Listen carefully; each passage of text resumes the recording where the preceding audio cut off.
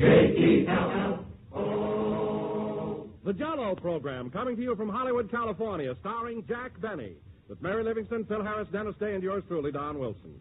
The orchestra opens the program with Silver Threads Among the Brass Section.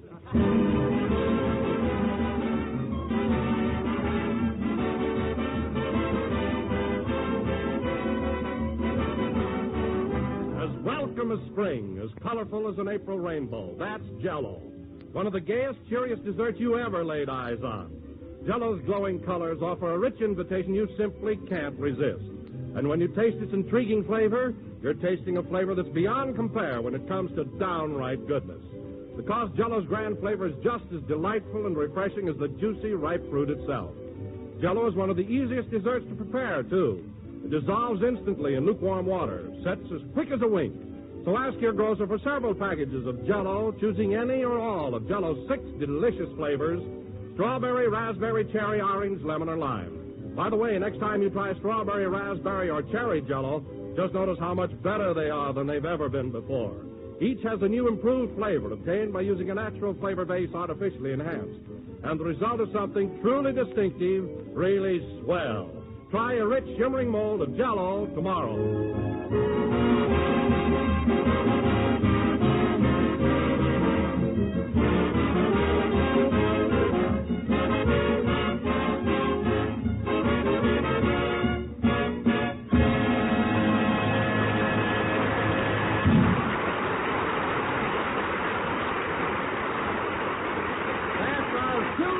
Among the brass section played by the orchestra.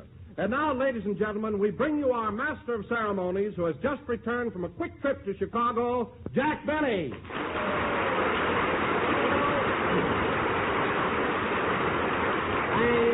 Thank you. Hello again, this is Jack Benny talking, and Don Quick Trip is right. I was in Chicago and back before I knew it. 3,600 miles. Oh, that's really traveling. Did you fly, Jack, or did you go by train? I took the train, Don, and that's the first time I've ever been on the Streamliner. You talk about modern design, I never saw anything like it. Like the engine was streamlined, the coaches were streamlined, and the compartments were so compact and narrow. Well, you see, Jack, that's to cut down wind resistance. Everything has to be streamlined. I know, Don, and I'm in favor of it. But when the conductor asked me to tape back my ears, I thought that was going too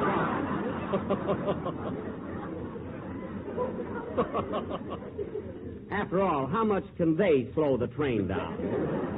But at that, you do save a lot of time. Oh, there's no question about it. In fact, the next time I go east, I think I'll take the Streamliner myself. With your hips? That would spoil the whole effect, huh? After all, Jack, I could do the same as you did and tape my hips back. You could, eh?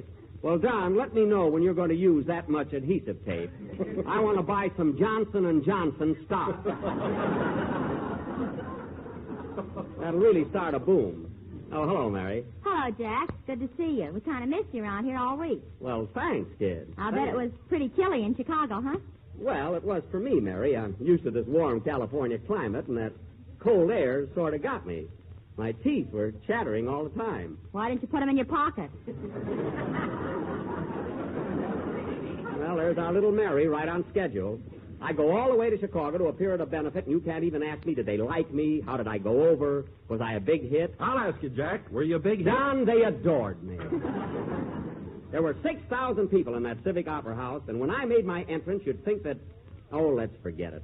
Nobody but a conceited ham could describe that ovation. Really, the minute I walked on that stage, the audience screamed. Well, how often do they see a guy with his ears taped back? That wasn't the only reason. I've always been a big hit in Chicago. Hiya, Jackson. You back in town? Yep. Well, I was hoping you wouldn't make it. I was going to do a lot of those snappy gags tonight. Oh, you were? Yeah, I had a swell monotone already. That's monologue. Monotone. I wish you wouldn't correct me all the time, Jackson. It makes people think I don't know big words. Well, you don't. Been going to night school for 6 months now. When are you going to learn something? Don't worry, I'll get there. Romeo wasn't built in a day.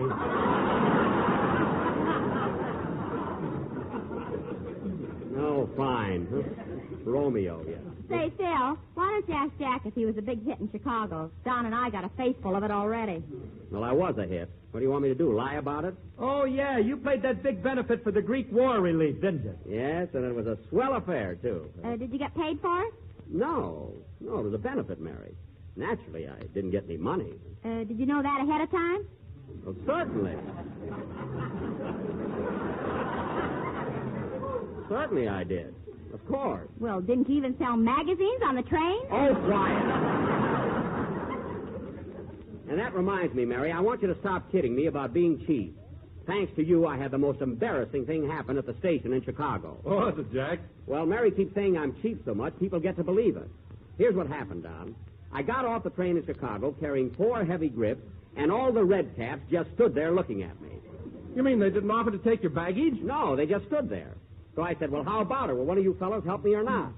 Finally, one little red cap came over and said, I'll take your grips, Mr. Benny. Uh-huh.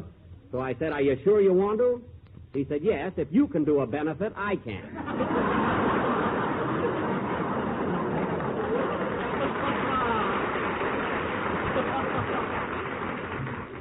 So you see, Mary, you're to blame for the whole thing. All right, why don't you buy a second-hand gun, 1 bullet, and shoot me? That's exactly the kind of remark I'm referring to. Hello, Mr. Benny. Did you have a good time in Chicago? You're a little late tonight, aren't you, young man? Yeah.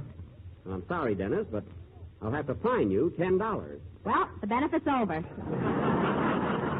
Mary, that's an old established rule on this program. The last one in gets it. I'm sorry, Dennis. Well, it's not my fault, Mr. Benny. I was stuck in a phone booth for 10 minutes. Stuck in a phone booth? What do you mean? Well, I was talking to my girl over the phone, Uh-huh. and when I kissed her goodbye, my lips got caught in the mouthpiece. My goodness, Dennis, as long as your girl wasn't right there, you didn't have to kiss her with so much feeling. Well, she says I'm better over the phone than in person. Well, she ought to know. What a kid. Say, Jackson, that reminds me. Did you call up that number I gave you in Chicago? What number? You know, the one I gave you before you left. Mamie Peterson. Oh, yeah. Well, that was a smart trick you pulled on me, Phil. I called her up and her husband answered the phone. That was Mamie. She talks like a man. What? You ought to hear her sing Asleep in the Deep. I can imagine. Well, I'm not going to discuss it now, Phil, as we have a long show. Dennis, are you ready for your song? How can I sing with this mouthpiece on? You'll sing. You'll sing. Go ahead. This is some program. Dennis is wearing a mouthpiece, you got tape on your ears, and my slip is showing. Well, pull it out. Sing, Dennis.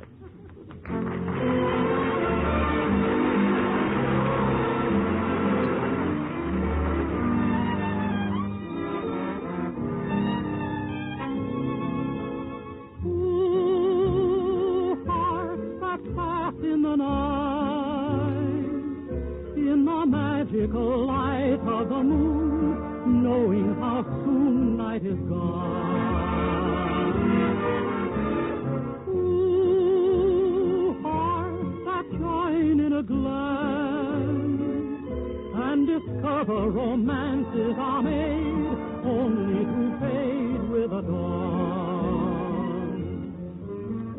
So, for now you are mine. And my heart was aglow with a power beyond divine. Two hearts have tasted delight. Must they always be lonely, alas? Two hearts that pass.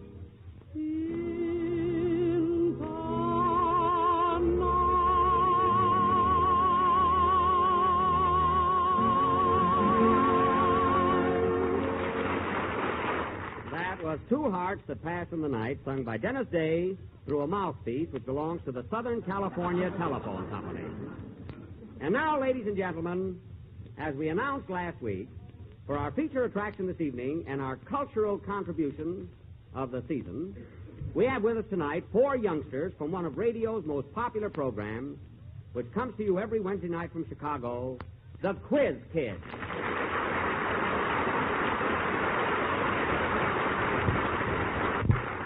These children are here tonight to match wits with Mary Livingston, Don Wilson, Dennis Day, and Phil Harris. And I will be the quizmaster. That is, I will ask the questions. You're picking out a pretty safe job, ain't you, Jackson? No, that's not it. That's not it at all. Of course not. I can understand Jack's side of it. He's had much more experience in the quiz kids, and naturally he doesn't want to take advantage of them. Certainly. And besides, he's as yellow as a banana. Oh, I'm yellow, eh? Well, for your information, Mary, a week from next Wednesday, I am going to be quizzed on the Quiz Kids program. Well, you won't need that tape. They'll pin your ears back. Oh, quiet. Now, let's see. Where did I put that list of baffling questions? Oh, Mr. Benny, Yes? do I have to answer some of the questions, too? Yes, Dennis, and I'm depending on you to pull the Jello team through to ultimate victory. Do you think you can do it? Yes, sir. Good. And now, folks, Ultimate? What does that mean?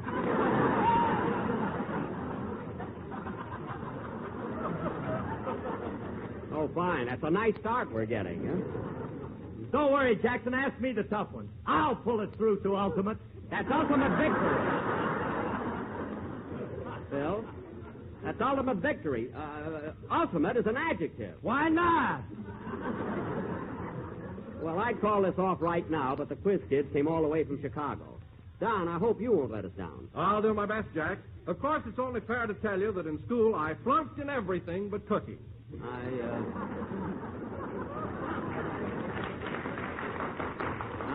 I see. What's going to happen to us shouldn't happen to Einstein. You've got something there, Mary. Oh, well, we'll do the best we can. And now, ladies and gentlemen, this battle of wits will go on immediately after a short number by Phil Harris. And then we will... Hold it a minute. Hello? Hello, Mr. Benny. This is Rochester. Rochester, I'm very busy right now. You'll have to call me later. But this is important, boss. Carmichael just came out of hibernation. Carmichael? Why, that's impossible. That polar bear was supposed to sleep in the basement for 2 more weeks. How did he happen to wake up? Well, the gas man went downstairs to read the meter, and all of a sudden it sounded like feeding time at the zoo. Oh, my goodness. Well, what happened to the gas man? I don't know, but I doubt if we get a bill this month.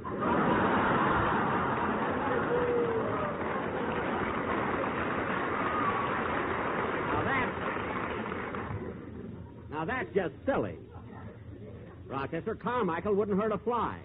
He was just playing, that's all. Yeah, but where's the man? Stop being so pessimistic. Now, Carmichael's pretty hungry after sleeping all winter, so the first thing you have to do is give him a big dinner. Well, all we got in the icebox is some roast beef. All right, put that on a plate and give it to him. Uh-huh. But don't let him eat too fast. This is his first meal. Second meal, where's the man?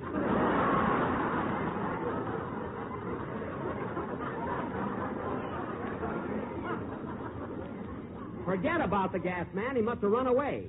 Now, there's nothing to be afraid of, Rochester. After you feed Carmichael, take him in the bathroom and give him a nice warm bath. Uh-huh. Scrub him good, comb his hair, and brush his teeth. Uh-huh. And then, after you've done that... After I've done what? After you brush his teeth. I forgot to tell you while I was combing his hair, I fainted. What? Threw some brandy on me. Now, cut that out. And if you're such a baby, I'll take care of the whole thing when I get home. Now, goodbye. Goodbye. Oh, say, boss. Now what? Are you really going to have the quiz kids on your program tonight? Yes, I am. They're supposed to be pretty smart, ain't they? They're brilliant. They know everything. Well, ask them what happened to the gas man. Will you forget about that?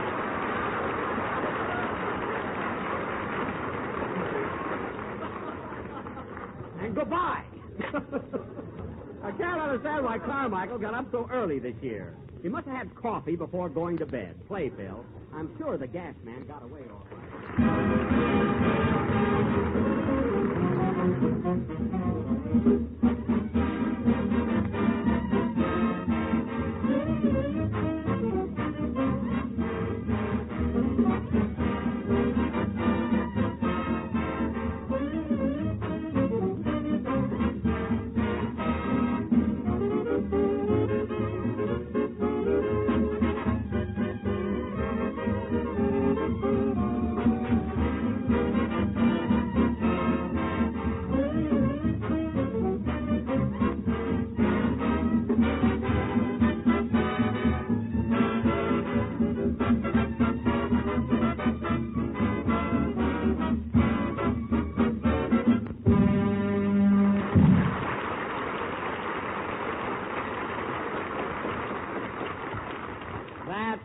was a very short number played by Phil Harris and his orchestra, and quite enough, believe me. Oh, Gerard, are all you children here? Yes, we are, Mr. Benny. Good. Well, here we go, folks. The Quiz Kids versus the Jello Kids. And may the best team win. May the better team win. Oh, yes.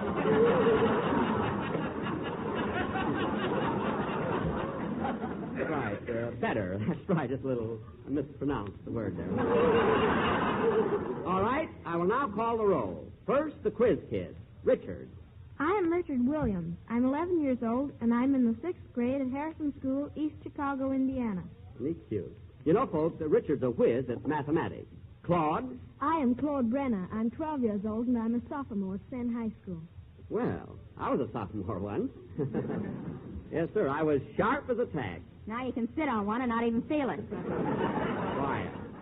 Joan? I'm Joan Bishop. I'm 14 years old, and I go to the Chicago School for Adults.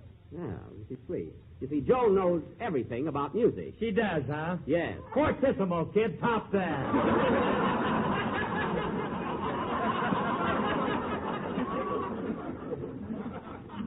Keep out of this, Phil. You don't even know what fortissimo means. Oh, stop, will you? Fortissimo means when you're playing a violin and you pluck on the strings. That's a cadenza. Isn't it, Joan? No, Mr. Benny. When you pluck the strings, the musical term is pizzicato. Oh, yes, of course. I was thinking of raviola. That's it, Joan. Oh, brother.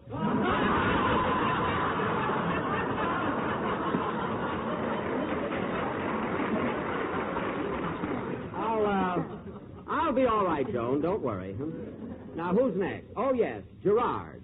I'm Gerard Darrow. I'm 8 years old, and I go to the Bradwell School. 8 years old, yeah. And now, ladies and gentlemen, the Jello Kids. Philip. I'm Philip Harris, and I attend the Hollywood Recreation Bowling Alley. Isn't he adorable? What do you specialize in, Philip? Funny monotones. We know. And now, Mary. Mary? I am Mary Livingston. I am 6 years old, and I graduated from the May Company. Oh, that's a lovely school. What did you learn there, Mary? If you worn the stockings, madam, you cannot exchange them. Very good. Isn't she bright? Now, Donald. I am Don Wilson. I'm 7 years old, and I have 8 chins. Isn't he a doll? Sit down, Donald, but easy. Now, Dennis. I am Dennis. Dennis? Dennis Day. Fine chance we've got. How old are you, Dennis? I'll be 1 in December. You'll be 1? Yes, my mother's raffling me off.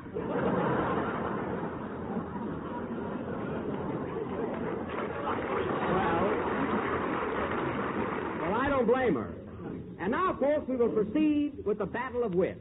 And I would like to announce that I am personally awarding a prize of $10 to the winning team. That's fair enough. You'll find out.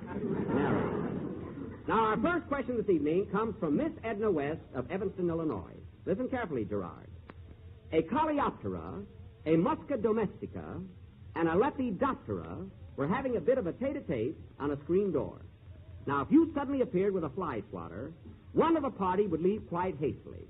Who would it be? The Coleoptera, the Musca domestica, or the Lepidoptera? Wipe your chin. Quiet.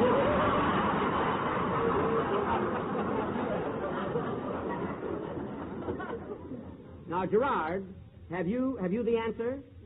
Yes, sir. The Musca domestica had a reason to leave in a hurry because it was the common housefly. Uh-huh. The Coleoptera and the Lepidoptera shouldn't leave in a hurry because the Coleoptera is the beetle, the Lepidoptera is the moth. Very good, Gerard. That's 1 point for the quiz kid. Now, Dennis, in order to be absolutely fair, I'm going to ask you a question along the same line. Now, listen carefully. What fly would you associate with butter?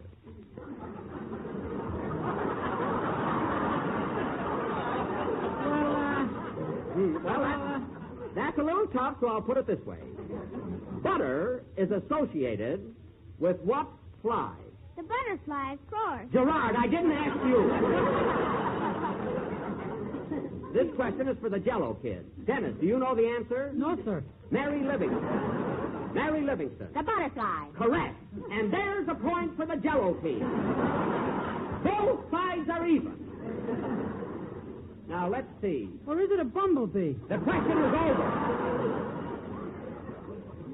Now, here's a problem in mathematics sent in by Miss Catherine Johnston of Los Angeles. I think this is in your department, Richard. I'm ready, Mr. Benny. Now, listen carefully. Two men who earn $450 and $150 a month, respectively, decide to build a house and divide the cost in proportion to their income. Each of these two men has three sons who help with the work, but they cannot work full time. Listen carefully. One works every day, the second every other day, the third every third day, and so on. Are you following, Richard? Yes. Are you?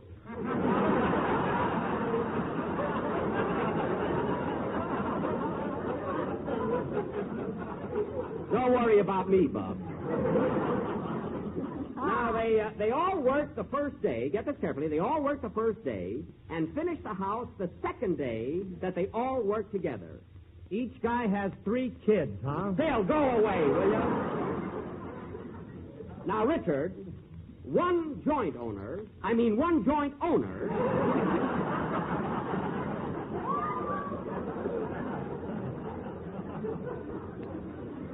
had to pay $1,500 more than the other.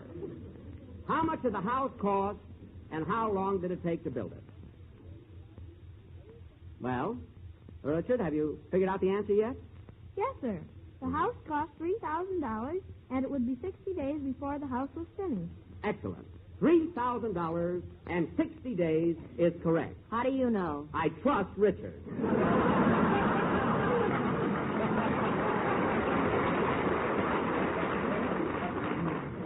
Now, Dickie boy, Richard, will you please tell us how you arrived at the 60 days? Well, you find the prime factors in each number and multiply them the most times they appear in any one group of numbers. So that would be multiplying 1 by 2, by 2, by 3, by 5. Oh, yeah. If you don't get that prime factor, you're a dead pigeon. No, really. You must prime it up, you know. If I was Richard, I'd kick you right in the shins. Quiet. Continue, Richard. By multiplying these prime factors together, you get the product of 60, which is the least common multiple of these numbers. Obviously. Very good, Richard. I was afraid you'd miss on that least common multiply. And there's another point for the quiz kids, making the score 2-1. Now, Mary, here's your question. The answer is 15. Wait till I ask you. Now, Mary, concentrate. If you had 20 apples and your mother took away 5, how many would you have? I give up. You know it's 15. The score is now 2 for the quiz kids and 2 for the Jello kids. That was a tough one, Mary, but you came through. There's something funny going on around here. Gerard, if you don't think that's fair, I'll ask one of the Jello team another question. Donald Wilson. Yes, sir? Now listen carefully.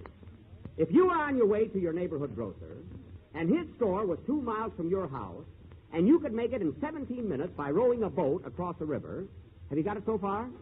How wide is the river? 350 feet. I see. However, on this particular day, there's a strong current carrying you downstream at the rate of 3.6 miles per hour. So it takes you an extra 23 minutes to reach the grocery store. Now, here's the question. What did you buy when you got there? Jello! Absolutely correct.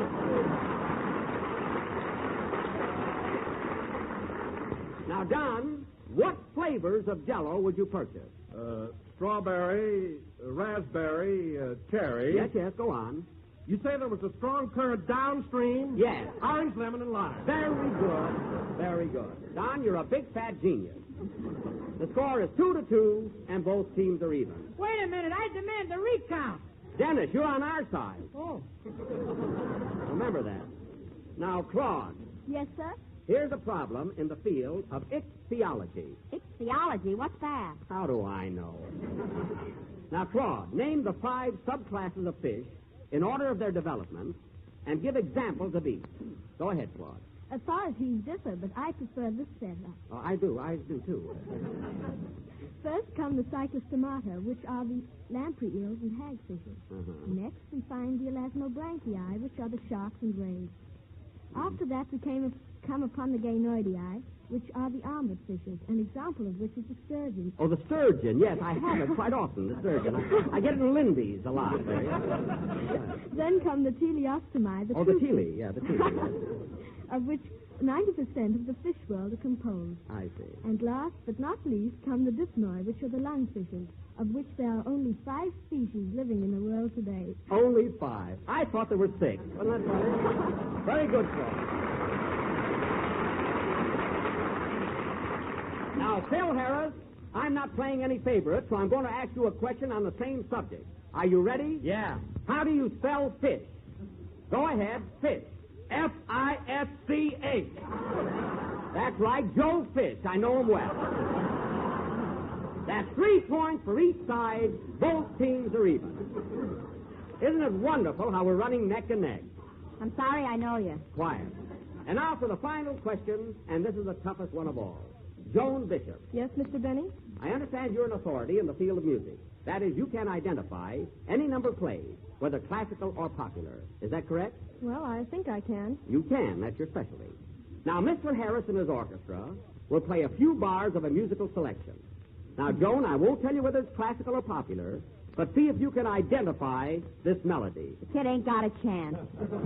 We shall see. Go ahead, Phil.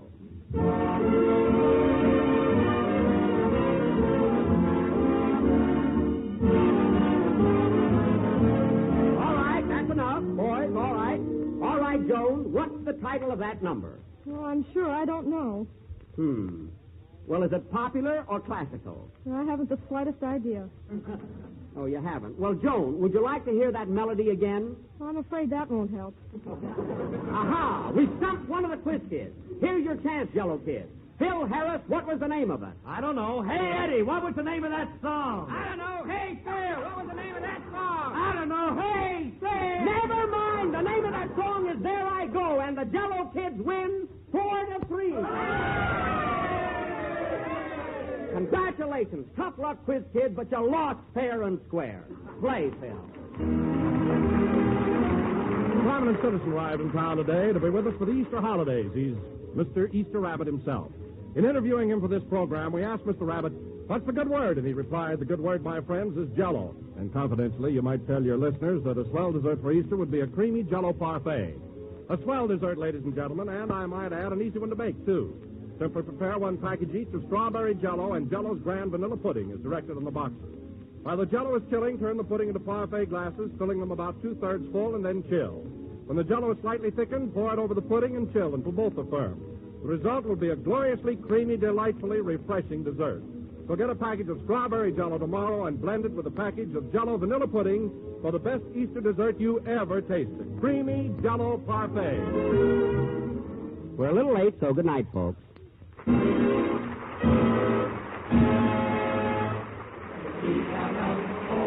the National Broadcasting Company.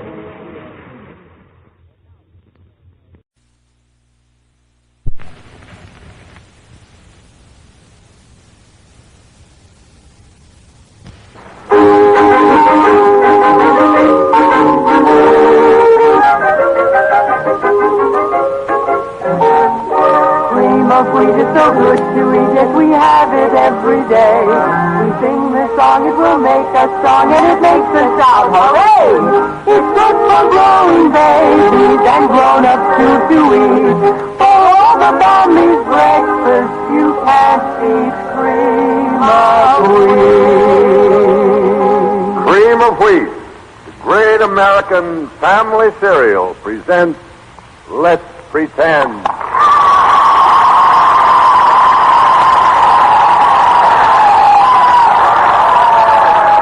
Well, thank you for that nice welcome, and hello, pretenders.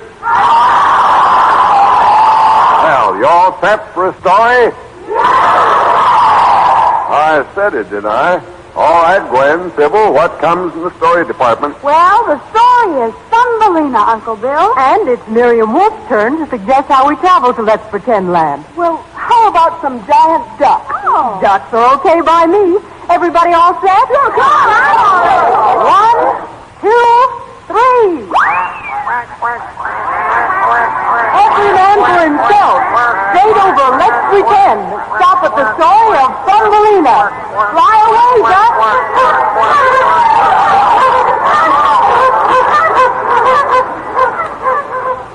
If you'll pardon the pun, Uncle Bill, I wouldn't duck out on a trip like this for the world. Fun, isn't it? You bet it is, Sybil. And I just have a hunch that you don't duck cream of wheat at breakfast time either. And that's because most happy, healthy boys and girls like you take to that smooth, tempting cream of wheat like a duck takes to water. And flavor, man, oh man. Just wait till you try it. Do that tomorrow morning. Eat a better breakfast, feel better all day. Get a better start the cream of wheat way. And don't forget, our special cream of wheat game comes right after the first act of today's story, Thumbelina.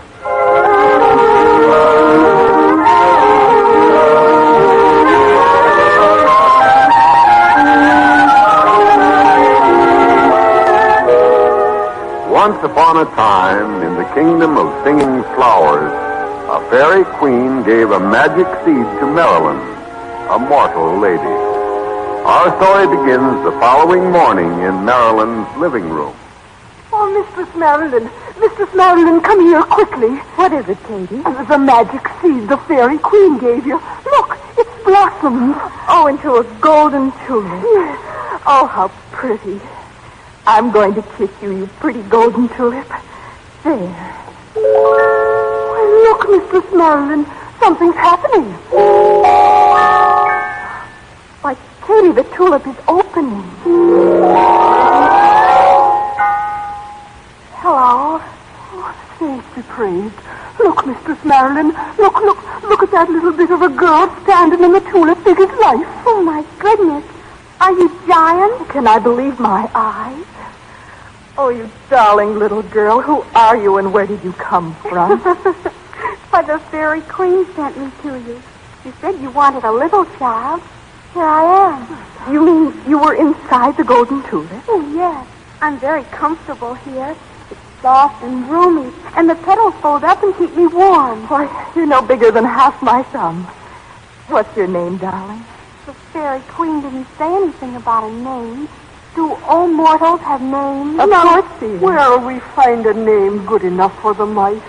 I still call her Thumbelina, Katie, because, as I said, she's no bigger than my thumb, and she could hide in a thimble. Thumbelina it is. And a fine name it is for her, too, Mistress Marilyn. Thumbelina. Is that my name? Yes, my darling. And now, Katie, what shall we use for a cradle for her? Oh, well, no. How about the hand-painted teacup with the roses on it?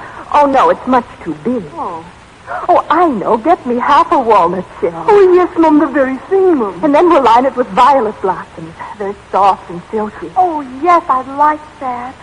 And may I have a rose petal for my pillow? I always slept on one at the fairy's house. A rose petal for a pillow, of course. Oh, I'm so sleepy. I think I'll take a nap. Will you excuse me, please? Good night. Good night, Thumbelina. Sleep well in your flower cradle.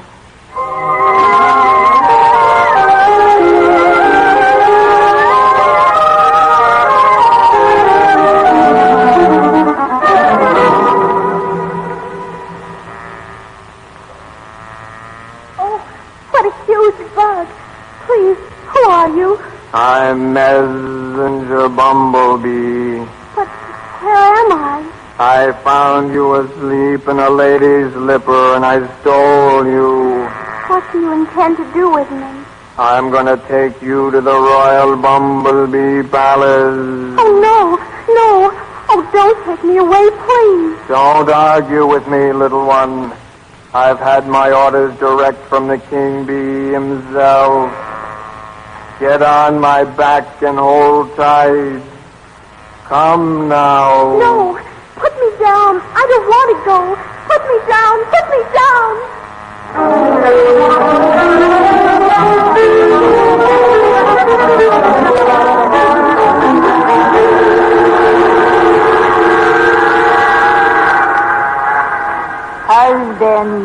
Someone is coming. Quiet, everyone.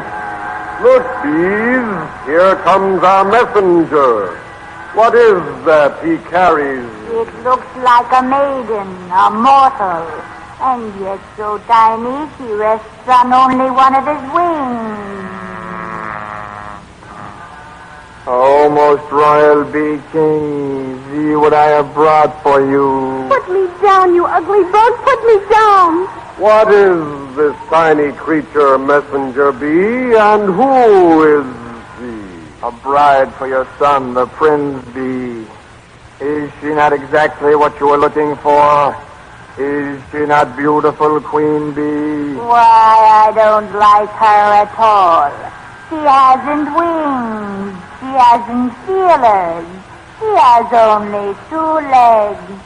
I think she's ugly. I don't care what you think. I want to go. Put me down. You're quite right, Queen Bee. We can't use a mortal, however small she may be. Let her go. What's to become of me now? Where shall I go? That's your problem. Now run along. You're not suited to the bee kingdom. Run along. I think you're all horribly rude people, and I wouldn't live here for anything in the world. No wings. No feelers. No use.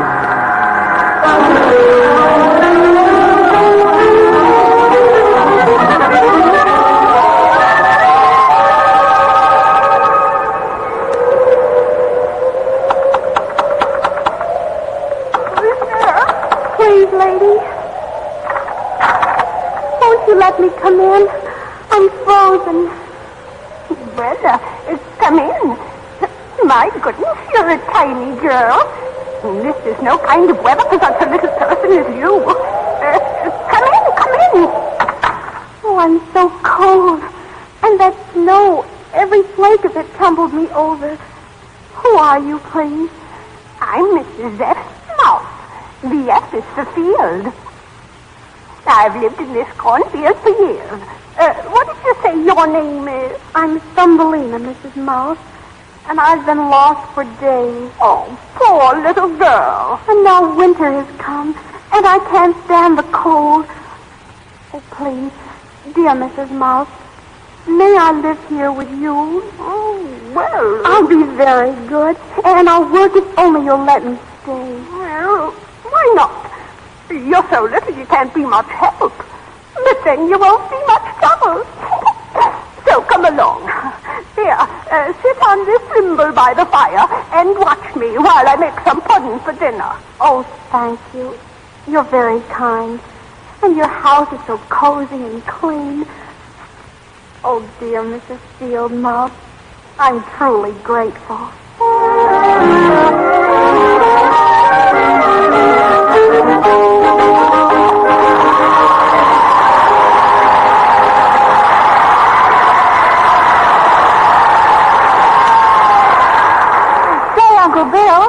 There's some kind of special celebration coming up this next week, some holiday or something?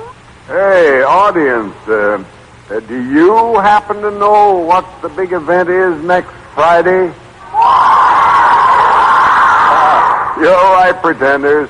And this morning it's a big 4th of July game that promises to be the poppin'est, banging'est sound effects game we ever played. Now, first, tell me, what kind of sound does a skyrocket make? Yes, well. And remember, once you touch off your appetite with a taste of that smooth, delicious cream of wheat, brother, you'll skyrocket to a brand new high in eating enjoyment. Yes, sir, that super tempting cream of wheat flavor will take you right out of this world. Now, okay, pretenders, now let's hear you make like a pinwheel. That's it. Perfect, audience. And if you have been spinning around like a pinwheel looking for a dish that hands you bodybuilding nourishment, just give enriched 5-minute cream of wheat a whirl. It's that great breakfast treat that gives you iron, calcium, phosphorus, vitamin B1, hard-driving food energy, and more of these famous food elements than any other cereal at a cost of less than a penny a bowl. And now, audience, to wind up our game with a real bang, let's hear you come through with the sound of a giant cannon cracker. Great. And remember, for a bang-up breakfast dish that's fairly popping with food power and busting with flavor, help yourself to that 100% red, white, and blue American favorite, cream of wheat. Get enriched 5-minute all regular cream of wheat at your grocer's today. It's way up in flavor. It's way down. It's plenty smooth.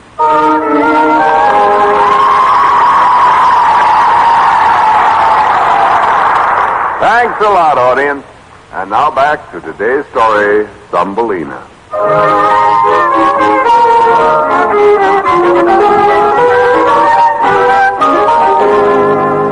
After being stolen by the bumblebee and then rejected by the bee kingdom, poor Thumbelina finds a home with Mrs. F. Mouse. The F is for field. Months have passed, and we find them in the cozy kitchen talking. Thumbelina. Yes, Mrs. Mouse. Do you know who's coming over to see us today? No. Who? Well, you know I've spoken so often of my rich neighbor who wears the very beautiful fur coat, and the one who has an underground palace of hundreds of rooms. Oh, yes, I remember. What did you say his name was? Mr. A. Mole. He's a very charming person, and he's rich, too. He can give you a beautiful home, take good care of you, and it will make me very happy if you will consent to marry him. Oh, Mrs. Mouse, you've been kind to me all the time I've been here. Oh, but please, I don't want to marry anyone. There's Mr. Mole. I guess he's finally finished the tunnel from his home to our front door. Come in, Mr. Mole. Come in. How do you do, Mrs. Mouse? My goodness, it's been a long time since we met. Yes, hasn't it? Mr. Mole, this is my dear little companion, Thumbelina. How do you do, Mr. Mole? Oh, my goodness, you are tiny, huh? Well, you come just to my shoulder, don't you? I was telling Thumbelina about your lovely home, Mr. Mole. Would you like to come with me now and see it? Oh, yes, I would. Oh, well, then come along. Oh, by the way, Thumbelina. Now, don't be frightened, but there's a dead robin in the passageway. I didn't take the time to have him removed. Now, don't let it startle you. Now, come along now. Lead the way, Mr. Mole. Now, step down there, Mrs. Mouse. All right. Thumbelina will have to jump. There you are. Oh, there's the little dead robin. Now, wait, I'll kick it out of the way. Oh, no, don't, please. Let me bury him. What? A silly bird, and you want to take the trouble to bury him?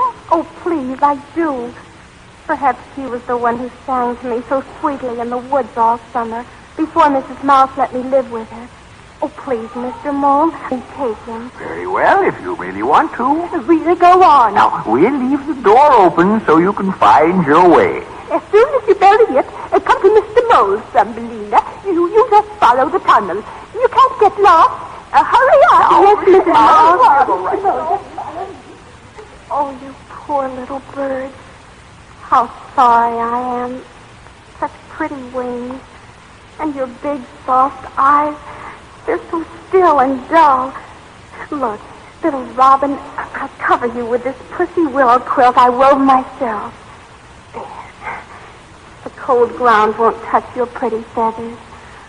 Oh, I wish you weren't so still and cold. If my hands weren't so little, perhaps I could warm you back to life. What do I hear? Oh, little robin, can it be? Are you alive?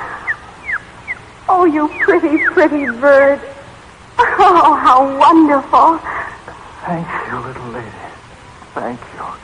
The warmth of your coverlet brought me back to life. I was completely numb from the cold. But now I can sing with joy once again because you saved my life. Oh, little Robin, stay here and let me nurse you back to health. Oh, no. No, I couldn't. A big fellow like me and you so tiny. Oh, please. I can make you a warm little nest on the floor and care for you until you're well. Oh, please, my friend, let me help you. Your kindness to me is more than I deserve. But if you really want me to, I shall stay. And I'll be very grateful. Oh, I'm glad. And now, will you sing to me your song of spring? Of course. I'm so happy I couldn't help it if I tried. Oh, how sweet. Sing it again and again.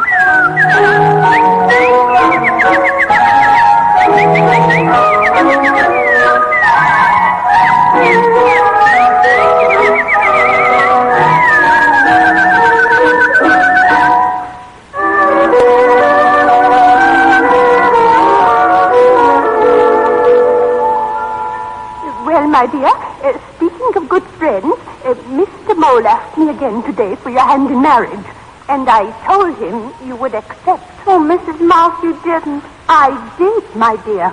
There's no use in your being a silly little girl any longer. You're old enough to be married, and you should be. Mr. Mole can offer you every luxury. Oh, but Mrs. Mouse, while I'm grateful to you, I just couldn't. Thumbelina, now listen, you will obey me. Now, I've been patient long enough. At the first sign of spring, we will have a wedding feast, and you will marry Mr. Mole. Really, you should be very proud to be the wife of a man who wears such a handsome fur coat every day in the year. But I don't love him. Nonsense. You'll marry him and be a good wife to him. So dry your eyes now and start to weave the cloth for your wedding dress. Spring is not far away.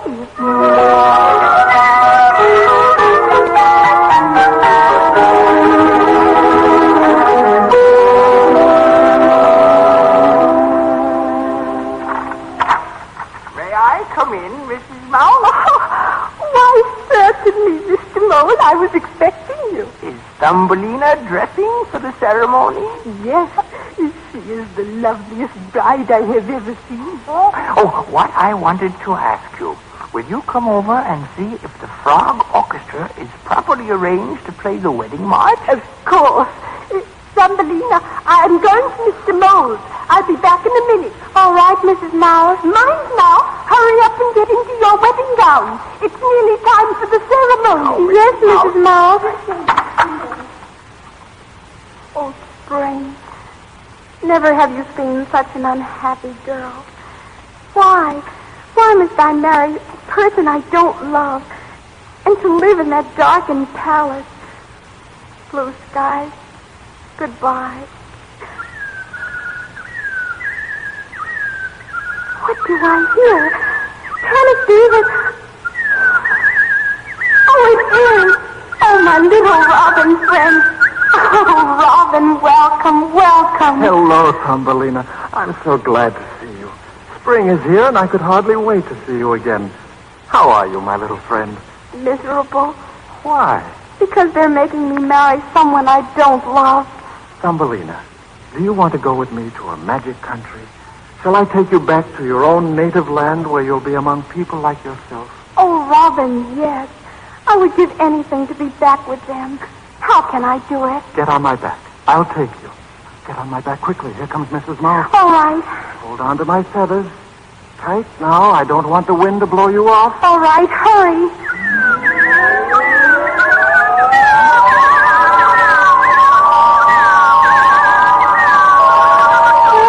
Where are we, Robin? Soon we'll be flying down to the magic land I told you about. There it is, just ahead. Where? I can see nothing but blue sky and the tops of trees. Look down there. See all the flowers blooming? Oh, I can't. It makes me dizzy. Oh, now I see. Hold tight. I'm going to fly straight down. Here I go. Hold on.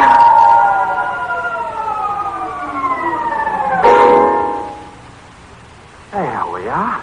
But where? Lovely flowers, beautiful colors. But what else, Robin? Here, come with me. Can you climb up this tulip stem? Oh, yes, if you'll help me just a little. There you go. All right now.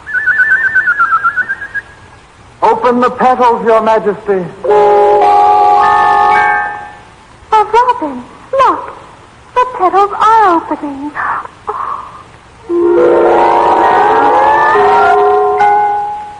Why, I remember now. I used to live in a golden tulip, just like this.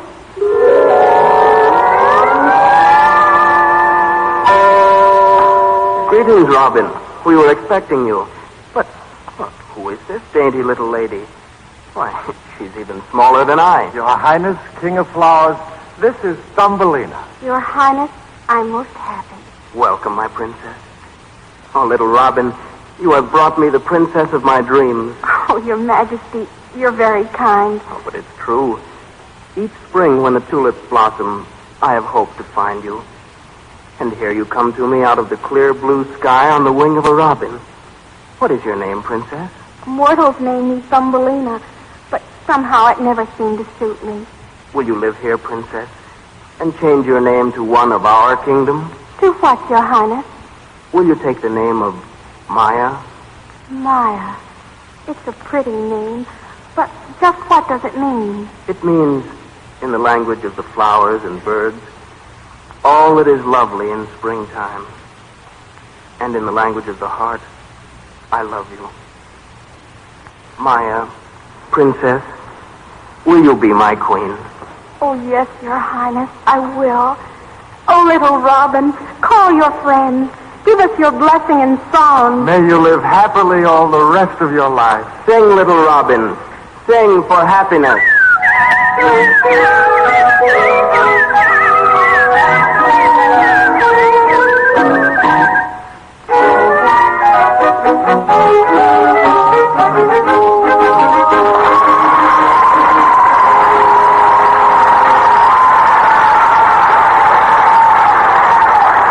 And now, before we tell you about next week's exciting story, tell me, audience, what's the treat that appetizes and for cooking speed takes all the prizes? You said it, pretenders.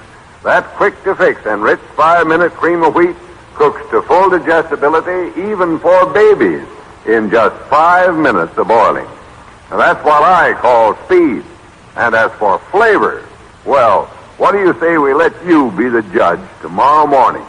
Help yourself to cream of wheat and get that cream of wheat feeling. Remember, for all the family's breakfast, you can see cream of wheat. the pretenders for today were Sybil Trent, Thumbelina, Betty Jane Tyler, Mistress Marilyn, Anne-Marie Geyer, Katie the maid, Miriam Wolfe, the bee messenger, Jack Prime, Mrs. Field Mouse, Daisy Alden, Mr. A. Mole, Bob Reddick, the king bee, Arthur Anderson, the queen bee, Gwen Davies, the king of the flowers, Kingsley Colton, the robin. Albert Alley. The bird imitation was by Henry Boyd. The original music was composed and conducted by Maurice Brown. Let's Pretend is written for radio by Nyla Mack and directed by Albert Ward.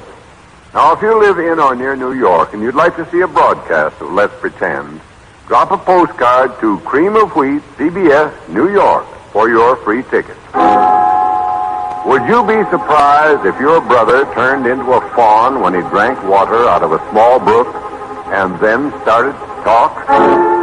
What would you do when the king and his hunters came through the woods and shot arrows at the fawn? Would you like to hear what happened back at the king's palace and how the wicked witch mother of the brother and sister did all in her power to destroy them? Then listen next Saturday to the story of how the kindly king, through his love for the sister, returned the fawn to human form and brought the witch mother to justice in the story of Brother and Sister. This is Bill Adams saying, remember to eat Cream of Wheat, great American family cereal. CBS, Columbia Broadcasting System.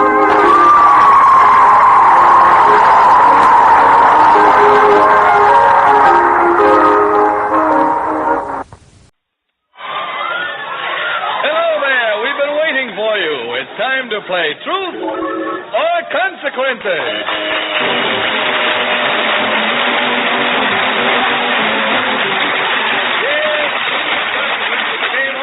Plays brought to you by Velvet Suds Ivory Soap, 99 and 44, 100% pure. It floats. Hold your heads, folks. He's in again. The lad who brought the front parlor back into its own. Your Truth or Consequences man, Ralph Edwards.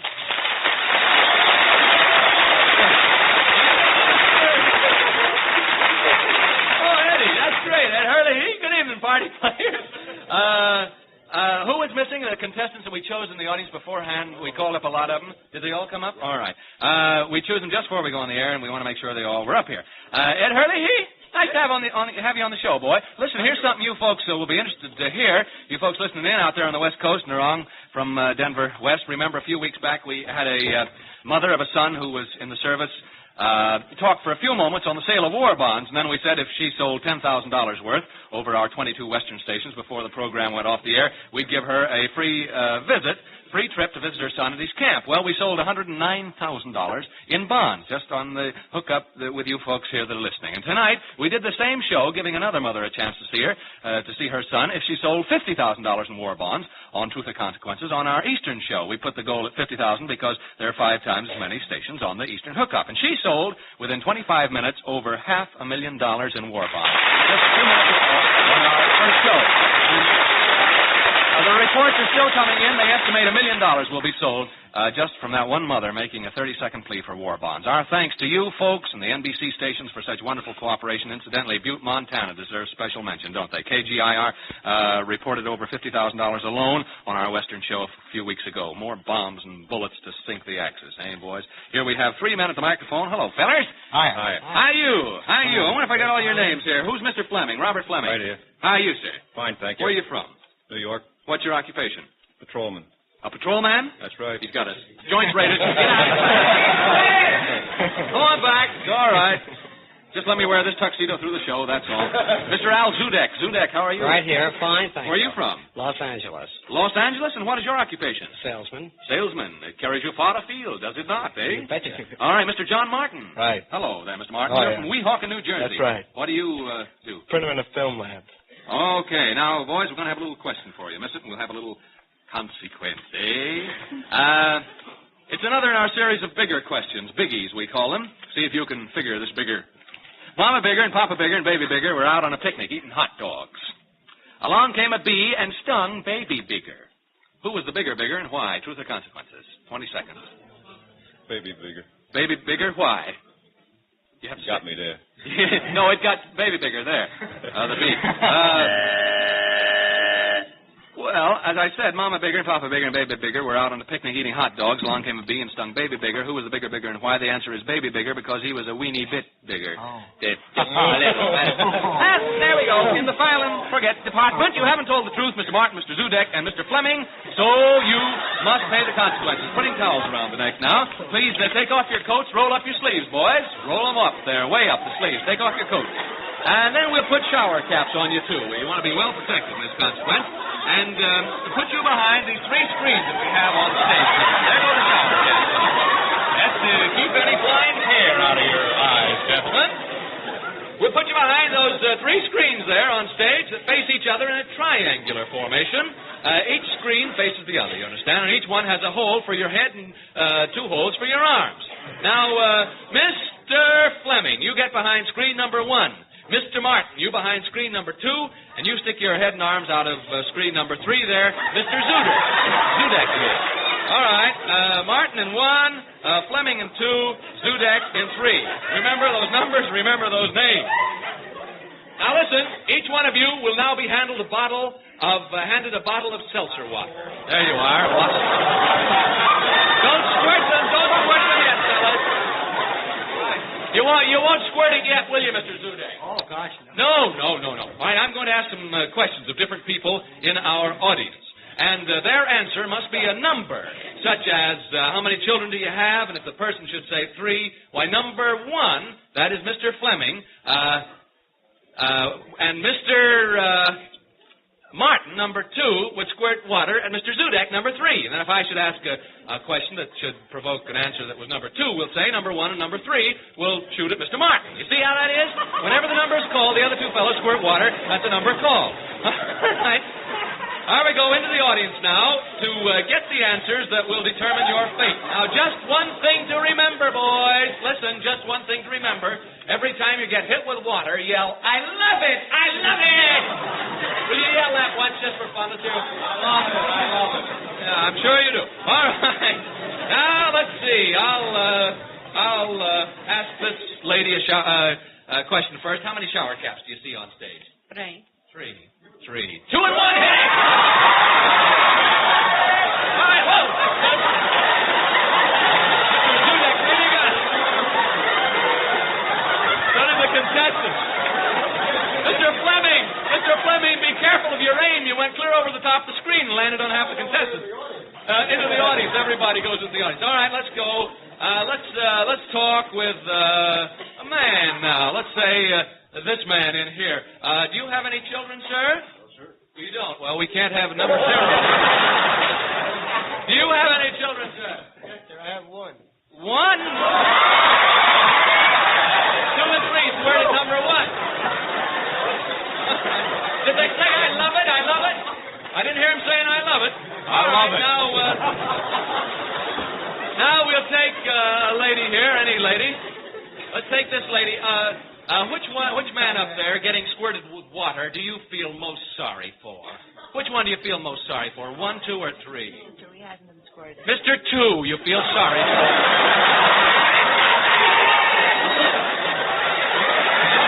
Oh, boy.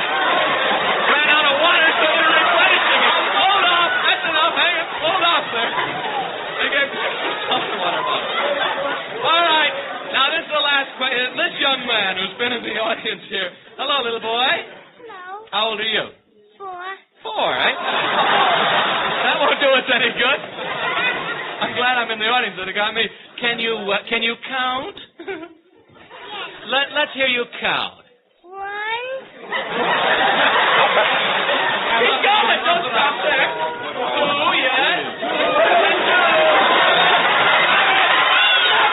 3.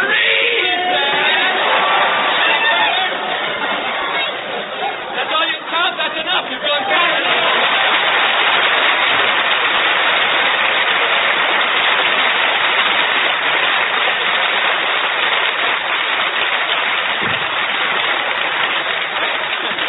I guess everybody except you folks at home there got wet on that one. Wow. $5 apiece to each of the men, and 5 cakes of ivory soap to you all. And to the 4-year-old boy in the audience, thanks. Well, Laura Dean Dutton. Hello, folks. Hello. Here comes that star of that new Broadway musical, New Faces of 1943. Say, it's Laura Dean Dutton, and it's time for beauty, Laura. Well, then it's time for ivory. Well, what's your song? Kalamazoo. Laura, you're on. IVORYSOOO, what a soap. It's grand for your skin. From coast to coast, gentle ivory's a toast of ladies who win in love and romance. Baby will say it's ivory for you. For your complexion, it's simply perfection. You'll say so too, it's true of ivory. Doctors say to use it, doctors say to choose it. Doctors should know. Ed Hurley? More doctors advise pure ivory soap for your complexion than all other brands of soap put together. It's not accidental. Ivory soap is gentle. Take a look at baby, then you'll see why. IVORYSOAP is the soap for a lovelier you. Ed? Why, one single cleansing with Velvet Suds Ivory leaves the skin with all its natural beauty, smooth and baby bright. Ivory can do it, so won't you turn to it? Babies do, so why don't you? Oh, what a soap for beauty! And that's the truth, Laura Dean Dutton. You betcha. Miss Jean Steenhoff. Steenhoff. Hello, Miss Steenhoff. How do you do? Where are you from? New Haven, Connecticut. New Haven, Connecticut. All right. And your occupation? Telephone operator. A telephone operator. All right. Now, I've got a little question here for you. Incidentally, when interviewing you volunteer contestants in the audience, you said you had a soldier boyfriend in Los Angeles. So where was he stationed? Lemoore Army Flying School. Lemoore, they're making sarongs out there. No, they're really working hard and working right, believe me. All right, he's in Los Angeles then. Yes. Do you want to give his name or not? Sure, Corporal Thomas Arden. Okay. Here's your question. Oh, Corporal, what's going to happen if she misses this? Let's see how well acquainted you are with the ups and downs of things. What manner of transportation carries more passengers per day in the United States than any other? Truth or consequences? Go Beulah. No snitching in the audience. Please. What manner of transportation carries more passengers per day in the United States than any other? I don't know. You have me. Now, the corporal's got you, huh? Elevators. Oh. Well, you haven't told the truth. Corny. So, that's what? Corny. Corny? Oh, that's praise for a question on this show. Christmas is upon us. We know that, don't we, Miss Steenhoff? Yes, sir. And our fighting forces will soon be enjoying the 101 welcome presents the folks at home have sent them. Now, truth or consequences, the thought that your boyfriend, Tom, out there in Los Angeles, might get a kick out of a Christmas stocking filled with presents. Think he would? Yes, sir. All right. So we brought up several gifts and are giving them to you to send on to your boyfriend at, say the camp again or whatever it is. Lemoore. Yes. Tom is his name. Well, we have a number of beautiful presents for your soldier boy, specially selected, and we have a stocking to put all these gifts in. So if you boys will just give me the stocking now, we'll... The stocking. Where's the stocking? We've got to have a stocking. So I'll have to take that off. Well, no, I'll tell you what we'll do. We'll ask for volunteers.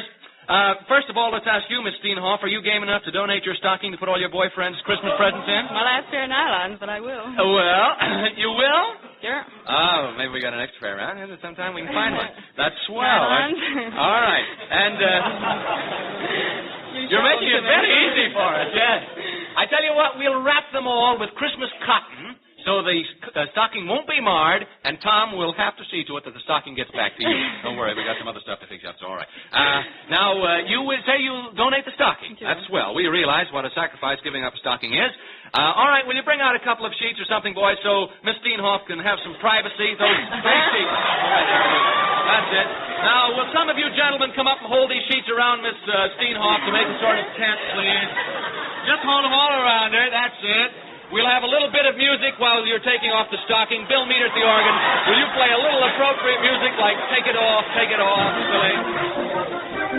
There we are. How you doing, Miss Steenhoff? Fine. That's it. That's good. Do you need some light? What's that? You need some light? Nope. Well, it's a powerful lot of unsnapping going on there. All right. Here we are. Thank you, Miss Steenhoff. Now, on Christmas morning, this stocking of yours will be given to your boyfriend at Lemoore camp there. You sure it's Lemoore? I mean, it's all right to say that, isn't it? And it will be filled with these presents. Hold the microphone. You hold the stocking open, Herb. Kay, you drop the presents in. Ed, you get in here, too. Here we are. First of all, it'll be filled with this Ronson cigarette lighter. There it goes in. This ever-ready flashlight. There it goes in. This carton of cigarettes into the stocking. A year's subscription, push it way down. A year's subscription to Newsweek magazine. There it goes. A Schick injector razor. A Seaforth Commando shaving kit. Getting no more room in that stocking? We'll have to have another one, I guess. Bring out the sheets again. Bring out the sheets. A little appropriate music, Bill, at the organ, if you will, please. We'll have to have the other stocking. Wait a minute. That's it. But there we go. We'll need so many presents.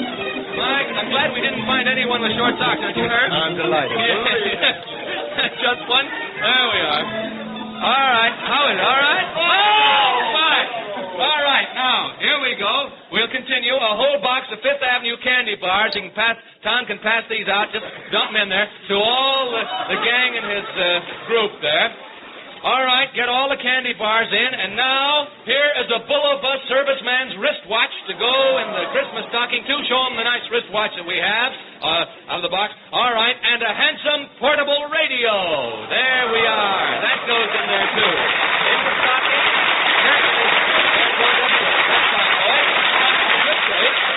Oh, yes. Wait a minute. I forgot a 5-gallon keg of witch hazel, good for tired feet. There it is. Well, wait, that's going to be pretty hard to get in. We'll have to send that out by Pony Express. Boy, is that stocking bulging. Well, Miss Steenhoff, this Christmas stocking will be hung on your boyfriend's army cot in Camp Lemoore without a sarong, and he can return it to you after he takes all the goodies out if he wants. Do you think he'll enjoy it? Oh, he will, surely.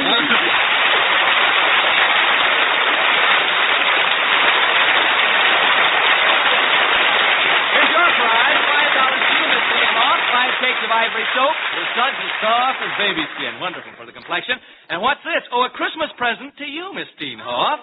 Will you open it, please? There are 3 pair of lovely hose, the kind you're wearing. If they don't fit, let us know and we'll get the kind that do fit. Thanks. Well, I guess my wife goes without that Christmas present this year. Well, that's nice.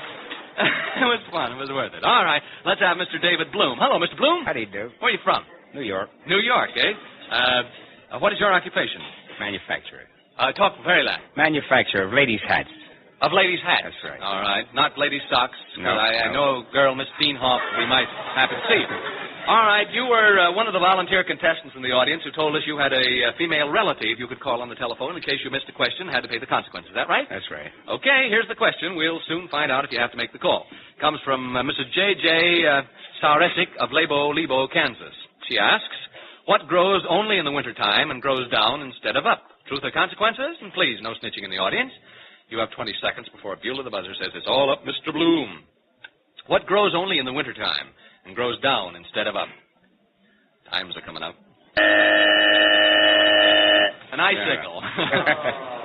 Well, Mr. Bloom, you haven't told the truth, so you must pay the consequences. And your consequence is just to call any female relative you want. Now, I tell you what, Mr. Bloom, your telephone will wait you off stage. Just go off there, give the number of the relative that you want to call, and when you get her on the phone, we'll bring you back on stage. What relative is it, by the way? A sister-in-law. And where's the sister-in-law? In Hollywood. In Hollywood? That's right. All right. Off you go. Go on, give the number to our operator, and we'll go on with the show. Just, you'll find him right out at the desk there. The operator will put the call right through, and we'll have some fun. Close the door, because what's going to happen to him? There it closes. He's out of hearing distance. So, now will Mr. Bloom's wife, Mrs. Bloom, come up on stage quickly, Mrs. Bloom. Come on. We notice Miss Bloom here while choosing contestants, too. Come on up, Mrs. Bloom. And quickly, got to get going. There we go. Now, we want you to come right up here at the microphone. I won't talk to you till you get right up here. Have you, tell me this, besides interviewing the audience tonight, have you ever talked to me before? No, sir. Have you any idea what we want you to do? No, sir. All right. Are you quite familiar with a relative your husband is supposed to be calling on the phone? I am. What's her name? Helen Schrank. Helen what? Schrank. Well, she'll be all right. I say supposed to be calling because actually our operator is just pretending to be getting the number of the relative. Now, your husband, in other words, is to be the victim of a hoax. The person your husband will talk to on the phone is you, but your voice will be on a recording. Mrs. Schrank won't even have to come into it. Now, here's how we'll work it. I'm going to ask you to say a few sentences into this recording machine that we have here, recording microphone. We will record what you say. And then this recording, do I have to make it on this mic? I have to make it on this mic, don't I? Oh, any mic. All right. Then this recording will be played back into the receiver of the telephone when your hubby comes back to speak. Do you see? He'll think he's speaking to Mrs. Schrank, his sister-in-law. Can I change that name? What's her first name? Helen. To Helen. But actually, it'll be your familiar voice all the time, only you will be standing right beside him. We'll call you... I'm afraid he'll recognize me. Well, that's the consequence. We'll see if he does. First, he'll probably say hello. So you watch me very carefully and don't say anything except what I tell you to, you see, because it's going to be recorded. Now, so you say hello into the microphone so we can record it. When I signal you with my hand like this, you say hello. Honey, hello? You ad-lib. It's all right. That's good. That honey's going to kill him, believe me. Then he'll probably say, this is, what's his first name? Dave. He'll say, this is Dave. So we'll leave a space on the record, and you say, why, Dave, darling. Dave, Wait a minute, darling. dear. Wait a minute. Why, Dave, darling, how are you? Don't say that until... That's all. You can remember that. Why, Dave, darling, how are you? When I go like that, you say, why, Dave, darling, how are you? Why, Dave, darling, how are you? That's wonderful the way she does it. All right, that's recorded. Then he'll say, I'm on Truth or Consequences. So your next recorded sentence should be, I always said you were the foolish member of the family, Dave. Do you know that? We have it written out here for you. I always said you were the foolish member of the family, Dave. I always said you were the foolish member of the family, Dave. All right, we're getting that. We're going to have to hurry. Now, another pause on the record while he has time to say something else. And then, no matter what he said, we'll hear your recorded voice saying, what's your first name? Beatrice. Say, how's Beatrice? That's all you have to say. Now, wait a minute. How's Beatrice? All right. Now, you better say that again. Say, I can't hear you. How's Beatrice? I can't. Wait. I can't hear you. How's Beatrice? Say it once more. How's Beatrice? Now, wait a minute. Are you deaf? How's Beatrice? I can't hear you. How's Beatrice? Are you deaf? Oh, you're going to kill him. All right. Now, you better skip right to the end. All right, listen. Now we want you to record this. We want you to say, we're sending you 2 rolls of bologna for Christmas. Now, you can say, we're sending you 2 rolls of bologna for Christmas. We're sending you 2 rolls of bologna for Christmas. Tie it up. All right. That's all right. That was off, wasn't it? All right. Now, don't say any more than what's written on this card now. Say, now we want you to say, as a matter of fact, this is all a lot of baloney because this is your wife speaking. My voice is recorded. Can you read it there? Yes, sir. All right, get ready. As a matter of fact, this is all a lot of baloney because this is your wife speaking. My voice is recorded. All right, that's good. That's fine. Now, you go back and sit in the audience. Sit right up there somewhere and get ready to come right back. We'll call you up in a minute. Now, don't let him... He hasn't seen, has he? That's good. That's good. Now, Mr. Bloom can be brought back on stage. Come in, Mr. Bloom. He'll think he's talking to his relative wife. Come on. Actually, it'll be his wife. He'll think it's a relative. Come here, Mr. Bloom. How are you? Fine. How are you? Get on this side of the microphone, will you? Sure. Okay. I think the operator has this relative of yours on the phone, they told me. And you're all set to talk, are you? I sure am. All right. I think it'd be nice. Come over to this telephone. Johnny, tune in this mic, will you? Let me put on these earphones, and I'll listen in with you. And you take this telephone in just a minute now. I think it'd be nice if your wife came up and stood beside you so she can say hello, too, huh? Come up, Mrs. Bloom. Quickly, Mrs. Bloom. Will you come up, please? I know she's here because when we interviewed her in the audience tonight, Can you get him all right? Hello. Are you on the phone? Come on, Mrs. Bloom. You may want to talk. Is it your sister? Is it your sister? It's your sister. And it's your sister-in-law. And what's her name? Helen? David Bloom. No, her name is Helen Frank. All right. All right, now get ready. Hello. All right, just a moment. Now, first of all, say hello to her. Get on the mic. Get on the telephone. Hello. Hello. Yeah, how are you, dear? She said, honey, hello? How are you, honey? Say, this is... What'd she say? What did she say? How are you? Oh, goodness. Well, tell her you're on Truth or Consequences. I'm on Truth and Consequences now. We're having a swell time. Hello. Hello. I always said you were the foolish member of the family. I'm foolish? Go on. Do you want to put... How's Mother? What is this? Hello. How's fine? She's fine. I've got Joe and Ann down here, and they're having a swell time. I have Joe and Ann over here, and they're having a swell time. I tell you, it's a swell show. I said, Beatrice is fine. What's going on here?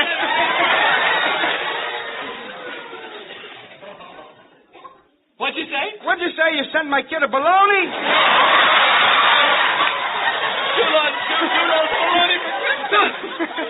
Listen, dear, I'm all upset here.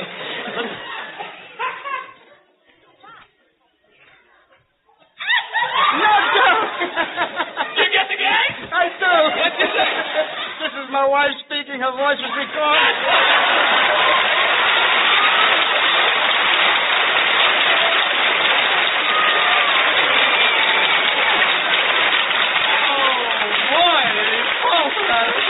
Mr. Bloom recorded your Whites, boys, that was swell. Here you are, $5 in war stamps, 5 cakes of ivory, and now we take you to the Court of Higher Appeal. Hands Appeal. Judge Ed Hurley, he presiding. The 12-day trial for lovelier hands is now in session. Will the court please come to ivory soap for dishes? Whereas you, madam, may have hands that look a little red and coarse, be it known you're probably using a strong wash-day soap for dishes. Oh, that's criminal. Prosecute that strong soap. Give it up. Win the case with Ivory. Give pure Ivory soap a 12-day trial right in your dishpan. Ivory summons velvet suds. They're pure. They're mild. They're gentle. Just ask Baby, Ivory's own star witness.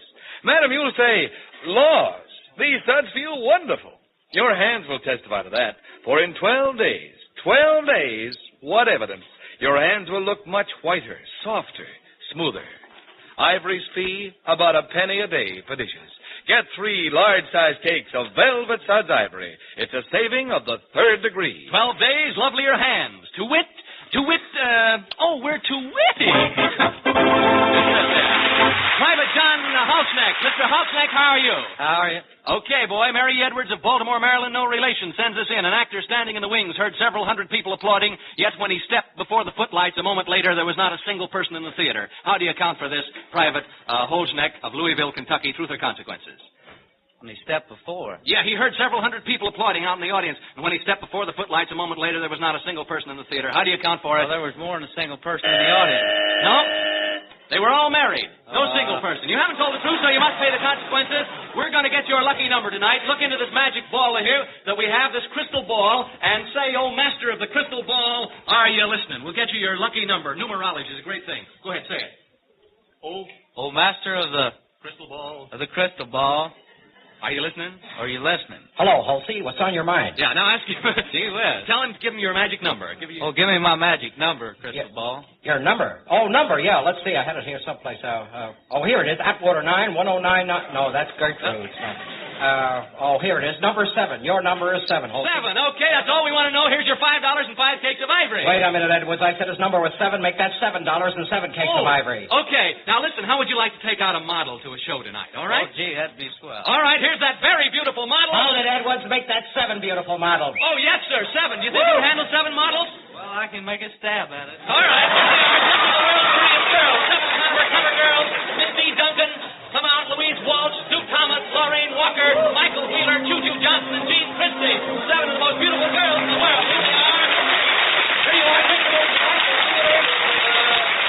Any theater that you want. I'd say the Capitol Theater because 7 Days Leave is playing there. All right. Have a good time on your way. Now? Yeah, and right now. And I tell you what, because 7 is your lucky number, we'll have 7 sailors come to escort the girls so that they can keep an eye on you. 7 sailors to help out, too. There they go.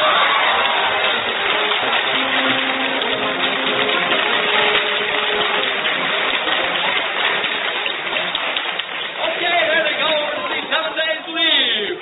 The movie The Truth or Consequences in. We hope you all see it. And now, before we announce the grand prize winner, let me ask you this important question. Were you planning to travel at Christmas time? All right, then listen to the consequences. I see a Christmas tree. I see a mother and a father and a baby sister. They're sitting, waiting for a soldier boy, and he doesn't come home. And why? Because you took the train he had hoped to make. You bought the seat he'd hoped to take. He can't get home. The trains are full. Now, folks, 51% of all travel today is still for pleasure, and that shouldn't be. We're trying to move troops, 1 million every month. We need those planes and trains and buses.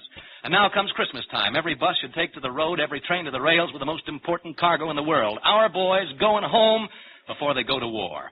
Going home for Christmas. If you travel, they can't make it. If you stay right where you are, they can. Which is the Christmas spirit? Let's all get in this. Who's the grand prize winner tonight, Herb? It is Mrs. Bloom, who, Mr. and Mrs. Bloom. He made the telephone call.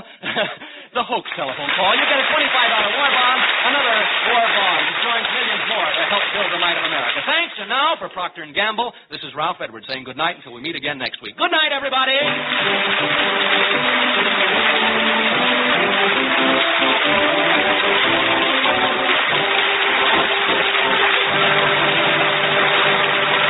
This program came to you from New York. This is the National Broadcasting Company.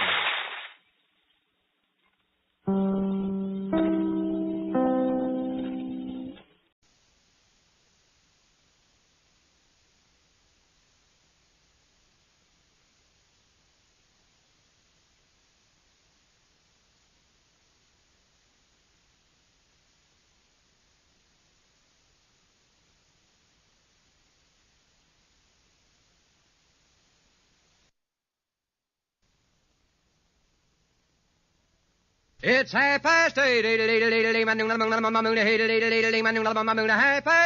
It's 8:30, New York time. Time to wake up, America, and stump the experts. Each week at this time, Lucky Strike stages a quiz party with 4 experts providing the floor show. For every question we use, Lucky Strike pays out $10 plus a copy of the new Information Please quiz book. If your question stumps us, you get $25 more, plus a 24-volume set of the current Encyclopedia Britannica. Send your questions to Information Please, 480 Lexington Avenue, New York City. If our editorial staff edits your questions a bit, don't fret over it. In case of duplication, Information Please uses the question that was received first, and all questions become the property of Information Please. And now light up a Lucky Strike as I present our master of ceremonies, the literary critic of the New Yorker magazine, Clifton Fadiman. Mr. Fadiman. Ladies and gentlemen, as always, Information Please is a completely unrehearsed and spontaneous performance. And tonight, the performers include Franklin P. Adams of the New York Post's Conning Tower, John Kieran, Sports Authority and General Fount of Wisdom, Louis E. Laws, famed as Warden of Sing Sing and author of Meet the Murderer, who has been with us before. I mean the warden. And doing his best to scare up a little information for us this evening, Mr. Boris Karloff, now appearing in the Broadway hit Arsenic and Old Lace. We have placed the warden and Mr. Karloff side by side. Now remember, listeners, for each question that's missed, Lucky Strike rings up $25. And that's paid out to the sender, plus 24 volumes of the Encyclopedia Britannica. And before we start the more formal part of the program, Mr. Karloff, would you have any objection to my asking you a question? This won't count for money. No. You're now appearing and scaring people wholesale in Arsenic and Old Lace, are you not? That's true. Very good. Well, so far, you have made a perfect response. Now, Mr. Karloff, how many murders are supposed to have been committed by you and the old ladies, maybe I better say by the old ladies and you, politeness first, in Arsenic and Old Lace? How many murders in all? Well, this is for Mr. Karloff, Mr. Adams. It'll be 26 by the time the final curtain comes down. 26? Now, I have it on good authority that it's only 25. 25. How do you make it, Mr. Adams? It's 12 all, and the tie is broken when the 25th or the 13th boy comes in. Yes. I beg to differ. 12 all is a very disputed point. I claim that is 13. also known as deuce. Now, I'd like to get this straight, Mr. Karloff. I mean, what's a murder between friends, but still... I have a perfect tally of 13. The old ladies have 12, and at the end of the play they get Mr. Witherspoon, which makes 13 for them. It's a tie still, but makes a grand total of 26. Is that right? Well, I think so. I have it as 25. I'm going to go down next Wednesday and see which is right. I'd like the old ladies to come out ahead, though. All right. Now, here's a question from Mrs. P.F. Wilson of Utica, New York. A very unsanguinary question. If you received an invitation to dinner from the following Mother Goose characters, what would you be most likely to eat? Now, we have to get 2 out of 3. Suppose you received an invitation from Taffy the Welshman. What would you have for dinner at his home? Mr. Karloff. You get a side of beef and a marrow bone. How do you make out the marrow bone? Because when the man who was robbed of the side of beef, when he went back to his home, he was out, and he had a marrow bone, and he hit Taffy on the head with it. Why, Mr. Karloff, your accuracy terrifies me. It really does. I was just going to say a side of beef, but the marrow bone is certainly correct. I think that comes in the last verse. Very good. Should we have him with us again, Mr. Adams, Mr. Kieran, Warden Lloyd? Sounds very good. All right. Now, suppose you went to the home of little Tom Tucker, Mr. Tucker, Jr. What would you have to eat there, Mr. Kieran? They could go hungry. He sings for his supper. Well, how about going on with the poem a little, and you'll see that he may get something. White bread and butter. Yes. What shall he eat? White bread and butter. He sings, but he gets something for singing, which is much more than we can say to Mr. Adams. In the case of the 3 little kittens, if you were invited there, Mr. Kieran. Pie. Yes, short and sweet. If you pie. found your mittens. Yes, and you may have some pie. That's right. That gives us 3 out of 3. Thank you. Now, the next question comes from Albert Miller of New York City. Can you name 3 men, gentlemen, who appeared before the House Foreign Affairs Committee to testify in favor of the lease-lend bill, and 3 who testified against the lease-lend bill? Now, you may get together on this. Warden Laws, will you start us off? Well, in favor of the bill were the Secretary Hull, Secretary of the Navy Knox, Secretary of War Stimson, That's 3. That's 3. That's very good. That's perfect. Against there was Colonel Lindbergh. Correct. And the socialist, Mr. Thomas. Correct. And the General Johnson. General Johnson. You do read the papers down at Sing Sing, don't you? That's all we That's do. Very good. Yes. That's very well answered. Thank you very much. Now, the next one will be in the nature of a few little playlets. El Madden of Hollywood, California dreamed this one up. We have an actor and an actress here, and they're going to give you some bits of dialogue. Name the play in which each of these bits of dialogue occurred. Let's have the first. No, I won't. Even though you do hate me, you're still my wife. Who were you till I married you? Nobody. What were you? A telephone girl getting $10 a week. And now who are you? You're Mrs. Robert Stafford. And what are you? You're the wife of one of the richest men in the country. And how did he get his wife? He bought you and he paid for you. Robert Stafford, you didn't. Goodness gracious. Mr. Karloff. That'd be bought and paid for. Bought and paid for. That's very good. Very good. Now, shall we have the second bit of dialogue? Go ahead. Father, where is my father? Oh, I've found you at last. Now, won't you come home with me? Blessings on thee, my little one. Darkly shadowed is the sky that hangs gloomily over thy young head. Come, Father. Mother has been waiting a long time, and I left her crying so sadly. Now do come home and make us all so happy. Yes, my child, I'll go. You have robbed me of my last penny, Simon Slade, but this treasure still remains. Farewell, friend Slade. Come, dear one, come. I'll go home. I'd like to inform the audience that Mr. Adams has broken down completely. Mr. Karloff. That's Joe Morgan and his daughter Mary in 10 Nights in a Barroom. That's very good, Mr. Karloff. Very good indeed. You certainly have been in some odd places. Oh, we're going to have one more. If you can give us a perfect score, Mr. Karloff, we'll be very much surprised and gratified. Let's have So the will third. I. Go ahead. Isabel, they are as dear to me as you once were. As I once was, and might have been now. Oh, Archibald, I am now on the very threshold of the other world. Will you not say one word of love to me before I pass it? Let what I am be blotted for the moment from your memory. Will you not bless me? Only a word of love. My heart is breaking for it. You nearly broke mine when you left me, Isabel. May he so deal with you as I fully and freely forgive you. May he bless you and take you to his rest in heaven. Farewell, my once dear husband, until eternity. Until eternity. Gosh, now Karloff has broken down.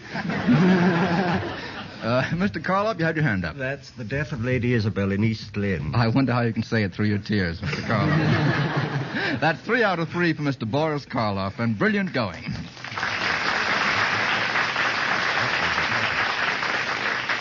They run pretty far back, don't they, Mr. Karloff? Hundreds of years, so far as I'm concerned. The next question from Robert N. Blewett of Stockton, California. Now listen carefully. A young crime reporter sent the following statement in to his editor, and he was corrected on several counts. Enumerate 3 of his errors. It's a very short statement. Quote, sent to state prison for 2 years for disorderly conduct, John Doe was released on probation after serving half his sentence. There are 3 errors in the reporter's statement. Warden, do you want to start us off? Yes. In the first place, you can't send a man to state prison for disorderly conduct. It's a misdemeanor and not a felony. Good enough. And secondly, It's very encouraging. probation is incorrect. It would be parole. And it's incorrect to say 1/2 the time, but that is probably not what you mean there. No, perhaps you're mistaken. Sir, he was released on probation after serving half his sentence. You mean that couldn't be possible? Not if he were on probation. That wasn't the error I was after, though. Can you think of a third? You've got 2 of them, Warden Laws. Sent to state prison for 2 years for disorderly conduct.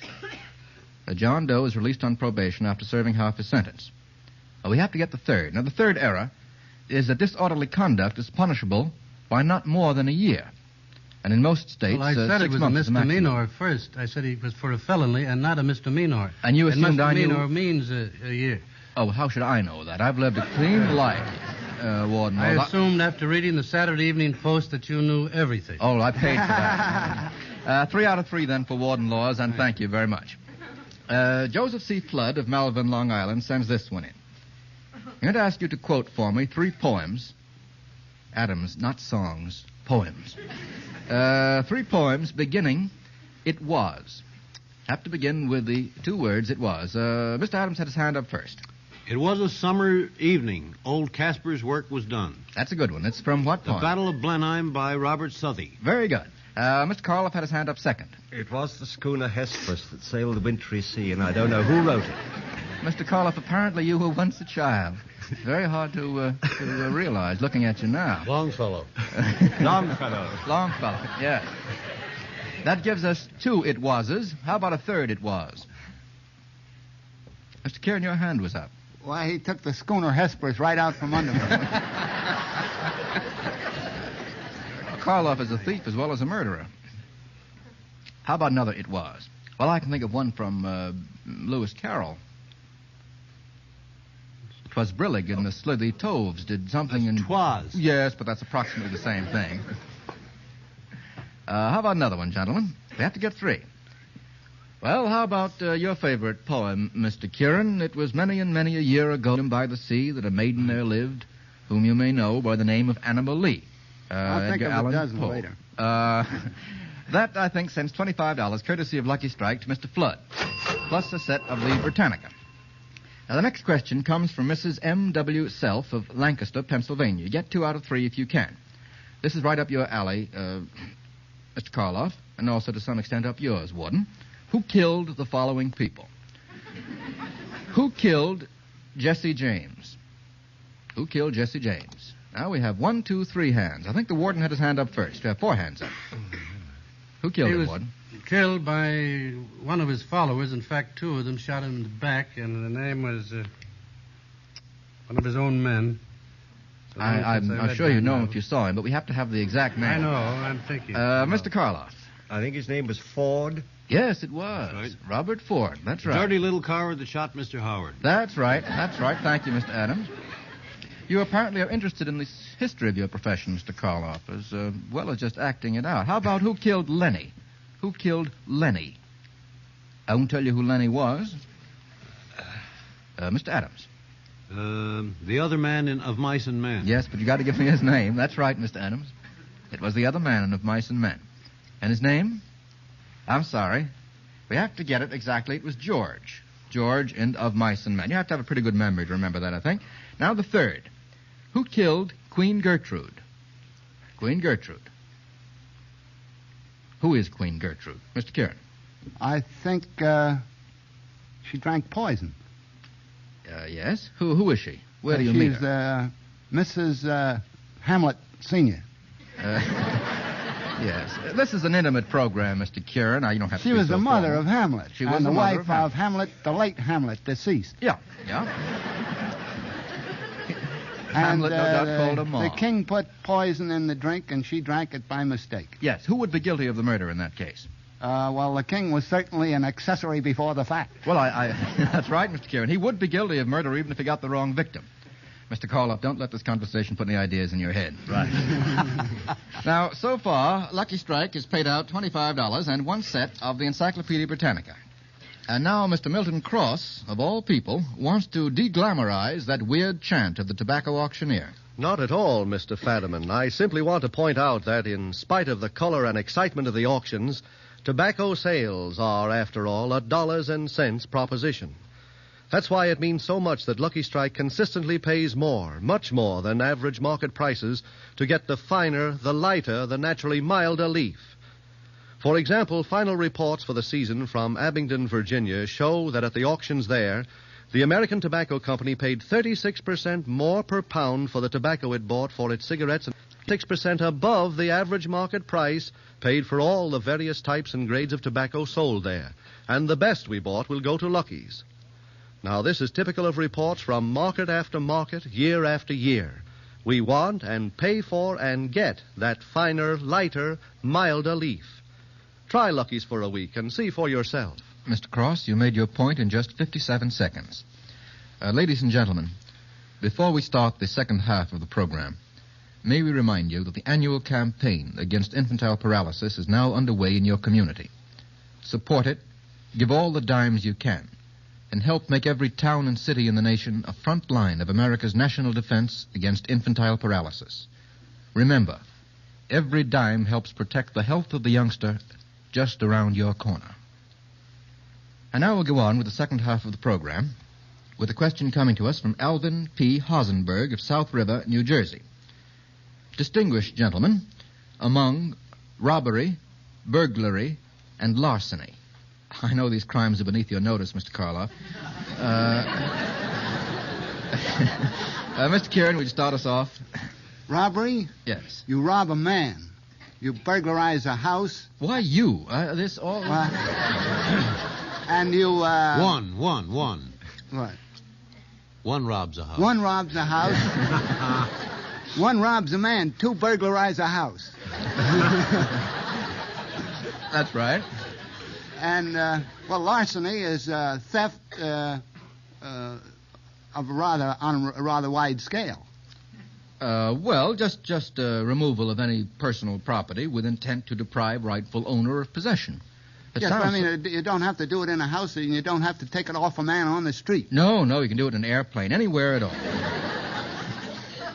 That's approximately the distinction. Do you want to make it any clearer for us, Warden Laws? You probably know more about these things even than Mr. Kieran. Well, robbery, of course, is always a threat with violence. Yes, robbery. That's right. The gentleman missed that. He did miss the threat. But he assumed it, of course. Excuse me if I'm not right with Karloff punching me on the left and this fell on the right. You're darn glad you haven't got a stiletto in your side by this time. I may have. But that is the only distinction. I think otherwise he did very well. Yeah, he did very well indeed. Thank you, Mr. Kieran, and thank you, Warden Laws. They'll all get you in trouble, won't they, Warden?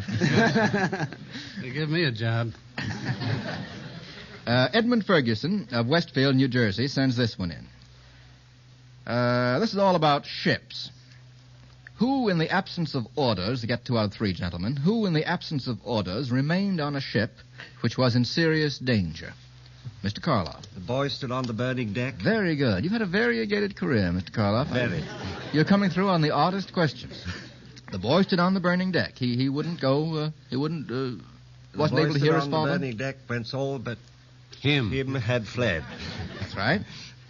The flames rolled on. He would not go without his father's word. Do you remember that? That father, faint in death below, his voice no longer heard. Remember that, Mr. Karloff? No, I don't. Who left a threatened ship too soon? Who left a threatened ship too soon? Mr. Karloff, our naval expert. It was Lord Jim in Joseph Conrad's book. Indeed it was, Mr. Karloff, and I think that's very good going. That's exactly what the novel turns about. I think so, too, as a matter of fact. Are you surprised at yourself, Mr. Karloff? Amazed. You know, I really expected you to be terrified. I am.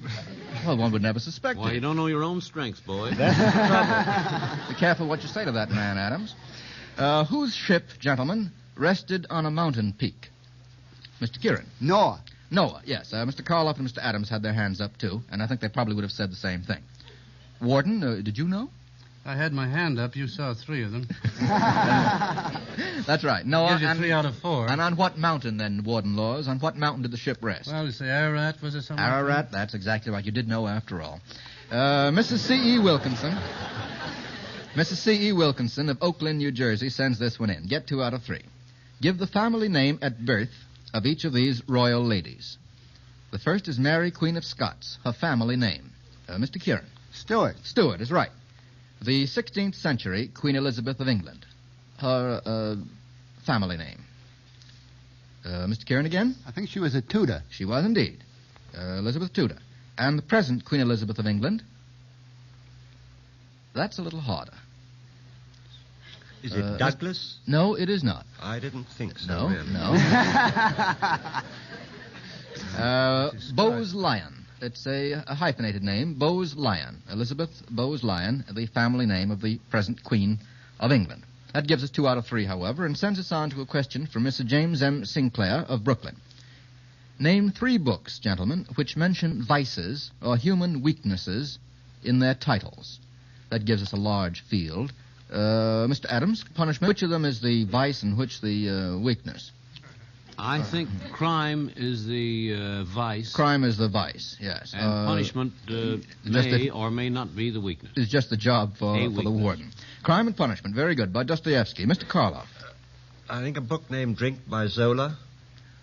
Emile Zola. That's rather puritanical of you. How? You think drink is a human weakness? Not altogether. Why, it's some people's strength. I'll accept Drink by Zola. Very good.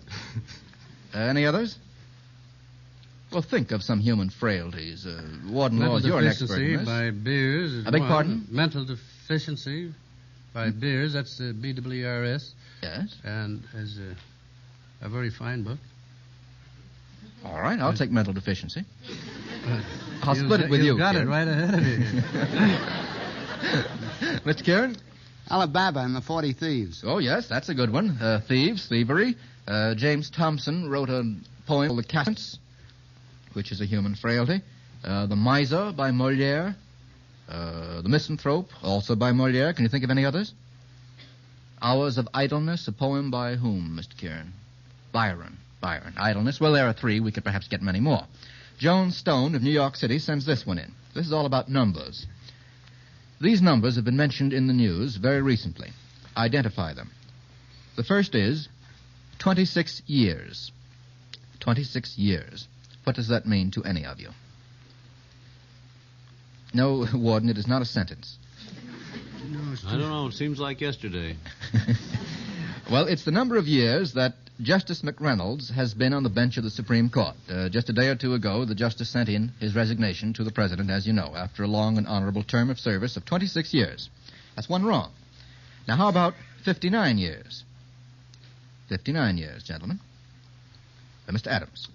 The president will be 59 years old this... What day? Jan 30. That's right. And Jan 30, and don't forget the March of Dimes, ladies and gentlemen. That's right. 59 years will be President Roosevelt's age. How about 4 million? 4 million. Does that mean anything to you? Mr. Karloff. That's the number of men under arms in England at the moment. Yes. In the Empire. Yes. Waiting to repel any possible invasion. That gives us 3. No, it gives us 2 out of 3, which is all we were required to get. Now, how about this one? It's a very simple question from Louis M. Moss of this city. Which of these elements is most difficult to find free in nature? Gold, platinum, iron. Is the question clear?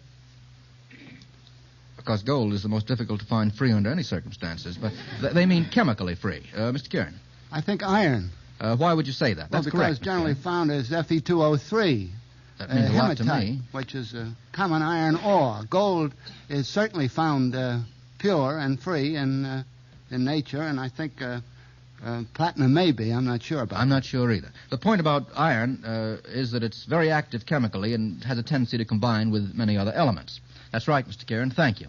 Now, how about this one? From Walter P. Carr of Philadelphia. Get 2 out of 3 if you can. What was the name of the following characters? The first is Charlie's Aunt. Charlie's Aunt, of course, is the well-known farce which is now running in New York. Charlie's Aunt had a name. Mr. Karloff. I think it was Lord Fancourt Babberley. I think you're thinking of the... I'm thinking of the fictitious Charlie's Aunt. Yes, that is, of the one who disguised himself as Charlie's aunt, but the aunt's name herself. Her name is Donna Lucia d'Alvadores. Very good, Mr. Carl. I forbear to ask you whether this comes out of your recent memory or out of the memory of long ago. Long, long ago. Long, long ago. What an interesting thing the inside of your mind must be, Mr. Carl. Extraordinary. The Lost Lady. What was her name? Who was she? Mr. Adams. Well, she is the heroine of Willa Cather's book. That's quite right. Willa Cather's novelette, or short novel. Don't know her name? Don't know her name. Any of you remember? Marion Forrester. Marion Forrester. That's a rather hard one to remember. Now, the third is the Vagabond King. What was his name? The Vagabond King, Mr. Adams. F. Villon. F. Villon, that's right. And his full name? Francois. Francois. That's right. Francois Villon, the hero of the musical comedy Vagabond King. That gives us 2 out of 3. Now, how about this one? Mr. Karloff and the warden, we're back on crime again. Mrs. A. Silbert of Jamaica sends this one in. What real crime, describe the real crime on which the following books were or appear to have been based. The first is The Lodger by Mrs. Belloc Lowndes. You know the real murders on which those were based? Warden Laws? No. Mr. Karloff? It might have been Jack the... How about Roger by Poe? Mr. Kieran? Well, there's a girl by the name of Rogers. You're right. And how about the Benson murder case by S.S. Van Dyne? That doesn't awaken any response, even in the professional eye of Mr. Karloff. Was that the murder of the bridge player? That's right, Mr. Kieran. What's his name? I can't think of it all. Well, I think that's good enough. Joseph P. Elwell, and that gives us 3 out of 3. I think that's very good. And now here's Mr. Cross in a reminiscent mood. Those tobacco market reports we brought you a few minutes ago from Abingdon, Virginia, made me recall a little tobacco lesson I got one day from the Lucky Strike tobacco buyer at another Virginia auction. We were standing on the auction floor beside 2 baskets of leaf. One basket had just been sold American at $31 a 100 pounds. The other basket had gone to another buyer at $22 a 100 pounds, $9 less. So I asked the buyer, what makes this tobacco worth more? He answered, a major difference in quality and real mildness those few dollars make. This tobacco for Lucky Strike is finer, lighter, and milder, so of course it costs more. Well, I've often thought that little tobacco lesson should be learned by more smokers. Remember, we pay the price to get the finer, the lighter, the naturally milder tobaccos. So next time, why not ask for Lucky Strike? Thank you, Mr. Cross. Now, tonight, Lucky Strike has paid out the rather small sum of $25 and only 1 set of the Encyclopedia Britannica. Thank you, Warden Laws, and thank you, Mr. Boris Karloff, for coming to Lucky Strike's party tonight. Next week, Mr. Kieran and Mr. Adams will be on hand, and as our guests, we present the celebrated author, critic, and actor, Mr. Alexander Woolcott, and Mr. S.J. Perlman, a familiar contributor to the New Yorker magazine and the author of the recent humorous book, Look Who's Talking. Remember, listeners, for every question we use, whether or not it's answered correctly, the sender gets the sum of $10. If the question should happen to stump our experts, you not only get $25 more, but in addition the complete 24-volume set of the Encyclopedia Britannica. Remember to send your letters with questions and the correct answers to Information, please, 480 Lexington Avenue, New York City.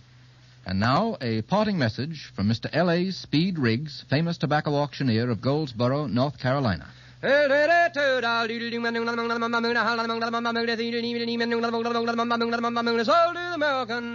that chant, fully interpreted, ladies and gentlemen, means Lucky's pay higher prices for the finer, the lighter, the naturally milder tobaccos. With independent tobacco experts, auctioneers, buyers, warehousemen, with men who know tobacco best, it's Lucky's 2-to-1. This is the National Broadcasting Company.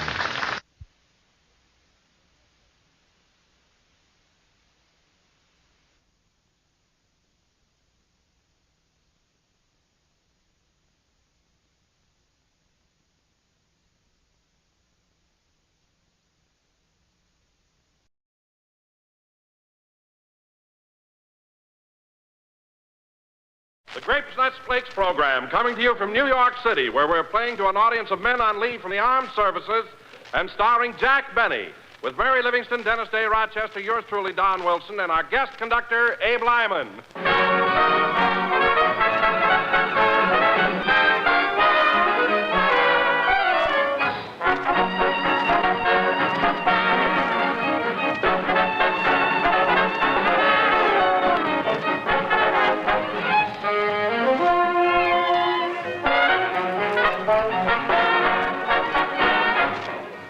Friends, I met a woman today who has 3 sons on 3 different work shifts. Boy, does that big 12-ounce package of delicious toasty brown grape nuts flakes get a workout at her house, with breakfast time rolling around 3 times a day. Yes, these days, breakfast may come at odd hours, but whenever it comes time for breakfast, it means time for crisp, toasty grape nuts flakes. A breakfast of malty-rich grape nuts flakes is a breakfast of swell-tasting all-around nourishment. because Grape Nuts Flakes are a whole grain cereal. Now, whole grain cereals are not only health builders, they're thrifty and plentiful. And they're whole grain because they bring you the important food essentials you find in the natural whole wheat. Vital food factors you need, including iron and 2 of the health-building B vitamins, niacin and B1. So get set for the breakfast shift with delicious, nourishing Grape Nuts Flakes.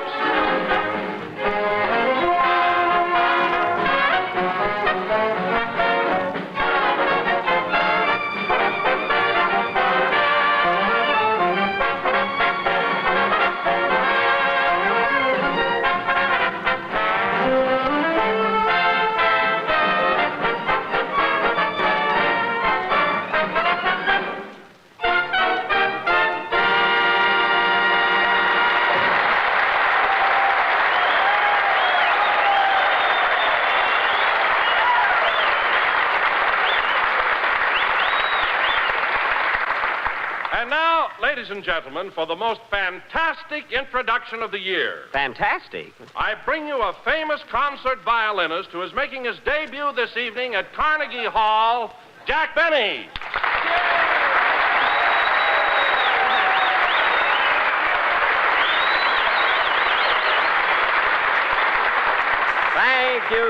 Thank you. Hello again. This is Jack Yasha Benny talking.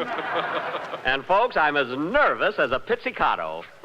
And, Don, that's the truth. I am playing my violin at Carnegie Hall tonight. But, Jack, it's so fantastic. Will you stop saying that?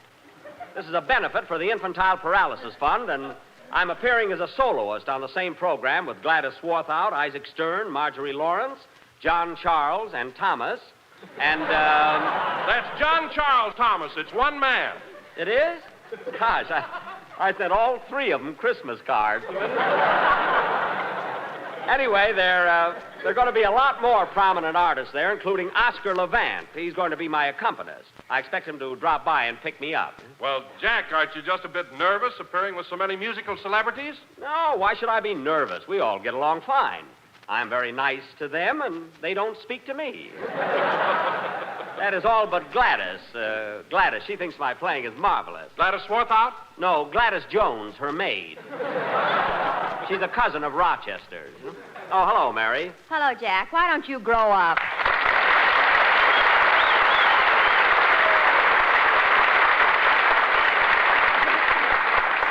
Mary, what do you mean, why don't I grow up? Well, I passed Carnegie Hall just now, and what's the idea of writing your name on all the posters? I didn't write my name. It's printed. You know, I'm making my debut there tonight. Gee whiz. Just think, my first appearance on the concert stage. Gosh. Too bad my old violin teacher can't be there. Too bad he shot himself during your 5th lesson. Yeah, I'll never forget that afternoon. I was right in the middle of da-da-da-da-dee-da-dee-da-dee-da-da-da-dee-da, and bang. And I had 5 more lessons coming. By the way, Mary, you're attending the concert tonight, aren't you? Who else is appearing? Well, there's Gladys Swarthout, Isaac Stern, John Charles Thomas. John Charles Thomas. Yeah. You know, Jack, that always sounds funny to me, a man with 3 first names. Yep, John Charles Thomas. Incidentally, it's not commonly known, but I have 3 first names, too. That's right, Jack Jerk Benny.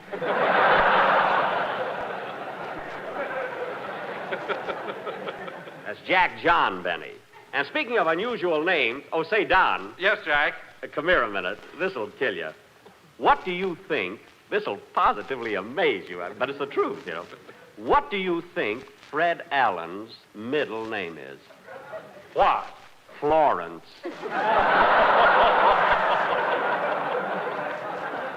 Fred Florence Allen, imagine.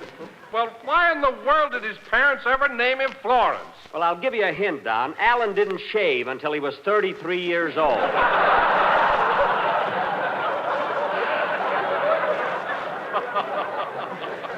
In fact, he still wears his garters above his knees.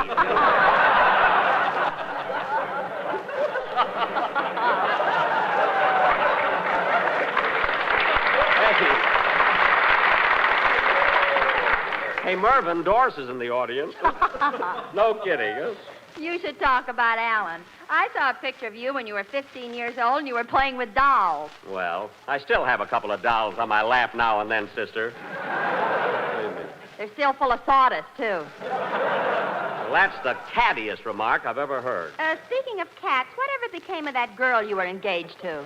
Speaking of cats, what girl? The one with the big grin and the whiskers. Now, cut that out. You're having a jolly time tonight, aren't you? Say, Mr. Benny, is it all right if I take my girl to... Oh, hello. Hello, Dennis. Hello.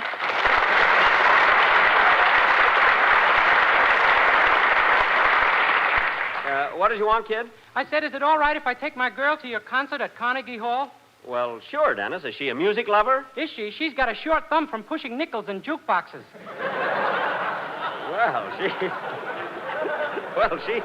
She does like music. Where does your girlfriend live, Dennis? If I knew where she lived, I wouldn't be wasting my time at a concert. Well, you'll enjoy it, Dennis. There are a lot of great artists on the program. There's Jan Pierce, Ezio Pinza, Joseph and Rosina Levine, Deans Taylor. Yeah, and don't forget John Charles and Thomas. Wait a minute. I made that same mistake. It's John Charles Thomas, Dennis. Holy smoke, has he got 4 names? Dennis is you. Oh.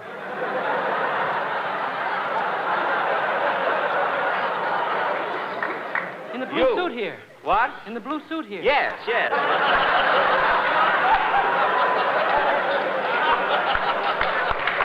Well, kid. Oh, brother. Well, kid, speaking of John, Charles, and Thomas, how about a song from you, huh? Okay, but I'll never top him. So what? For heaven's sake, I don't expect to top Heifetz. Aw, Jack, you're just being modest. You're as good as Heifetz any day. What? You don't think they'd let you play in Carnegie Hall unless you were one of the world's greatest violinists. Well, that's a lovely compliment. Thanks, Mary. You're welcome, it also says here.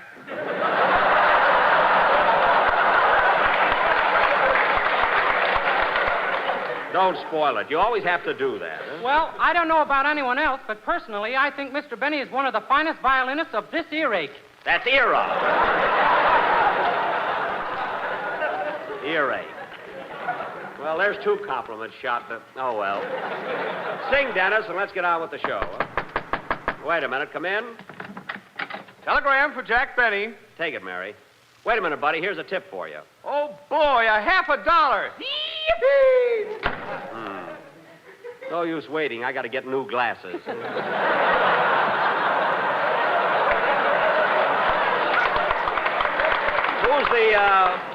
Who's the wire from, Mary? It's from your father. Oh, good old Dad. What does he say? Dear son, congratulations on your appearance in Carnegie Hall tonight. Please let me know how your full dress suit goes over. He made me a beauty, folks. The tails change color like a peacock. Sing, Dennis. Well, I'll probably get slugged for this, but I got a cold. All right, do the best you can. What do you care?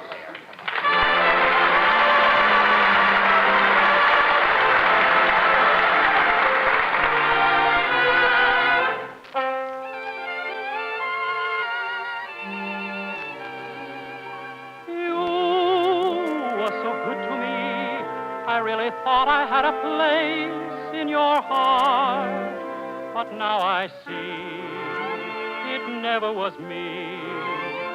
It was someone else right from the start. You're dreaming, he's dreaming, I'm dreaming too. The 3 dreams are one too many, so my dream can never come true. You love him, he loves you, I love you too. The 3 dreams are one too many, so my dream can never come true. My hoping that you would love me was only a madcap scheme that left me in the middle of this crazy little street on a dream.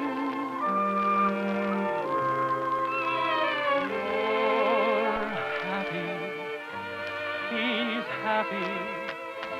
I know I'm through. 3 dreams are one too many, so I'll give my dream to you.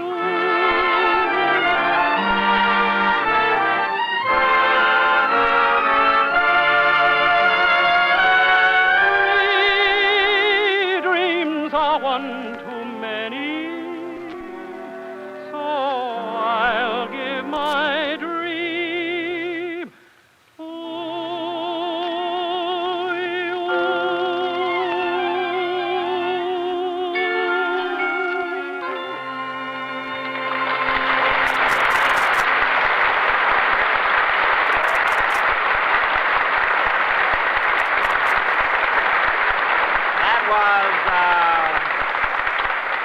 That was 3 Dreams from the picture Powers Girl, sung by Dennis Day. And, Dennis, that's one of the numbers you sing in the picture, isn't it? Yes, sir. You'll see it, Mr. Benny. I play the part of a fellow who has more money than brains. Oh. It's sure hard to act like you got money, by golly. Well, I imagine it is. Oh, hello, Abe. Hiya, Jack. Abe Lyman, fellas. All right, Abe, stop shaking hands over your head like a prize fighter. What a character. Hey, before I forget it, Jack, congratulations. I hear you're going to play at Canarsie Hall tonight.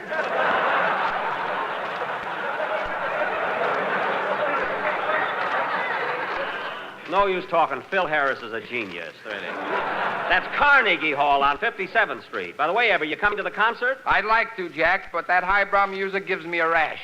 A what? A rash. Oh. Speaking of highbrow music, Jack, I've written a message which includes the names of various operas, concealed in a very clever manner. Oh, fine. Last week it was birds, now it's opera, is it? Well, now, see if you can pick them out, Jack. The operas? Yes. Oh, go ahead. Ladies and gentlemen, the Faust thing tomorrow morning, go into your kitchen and have a dish of toasty brown sweet as a nut grape nuts flakes.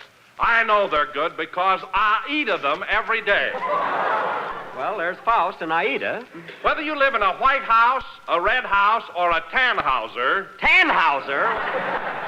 You'll love America's fastest-growing cereal. So remember, folks, even if you're feeling Lowen, you will grin with Grape Nuts flakes. Poor Lohengrin really got dragged in there. But, Don, that was all right. I'll see that you get a raise for that. But, Jack, with the new ceiling on salaries, you can't give raises. Yes, sir. And now, ladies and gentlemen... Go away, Don. Go away. And now, ladies and gentlemen, for our feature attraction this evening, we are going to present a gripping drama of the Old South entitled... Say, Mr. Benny, I was out in the hall just now, and there's a... Oh, hello, Dennis. Hello. Say, Mr. Benny, I was out in the hall just now. How are you feeling, kid? Oh, I was here before, remember? Oh, yes, that's right, in the blue suit. What do you want, Dennis? Well, there's a man waiting for you out in the hall, and he says for you to hurry up. The man out in the hall? Oh, that must be Oscar Levant. Come on in, Oscar.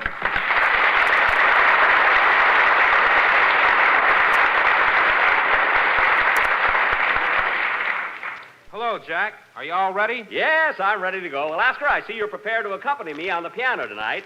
Do you always wear those white gloves? These are my hands. I just came from the blood bank.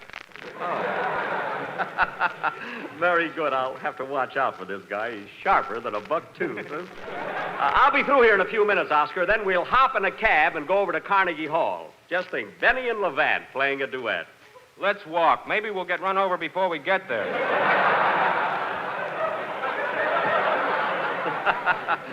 That's all right. I got to be on my toes, dear. This guy's making a monkey out of me. Oh, by the way, Oscar, I think you know everybody here, don't you? Sure. Oh, Mary, didn't I see you at the Stork Club last night? The Stork Club? Yes, you were dancing with that South American. Oh, that was Jack with a black toupee. I was in bed by 10 o'clock last night. Although I couldn't sleep, I was so nervous thinking about our concert tonight. You were nervous. My wife had to pull me off the windowsill 3 times. I gotta watch out. He's an ad-libbing fool, you know? Oh, Oscar, I don't think you know Abe Lyman, our band leader. I've known Abe for years. Sure, we sat together at Rubens last night. Say, Oscar, you know, there was a pretty good bowl of soup I drank. You didn't drink that soup. You auditioned it. You beat me to it, Oscar. I was just going to ad-lib something like that. Honest, I was. You couldn't ad-lib a sneeze with a nose full of pepper. I couldn't, eh? Well, go ahead and say something. Go ahead, ad-lib. Well, ahead. Say something funny. Well. This seems to be a good time to say hello to my mother. Hello, Mom.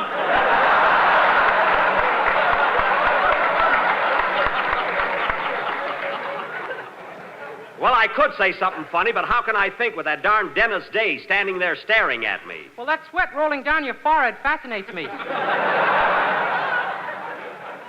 I wasn't thinking that hard. Well, anyway, Oscar, stick around. I'll be with you in a minute. And now, ladies and gentlemen, as I start to announce, we're going to do a satire on one of radio's most intelligent and popular programs, Information, Please. Wait a minute. You said we were going to do... Never mind. And we have prevailed upon Mr. Oscar Levant to come over here this evening and be our guest expert. I come over here to pick you up and take you to Carnegie Hall. Well, for heaven's sake, Oscar, as long as you're here, let's have some fun. It's a small enough favor to ask me after I got you on that concert. You got me on? Yes. You better lay off that Benzadrain, brother. All right, be a sport. I certainly can't do a program like Information, Please, with dopes like Abe Lyman and Dennis Day. And you. And me. Now, cut that out. Anyway, ladies and gentlemen, right after a number by Abe Lyman and his orchestra, we'll present our own version of the... I'll take it. That must be Rochester. I told him to bring my full-dress suit over here. Hello? Hello, Mr. Benny. This is Rochester.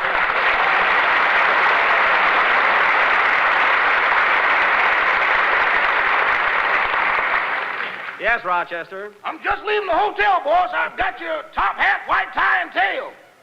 That's tails. Tails. One of them got caught in the elevator.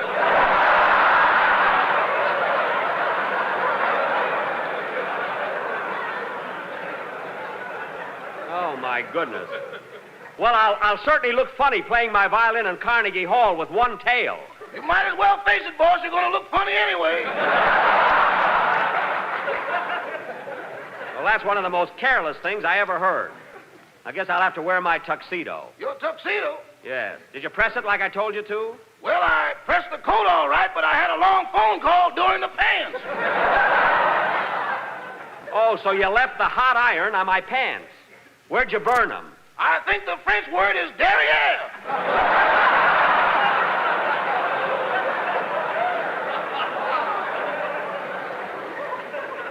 Well, what am I going to do? I can bring along some black paint. Never mind that. I'll just have to be careful how I take my bow. Oh, wait a minute. I have another idea. I think I'll wear my blue serge suit. That blue serge is awful shiny, boss. It is not shiny. I wish I had a diamond that threw off a glare like that. Look, Rochester, no excuses. You get over here right away with my blue serge suit. Goodbye. Goodbye, boss. Sorry, Oscar. I'll have to wear a blue serge suit tonight. Will that be all right? Sure. I'm wearing a leopard skin myself. Very good. What a guy. He's really on the beam. Play, Lyman.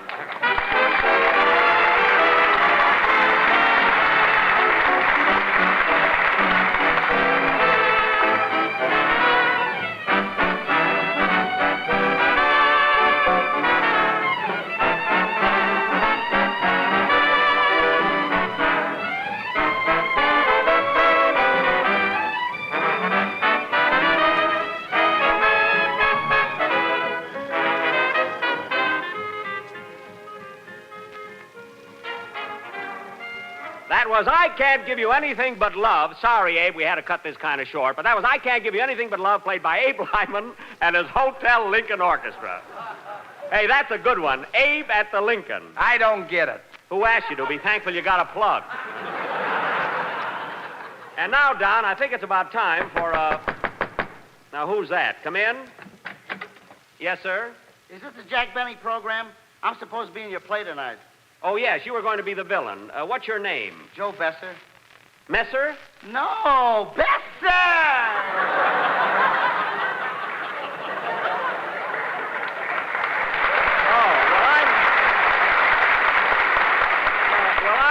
I'm sorry, Mr. Besser. We're not doing a play this evening. Now, wait a minute. I want to act. All right, calm down. I'll find something for you to do. You better, you old crazy you.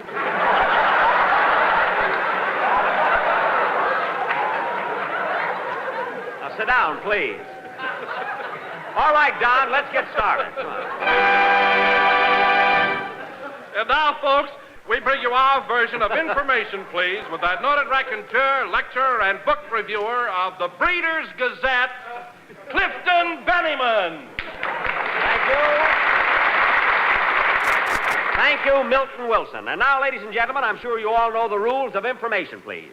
I will read several questions submitted by our listeners. And for each question which is not answered by our board of experts, we will give away a page from the Encyclopedia Britannica and one grape nut flake.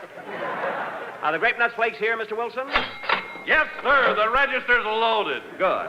Now, I'd like to have you meet our board of experts. First, Mr. Oscar Levant, noted pianist, or pianist. Which is it, Oscar, pianist or pianist? What's the difference? After tonight, I may be washed up. I gotta watch this guy. He's dynamite, huh? And next, Miss Mary Livingston, well-known authority on poetry. Have you a sample for us, Miss Livingston? Twinkle, twinkle, little star, how I wonder what you are. Shining up above so high, don't you know there's a dim out? Very, very good. And now, Mr. Abe Lyman, noted authority on Shakespeare and literary light. There's a dim out there, too. You said it. Mr. Dennis Day, world-famous authority on. On what? And last but not least, sit down, Dennis, sit down.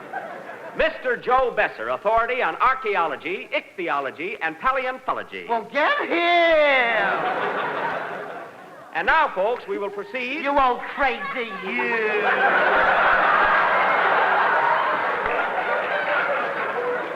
Mr. Besser. We will proceed with information, please.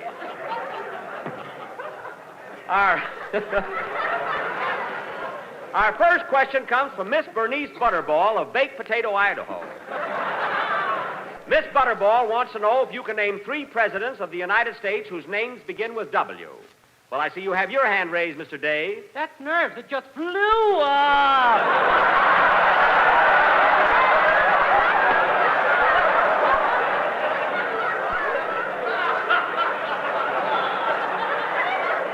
Well, don't you know a president whose name begins with W? Will you give me a hint? Yes. So who was the Washington Monument named after? George Monument. That's right, George Monument, Washington. And now let's have another president beginning with W. Wendell Willkie. Willkie didn't win, Mr. Levant. Well, he's working, that I know. I gotta watch that boy. He's making a straight man out of me. And now, second, a president whose name begins with W. I'm waiting. Ah, Mr. Besser, I see you have your hand up. Oh, it's not for that!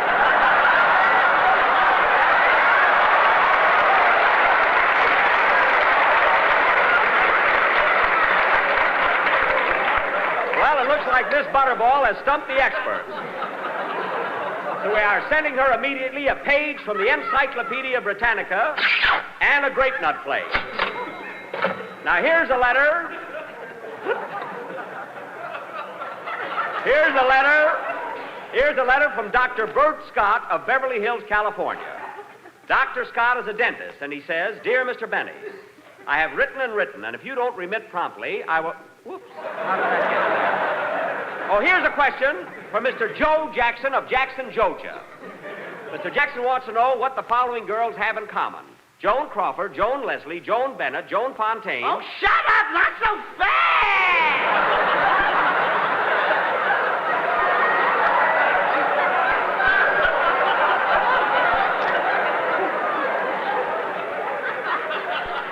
Oh, pardon me. You should know this, Miss Livingston. What have the following movie stars in common? Joan Crawford, Joan Leslie, Joan Bennett, and Joan Fontaine. None of them will work with you. Is that so? Well, thanks to your levity, Miss Livingstone, we have lost another page from the Encyclopedia and a grape nut flake. Now, here's a question in your field, Mr. Levant. Incidentally, you haven't gotten anything tonight. You're referring to money, of course. I'm referring to answers. Now, I'm going to play a musical selection, and I want you to identify the number. Just a second.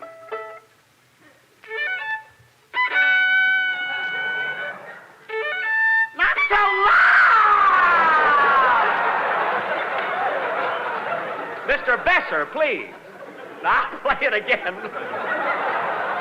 I'll play it again, Mr. Levant, and see if you can identify it.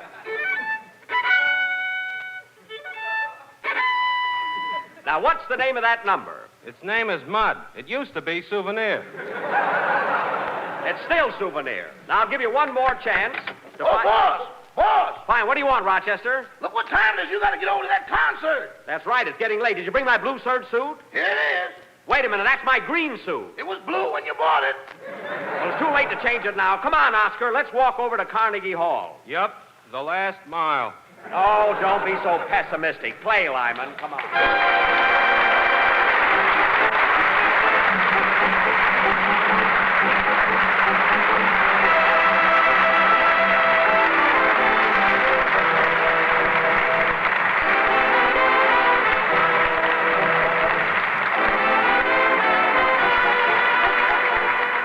You know, many a proud parent gets a mighty shock when a youngster shoots up overnight.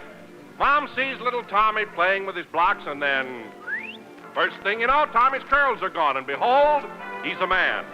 Well, not so long ago, Grape Nuts Flakes was just a little shaver, and now, why, just in the past 3 years, the increase in your purchase of Grape Nuts Flakes has been more than that of all the other ready-to-eat cereals put together. And there's a reason.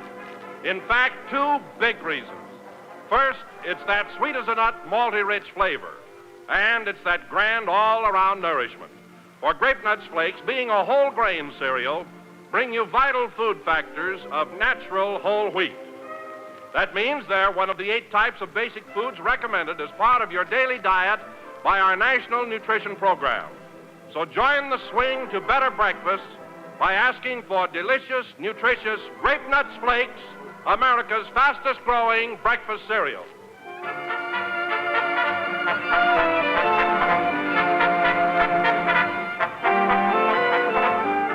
That was the last number of the 16th program of the new Grape Nuts Flake series. And I want to thank Oscar Levant for appearing here tonight, and also Joe Besser, one of the stars of the Olson and Johnson hit, Sons of Fun. Next Sunday night, folks, we'll be broadcasting from Fort Meade, Maryland. And tomorrow we'll be seeing you boys of the Coast Guard at Manhattan Beach. With my whole gang, including Danny Kaye, the star of Let's Face It. Good night, folks.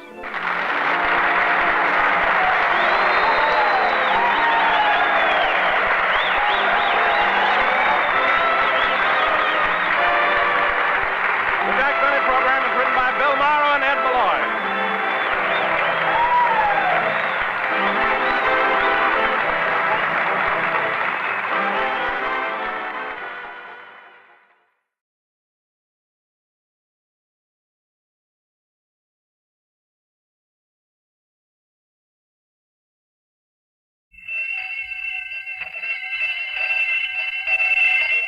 We're on the air with the School Kids Questionnaire, presented by the makers of Alka-Seltzer and One-A-Day brand vitamin tablets. And here they are in New York City, the Quiz Kids and their special guest, Fred Allen.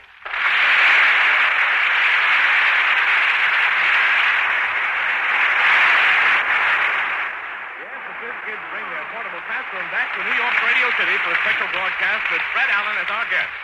The children have no advanced knowledge of the questions which are sent in by you listeners. The makers of Alka-Seltzer give you a Zenith portable radio if your question is used on the broadcast. Just address your questions to Quiz Kids, Chicago. We may reword them, and we must be sole judges in case of similarity. And now, coming in with a fistful of questions and a face full of grin, is our chief quizzer himself, Joe Kelly.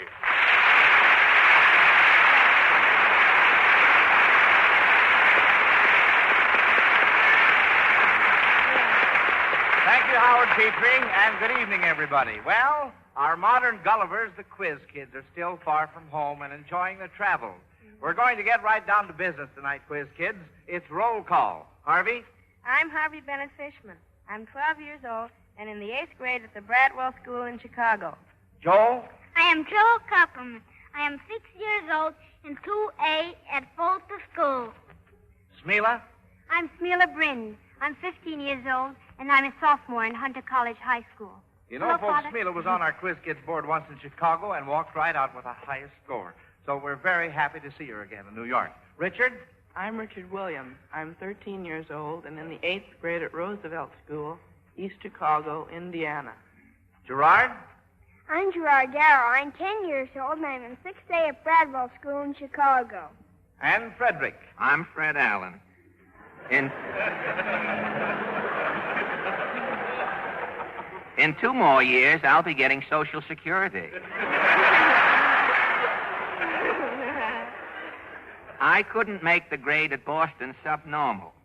Say, Joe, before we start, tell me, what am I supposed to do? Am I here to frighten the children if they miss a question?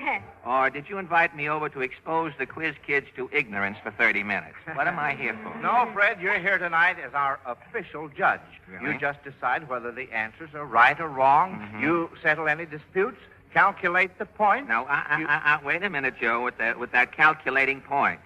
I've been operating a ration book all week. I'm point happy. You know, I used up my whole 48 points the first day.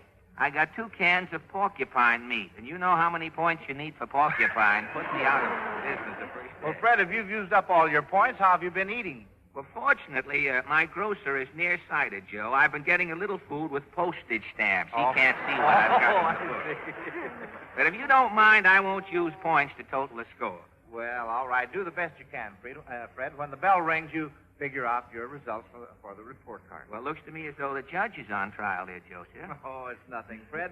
You'll enjoy it. Well, I'm enjoying it up to now, Joe, but something tells me before this half hour is over, I am going to have an awful headache. Well, you're on the right program then, Fred. How about that, Howard? I walked right into a commercial. Something tells me Yes, indeed. When anyone mentions headache, I always come right back and say, well, remember Alka-Seltzer. I'll have some ready for you, too, Fred. But seriously, folks, when you or any member of your family is bothered by a headache, please remember Alka-Seltzer can bring you soothing, comforting relief. Just try Alka-Seltzer and see how soon you'll feel better. Now, Chief Quizzer, shall we get on to the questions? Why, certainly. That is, if His Honor Judge Allen is ready. Yes, I'm ready, Mr. Kelly. If you'll get the quiz kids started, I'll pull up an acoustic and learn something. All right. Well, here we go, kids. Here are some names that have been in the news from time to time from Helen P. Murphy of New York. However, I'll give you only the first name of each. You supply the last name and identify the person. The first name is Ovita. Harvey. Well, that's Ovita Harvey, and she's the colonel and the commander of the WAC. That's very good. Good for you, my boy. I heard they have a new women's organization now, Joe. It's for women who take the place of men in lighthouses. They're called WICs.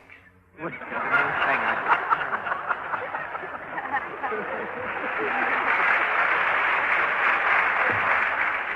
Well, that's very, very good. Timely, I mean, Judge, pardon me. But you must hold up your hand if you want to talk. Just watch the children there. I'll learn something. Yeah. All right, now. Away from the question a little bit now. The next first name is Risto. Richard. Well, that's Risto. I guess it's Freedy. He's the president of Finland. That's right. Good for you, Richard. All right, the next one is Jürgen. Richard?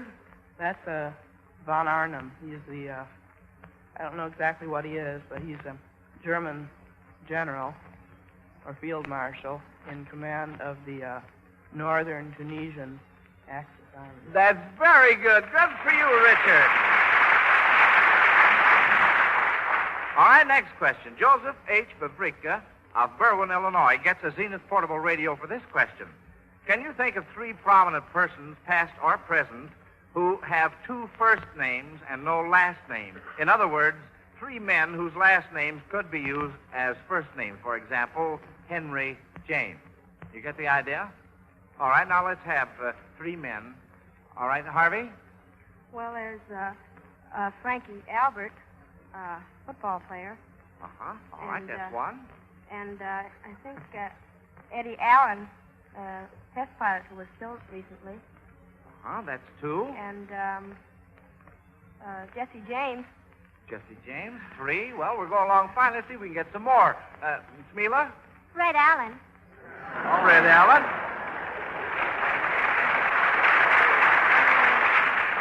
All right, fine. Joel? Benjamin Franklin. Benjamin Franklin. Very good. Can we have any more? Harvey? Frank Buck. Frank Buck. All right, yes, sirree. And Gerard? Well, there's our good old friend Jack Benny. That's right, Joey. might be interesting to know why neither Jack Benny or I have last names, Joe. Well, we would like to know. Well, it's never been divulged until tonight. You see, years ago, when Jack was born, the family wouldn't let him use the last name because they knew he'd grow up to play the violin and disgrace them. So they stopped him at the beginning. They just gave him the two names to go through life with. And the reason I haven't any last name is because when I was being christened, there was a fire. Just when they started to christen me, there was a fire, and they used the water to put out the fire and didn't have enough water left to finish christening me, so that's why I have to wander through life. Well, that's very, very enlightening, Judge Allen. All right, more questions. Now, Mr. B. Simpson of New Orleans, Louisiana, wants to know when and where the most violent earthquake ever recorded in North America took place. Gerard? I believe in San Francisco. Oh, the most violent earthquake. The most violent. Well, perhaps I'd better tell you. No hands up. Wasn't that earthquake up in New England some years ago, was it? No. That shook the potatoes out of the ground for 4 miles up there? No. The next day the sun came out and baked them? No. Wasn't that? Wait a minute, Judge. Now, you're getting off the track here. Joel? What I don't understand is what violent means. Judge, would you like to explain to Joel what violent means? Yes, well, violent is something they're using in a new machine, Violent Ray. You've passed it.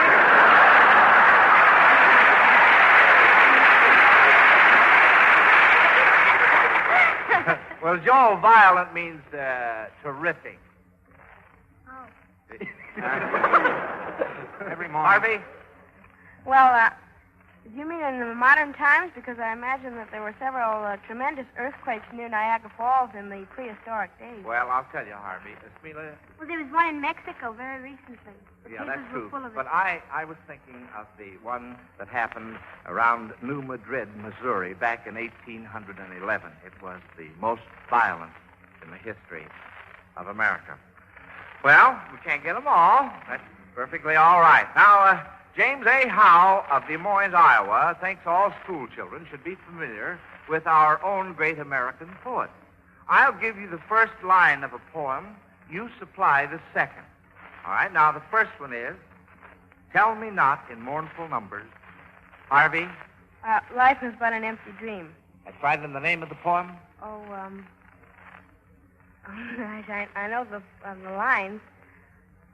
Oh, A Psalm of Life by Henry Wadsworth Longfellow. That's right, Harvey. Attaboy. All right. Now, here's the next one. It is very nice to think. Joel? The world is full of mean and green, with little children stand grace, in every kind of Christian place. And that's a fourth by Robert Louis Stevenson. That's just what it is.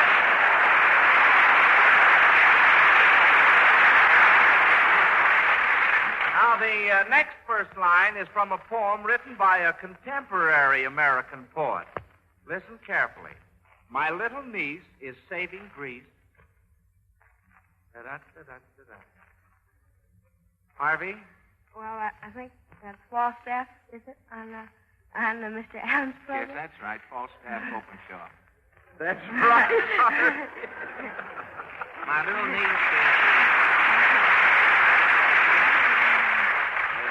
the poem goes, my little niece is saving Greece to help defeat the Japs. To help defeat the Nazis, she's collecting bacon scraps. And then there are a couple more verses. And the last verse is, when the Axis time at last is come and the world's restored to peace, the day that Hitler's goose is cooked, my little niece will save the Greeks.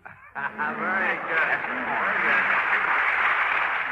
Now, friends, a lot of you will be interested to know that Fred Allen himself writes the poems given each week by Falstaff on his own program. And now, before I read this next question, Howard Petrie is going to bring all you mothers a very important message. Well, it's especially important, Joe, in view of the new meat rationing that begins tomorrow. You mothers have a serious responsibility to see that your family gets the proper foods that help maintain energy, healthy nerves, and normal digestion. Now, the food you can get these days may possibly be short on certain vitamins of the B complex. For instance, you'll probably be serving less meat, an important source of some of the B complex vitamins. So why don't you do this? Bolster up the meals you serve your family by giving each child and each grown-up just a single one-a-day brand vitamin B complex tablet each day. You see, each one-a-day brand vitamin B complex tablet is so vitamin-rich, it gives the full minimum daily requirements of vitamins B1 and B2, plus generous amounts of other B complex factors. And the big thing to remember is that a single tablet every day is all you take. That naturally keeps the cost way down. It makes them much less expensive to use than the kind you have to take 2 or 3 times a day. So, to save money and bolster up your ration foods, tell your druggist you want one-a-day brand vitamin B complex tablets made by Miles Laboratories. Look for the big 1 on the package. Thank you, Howard. And now, Judge Allen, get your pencil poised. Here comes the next question session. Yes, sir. And by the way, Judge, you should feel completely at ease with this question from Helen M. Scott of Boston. It's about comedy, and the idea is to see whether you can get the point of these classic old jokes. All right, now, here is the first one. Pourquoi la poule traverse-t-elle la rue pour arriver de l'autre côté? Mila? Why does a chicken cross the road to get to the other side? That's right. That's very good. Well, chicken, I think it's a waste of time. With the meat shortage, a chicken wouldn't be safe any place today. It would be silly. I think that right, joke Judge. has seen its best day. Yes, that's true. Quite true. What has 8 legs and sings? I don't understand the question, but I know the answer. With a script in front All right, of you. Judge, what is the answer? Well, it's an old joke. What has 8 legs and sings? It's 2 quartets.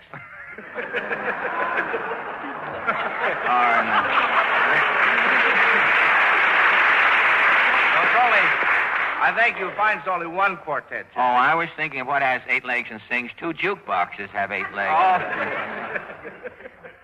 I didn't know the question, so it's just... Well, that's all right, and Smila was getting very, very warm on that. All right, now, you know we've had so much fun with these jokes in French that now we'll play a joke on you and switch languages. Here's the next.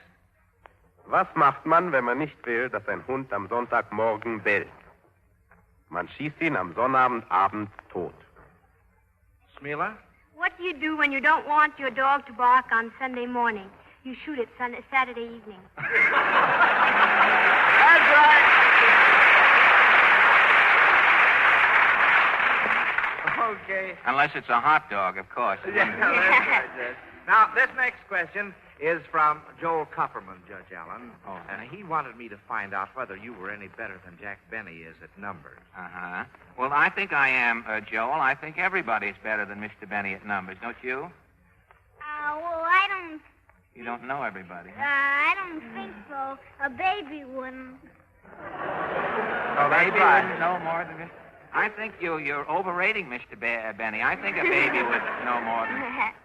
Well, you know, Judge, when Benny was our guest, we asked a math problem, and Jack couldn't understand Joel's explanation of it. Uh-huh. So, you see, Joel wanted me to try the same problem on you. Well, I hate to disappoint you, Joel, but the truth is I heard that problem on your program. Wasn't that the one where you asked how much farther a man's head would travel than his feet if he walked around the Earth at the equator? Yeah, that's the one. The man you remember was 5.5 feet tall. Well, I'm glad this subject came up, Joel, because there was one point in your explanation I wasn't quite sure of. You see, when you've got to find the circumference of the circle made by the man's head and subtract the circumference of the circle made by his feet, you weren't even given the circumference of the Earth. So how could you possibly get an answer? Well, you see, mine was a shortcut.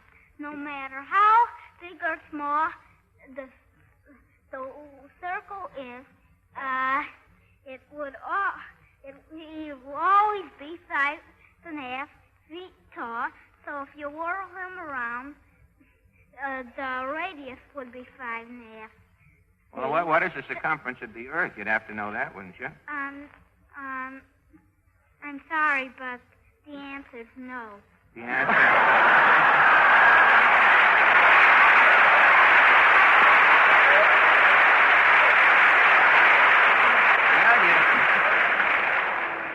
all you have to know is that the man was 5.5 feet tall, huh? Well, how much farther did his head walk? And that he travels around the world. Remember that, or it wouldn't be a problem. Oh, if the man was only 5.5 feet tall and stood still, you have 5.5. 5.5 feet. Yeah. It wouldn't be a problem, but when he walks around the world, that makes a problem, doesn't it? Well, how much farther did his head walk than his feet? His head was 5.5 feet away from his foot circumference. Much farther did his head go? Well, I told you the radius was 5.5. The diameter would be 11, and the circumference would be 34 4/7 feet. But what's the answer? 34? Yeah, 34 4/7. 34 4/7. Well, he's correct, Mr. So I'll tell you why. I'm very happy that you're correct, Joel. And I know that's the right answer, Joe, because years ago, Joel, the same problem came up in school when I was a little boy. Oh. Yeah, yes, it did. You weren't there, but there was another little boy there who wasn't satisfied with the answer. And when he grew to be 5.5 feet tall, he started to walk around the world himself to prove it. And I forgot all about this fellow, never having seen him again. And 40 years later, I was sitting in a Greyhound bus in Toledo, and an old man with a long white beard and his feet all out of his shoes came up and tapped me on the shoulder and said, "It's 34 4/7. So I know.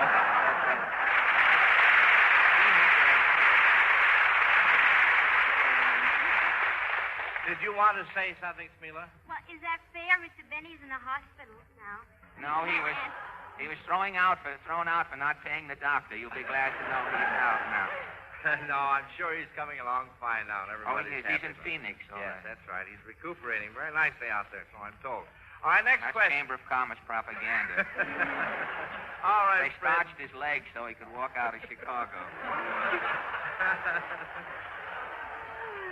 All right, Miss Lorraine Sims of Atlantic Beach, Florida, outdoes the Reader's Digest in the art of condensing stories. She reviews a whole book or play in one sentence. What books or plays does she refer to? Now, the first one, a woman has 4 daughters, 1 dies, and 3 get married. Now, that's the whole story. What book is it? Smila? Little Women. By whom? Louisa May Alcott. That's right. Very good. Now, here's the second review. A doctor decides to doctor another doctor, but takes the whole play to make up his mind. What play?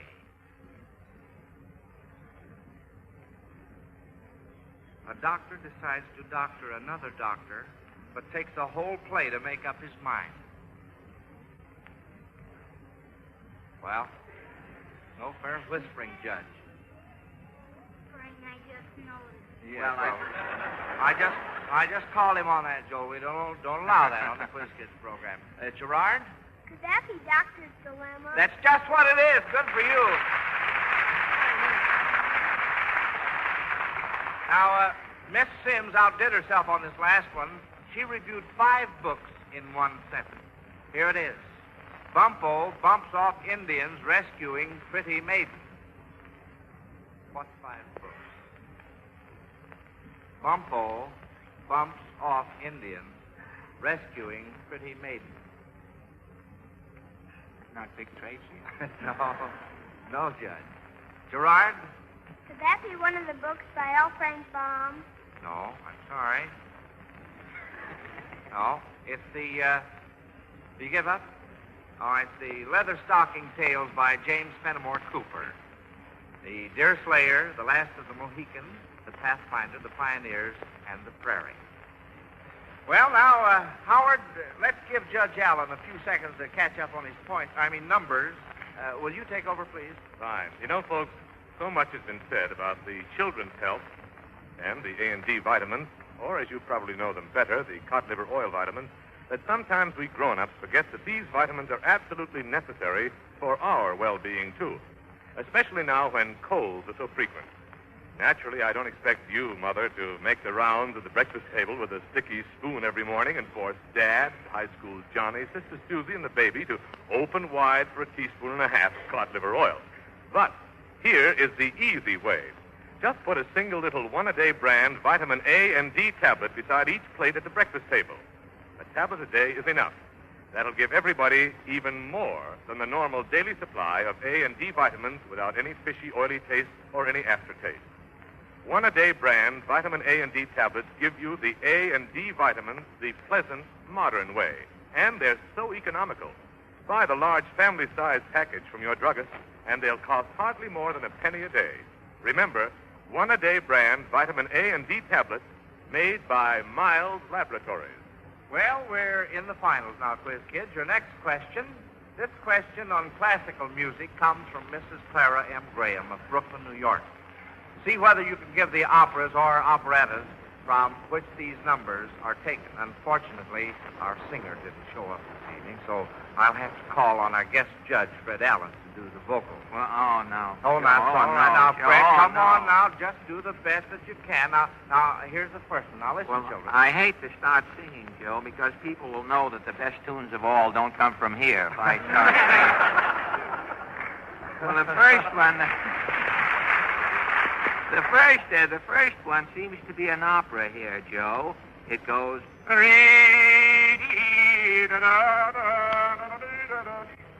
little I sing and they get it right away. Harvey? That's Pagliacci. That's right. Pagliacci. Well, I don't know. What I was singing, Vestal la Juba with two pairs of trousers. I don't know what... Oh, Harvey was right. Well, this other one here, I don't know whether you're familiar with this song, where it comes from, its origin. I'm called Little Buttercup, dear Little Buttercup, though I could never tell why, but still I'm called Buttercup. Oh, Little Buttercup, sweet Little Buttercup, You sound much better than the Lord. Better than FPA. I'm better than FPA. All right, Not Gerard? much. Well, that's from Gilbert and Sullivan's famous opera, HMS Pinafore. That's right, Gerard. You bet. Now, was a ribbon seller on the boat, and she married the captain. That's right, yeah. Very, very good. Now, this last one, we've left entirely to Judge Allen. I heard that's been all changed. The woman is only called Cup now. They've taken the butter out of the name when it plays here. Well, I wouldn't know. By the way, Judge, would you like to sing your own favorite? Well, my favorite is an old gay 90s song, Joe, and it's really a duet. It's called By the Light of the Silvery Moon. I'll sing it, I mean, if you insist, if one of the children... Do any of the children know By the Light of the Silvery Moon? Would you like to sing, make it a quartet?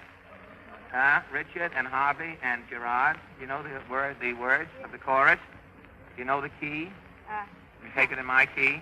All right. By the light... Ready? By the light of the silvery moon, I want to spoon to my honey I'll croon. Love's tune, honeymoon, keep a shining in June. Your silvery beams will bring love's dreams. We'll be cuddling soon. By the silvery moon. Oh, that was fine.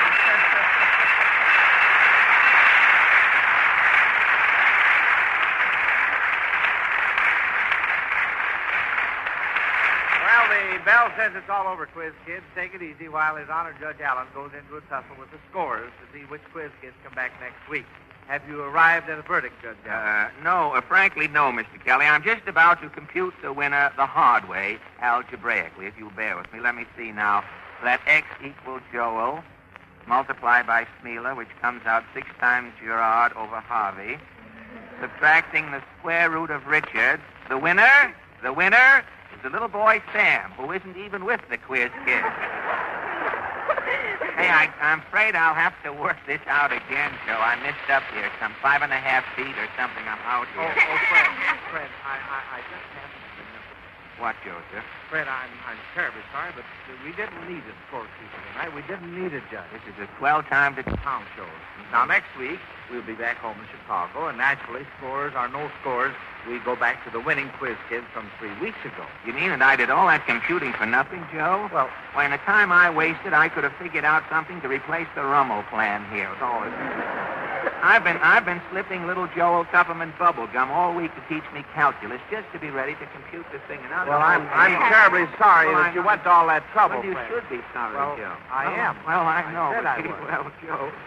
Oh, but I was only kidding, Joe. I always get a kick out of working with the quiz kids. They're really amazing youngsters. And this might be a good time to answer a question I've been asked many times, Joe. Do the quiz kids know what questions will be asked on the broadcast? And the answer is no. The kids never hear or see the questions you folks send in until they're confronted with them on the program. Now, I've been with the quiz kids a lot, and believe me, they answer many more difficult questions away from the microphone. They're swell kids, just as natural and as unspoiled as any children you may know in your own neighborhood. And their parents and teachers can really be proud of their work, Joe. Well, thank you. That's the way we feel about the kids, too, Fred.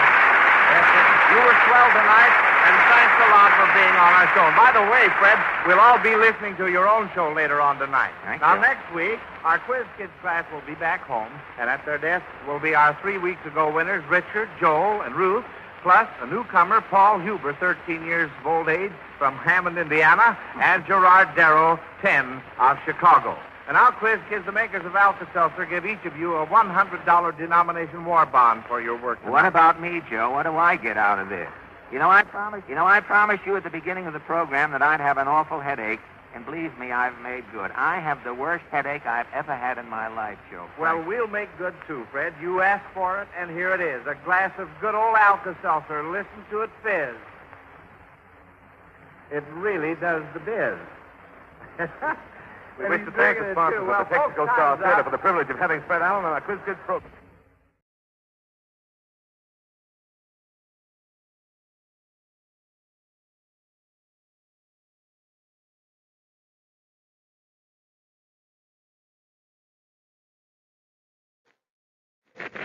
Faster than a speeding bullet.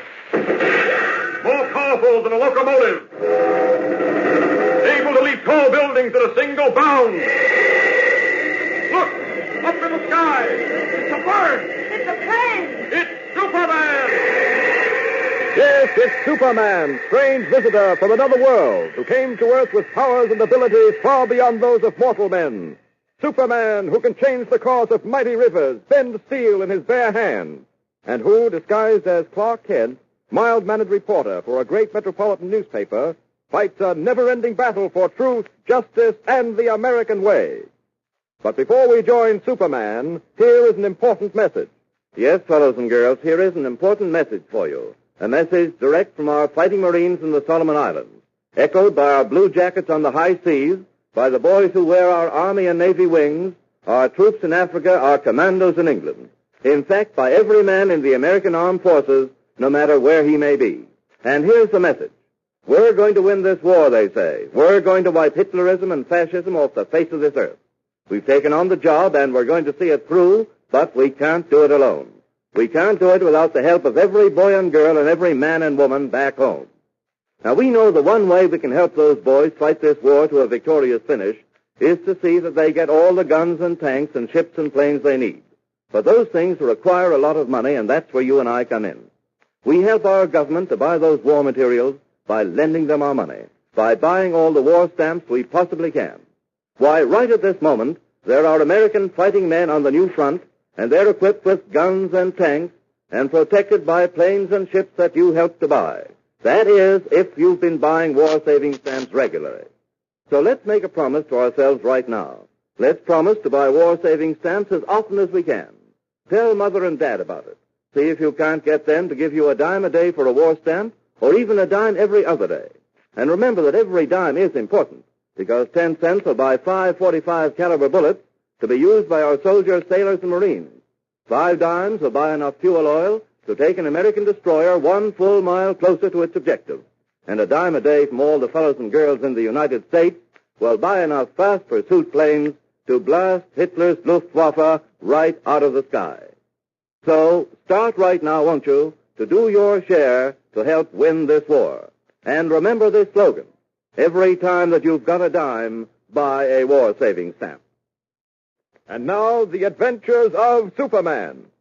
In our last episode, you remember how Editor Perry White of the Daily Planet telephoned Clark Kent and told him to come right down to the office. As Kent hung up the phone, we heard him say something about a forgotten world and prehistoric creatures. Well, to find out what it's all about, let's join Kent now as he reaches the office of Editor White. Listen. Hi, Chief. Hello, Kent.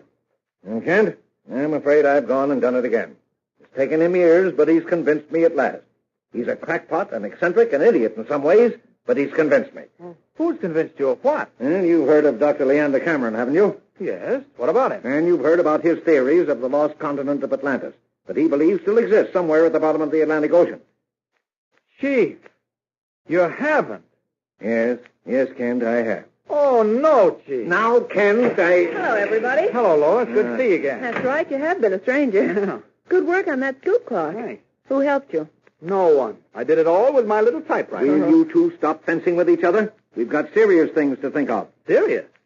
Lois, our good friend, Editor Perry White of the Daily Planet, has gone and done it again. What do you mean? You tell her, Chief. I can't. Well, Lois, Dr. Leander Cameron, the celebrated ichthyologist and deep-sea diver. Celebrated crackpot, you mean? Now, Lois, I resent that. All right. What about Dr. Cameron? Well, you know, he's been after me for years to finance an undersea expedition to find the lost continent of Atlantis. Yes? Well, Mr. White, you didn't. Yes, I did. Oh, no. Now, don't you start. His arguments are perfectly logical. Can I come in? May I come in? Yeah, may I come in? Come in, Jim. All right. Something wrong, Mr. White? What do you mean? Well, that look on your face. You look kind of... Yes, out with it. Well, you look kind of silly. What did you say? He feels kind of silly, Jim. You see, he's just decided to finance another expedition. Gee, that sounds swell. An expedition to find the lost continent of Atlantis. Well, gee, an expedition to be headed by Dr. Leander Cameron. Oh, no. What? Well, what have you got to say about it, you office boy? Sir, I'm a reporter now. What? He is, Chief, he is. In a sense, at any rate. You remember I tried to trick the Jap saboteurs into believing they had the wrong formula? Well, Jim was the one who phoned in that story, and he did a swell job on it, too. Well, thanks, Mr. Kent. Yes, he did do a good job. Matter of fact, I'm going to try him out on a story today. You are? You are? Yes, Jim, and a very important job, too. If you succeed at it, well, there's no telling what heights you may reach as a reporter. Oh, gosh. Well, what's the story? Well, the Tiny Tots Kindergarten are forming a club to be called the Don't Kick Grandmother When She's Down Club. You can cover it. Well, gee, say, is this a gag? Yes, it's a gag. And it's meant to give you a rough idea of what I think of you as a reporter. Now, wait a minute, Chief. Wait a minute. After the job Jimmy's done, I don't think... You're not paid to think about anything but your job. Yes, what is it? Huh? What? Oh, send him in. Well, he's here. Who's here? Dr. Cameron. Now, get this straight. Get this straight, all of you. I've promised to finance this expedition of his, and I'm not such a fool as I look. Well... What? Oh, well... You all think it's silly. Well, so will everyone else. And they'll follow the story in the Daily Planet just for laughs, if nothing more. Hey, you got something there. No, thanks. And if Dr. Cameron turns out to be correct... He won't. Don't be too sure. Dr. Leander Cameron, sir. Leander, come in. My dear friend.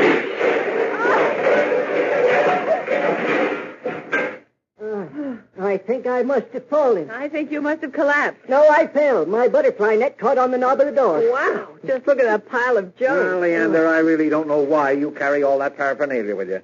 What in the world do you need with a fire extinguisher? Here, let me help you pick this stuff up. Oh, thank you, sir. Laugh if you will, Perry, but my motto, like that of the Boy Scouts of America, is be prepared. Should there occur an unexpected fire, I'm ready for it. In this knapsack hanging over my left shoulder, I carry a kit of tools, wrenches, hammers, screwdrivers, etc. You never know when something may need fixing in a hurry. In this knapsack over my right shoulder, I carry medicines, aspirin, Ipecac, quinine, etc. Who knows but that some loved one may fall sick. Yes, but why the pots and pans and cooking utensils? Those I carry to keep myself fit for the trail. My work, as you must know, has led me into many strange parts of the world, places where stamina, the strength to carry on under great loads, is vital. Be prepared. That's my motto. There's nothing you could ask for that I do not carry on my person. How about an ice cream soda, Doctor? Jimmy. Why not? I believe I have a small bottle of carbonated water somewhere, and I'm certainly capable of whipping together some ice cream with the chemicals I carry. What flavor? Are you kidding? Gosh, I didn't think it could be done. It can and shall be done. And while I'm concocting a delicious effervescent drink for the young man, perhaps, Perry, we can get down to the business at hand. Huh? What? Oh, yes. Why not? Mr. Kent and Miss Lane are to go along on the expedition? They are. Excellent. No doubt they've already informed you it is this silly venture. Yes, they have. Well, now, really, Dr. Cameron, the idea of a lost continent existing at the bottom of the Atlantic, a world filled with mammoth fish, sea serpents, and what have you, well, it is just fantastic. To the untutored, unscientific mind such as your own, yes, but not to mine.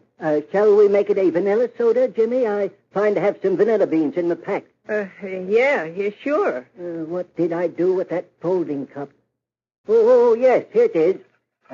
Mr. Kent, Miss Lane, what do you know of the lost continent of Atlantis? Very little, Doctor, except that it's a huge continent that once existed but is now at the bottom of the sea. Then let me explain it to you. Atlantis is a so-called legendary island that was situated in the middle of the Atlantic Ocean. Atlantis had been a powerful kingdom 9,000 years before the birth of Solon. It is believed, or was believed, I should say, that due to sudden and catastrophic natural causes, the island one day sank into the sea, disappearing from view for the rest of time until the present day. Gee, that's interesting. I will not enter into the various scientific undersea explorations that have led me to believe that the continent of Atlantis actually exists, for you would never understand them. But it does. Of that I'm sure. And I want a chance to prove it. Not, mind you, for any gains that may accrue to myself, but for the sake of a wondrous idea that I have conceived that will change our modern conception of undersea warfare. Sea warfare? What do you mean? Mr. Kent, think what it would mean to have a base at the bottom of the ocean for submarines. What? The plan may sound fantastic at first, but I've planned everything very carefully. Hundreds of submarines could be based there, serviced and refueled, and kept in perfect operating condition. Let me see. Oh, yes, vanilla flavoring. Yes. Now then, let me see. Yes. I propose then, with the aid of Perry's money, to find this sunken continent. Yes, all right. Now, just a minute, Doctor. Just a minute. How will you do it? After all, we are at war now, you know. Yes. Yes. The Atlantic is a sort of, shall we say, no man's land. No man's. Yes, no man's land. Now, will we be permitted to take an expedition out into it? And suppose we do. This lost continent of Atlantis must lie at such a terrific depth that you'd never be able to reach it. I will answer your questions one at a time. First, it is exactly because we are at war, exactly because the submarine base of which I speak would be so helpful, that we shall have no difficulty in securing permission to take an expedition into the Atlantic. In fact, I have already secured the necessary permission. As to the depth to which this lost continent lies, that too I've taken care of. So let me see. Where is that carbonated water? Oh, here it is. Gosh, looks just like a vanilla ice cream soda. Looks like a vanilla ice cream soda? It is a vanilla soda. I have, of course, used dry ice for freezing the ice cream. Here, my boy. See if it's to your taste. Oh, thanks. Say, it's swell. Well, will wonders never cease? Tell me, Dr. Cameron, how do you expect to overcome the obstacle of depth? How will you manage to get down that deep into the Atlantic? A simple matter. Dr. Leander Cameron's multi-depth submarine and bathysphere will take care of that. Your what? My multi-depth submarine and bathysphere. It's anchored in the harbor now. Would you care to see it? We can get down there in 15 minutes for taxi. Well, what do you say? Shall we go down and see it? Oh, sure, you bet. All right, then I'll get my coat. Well, what about it, Kent? Shall we go with Dr. Cameron on his undersea expedition, huh? What? You have the nerve to go, Clark. I guess I have. Too exciting to miss. Dr. Cameron may be right, and to think of seeing with my own eyes a continent that existed over 9,000 years ago. Why, it's just wonderful. An undersea expedition. It's thrilling, isn't it? Yeah, it is. It certainly is. And, well, I'm game to try it. All right. Then I take it, Perry, we can consider the matter closed. Yes, Doctor. Yes, you can. We shall all leave in a day or two in my multi-depth submarine in bathysphere in search of the lost continent of Atlantis. Well, this does sound exciting, doesn't it? Think of going in search of a lost continent that lies at the bottom of the ocean. And think of going on such a trip with such a strange character as Dr. Leander Cameron. Looks like there are plenty of thrills in store for us, so be sure to tune in tomorrow and every day, Monday through Friday, same time, same station. Tune in and follow The Adventures of Superman. Fellows and girls, don't ever get the idea there's nothing you can do to help win this war. Of course, we can't all be members of Uncle Sam's armed forces because some of us are too young or too old. But that doesn't mean we can't get into this fight. No, sir. Because there is one big important thing we can do. We've got to see that our fighters are supplied with all the bullets and guns and tanks and ships and planes they need to wipe Hitlerism and fascism off the face of the earth. How? Simply by buying all the war-saving stamps and bonds we possibly can. Because every time we buy a war-saving stamp or bond, we lend our government money with which to finance our fight. So remember, talk with Mother and Dad tonight about giving you an extra dime every day or every other day for war-saving stamps. Talk about it with all your friends. Get them to make a pledge with you to buy war-saving stamps regularly. Faster than a speeding bullet. More powerful than a locomotive. Able to leap tall buildings at a single bound. Look!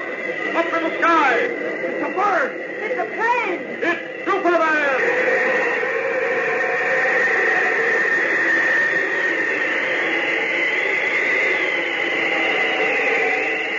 Follow the adventures of Superman every day, Monday through Friday, same time, same station. Superman is directed by George Lothar and is a copyrighted feature appearing in Action Comics magazine.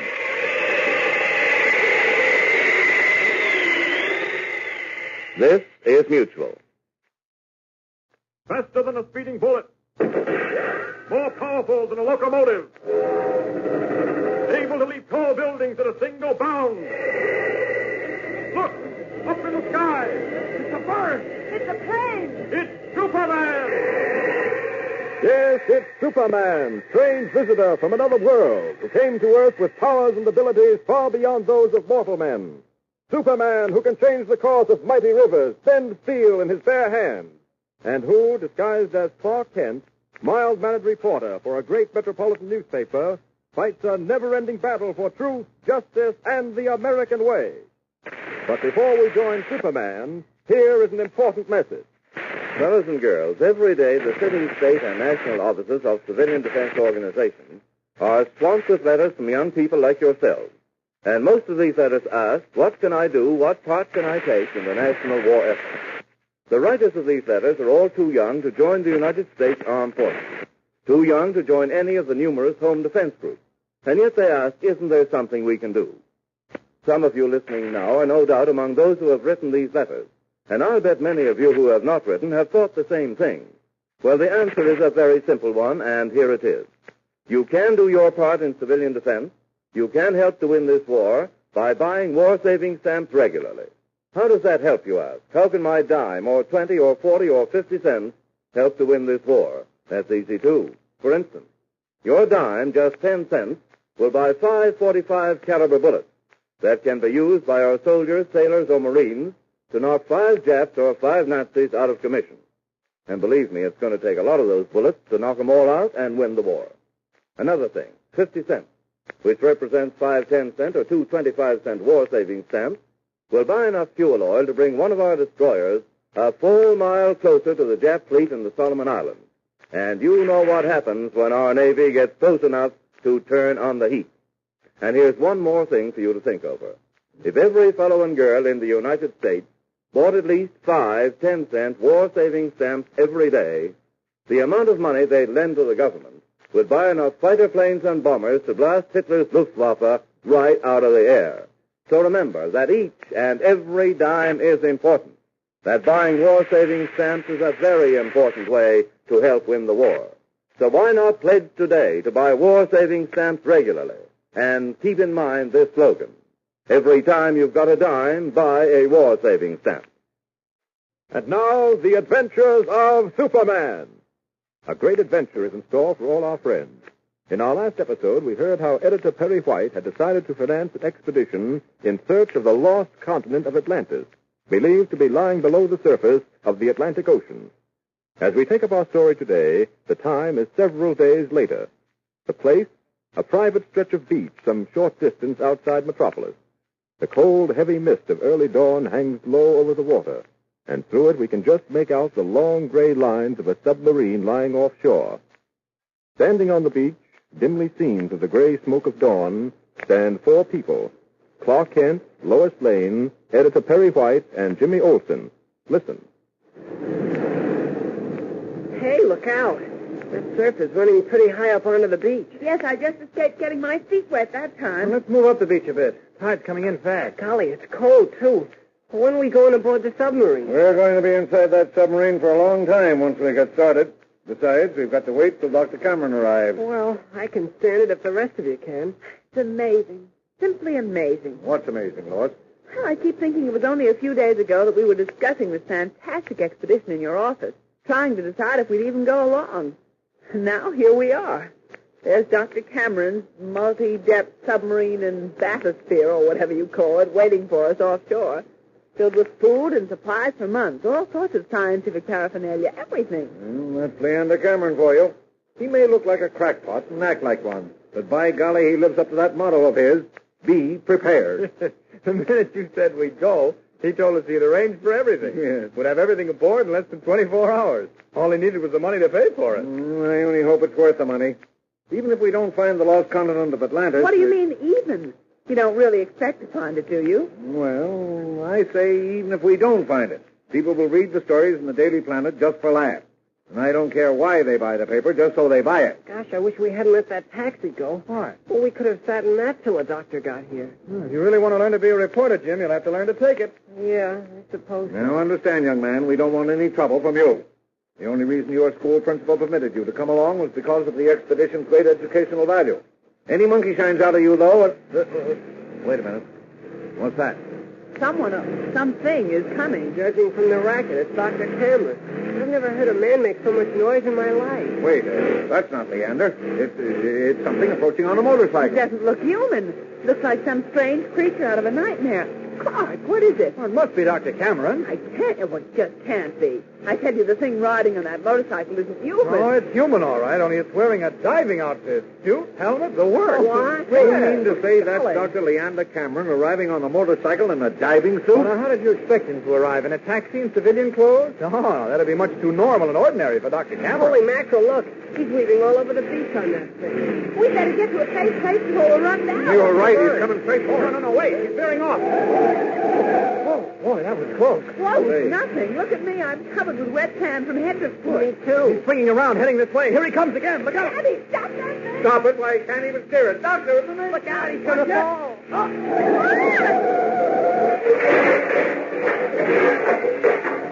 Great Scott, he's been killed. I know he's been killed. Oh, dear. Here, we got to get that helmet off him. I'll help.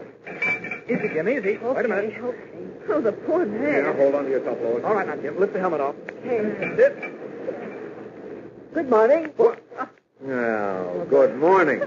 You made it, I see. Oh, yes, always do. Never say die. Be prepared. That's my motto. Somebody help me collect my gear and scientific paraphernalia. Leander, now, for the love of Pete, will you tell me why you're wearing a diving suit and helmet? Oh, for convenience sake, convenience sake. Convenience? Yes, you see, just as I was leaving my house to come here, I remembered I had not packed my diving outfit. One can't go on a diving expedition without a diving suit, can one? We shall need it before we're through. Yes, but if you'd only tell I us was why... forced to bring it along, and since I was carrying my usual accoutrement, there was only one way to carry the suit. I wore it. Boy, you've got a reason for everything. Here we've been freezing to death waiting for you. Oh, yes, it is a cold morning, isn't it? Always colder near the water, too. A cup of coffee, anyone? Well, don't tell me you've got a thermos of coffee with you. No, but what is there to prevent our making some? Well, you made an ice cream soda for Jimmy the other day, but Now, don't tell me you're going to whip together some coffee for us now. With rationing upon us? What is rationing to a scientist? A few chemicals tossed lightly together and presto, coffee, a cream or sugar. There'll be no coffee, Leander, till we go aboard and get started.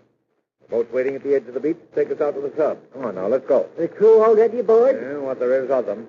3 men to run the submarine. How do you expect to do it? The Cameron multi-depth submarine in bathysphere is mine own, Perry. Leave the running of it to me. All right, you run it. Oh, golly, let's go. Wait a minute. Dr. Cameron, what are you going to do with that motorcycle? Take it aboard with me, of course. What? The submarine is so full now, I'm wondering if we'll be able to come to the surface once we submerge. No room for the motorcycle. No room? No. No room? Of course there's room. I've arranged for everything. Uh-huh. A place for everything and everything in its place, I always say. Yes, and I always agree. But how are you going to get that motorcycle stowed aboard the sub? I will show you. You see, I myself constructed this motorcycle. It is very light, made of plastic, you know, and it's collapsible. It's what? The frame, collapsible, the frame folds together so. Then the wheels themselves telescope so, becoming an 8 on the side. There. Ever see a smaller package in your life? Oh, Doctor, you amaze me. You're simply astounding. I often think so myself, Miss Lane.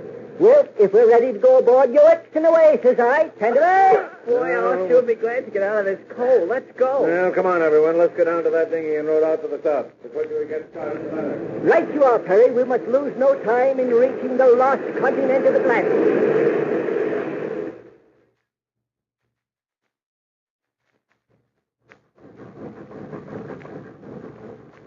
Doctor, we've been in this multi-jet submarine of yours for 8 hours, and we haven't submerged yet. We keep running on the surface.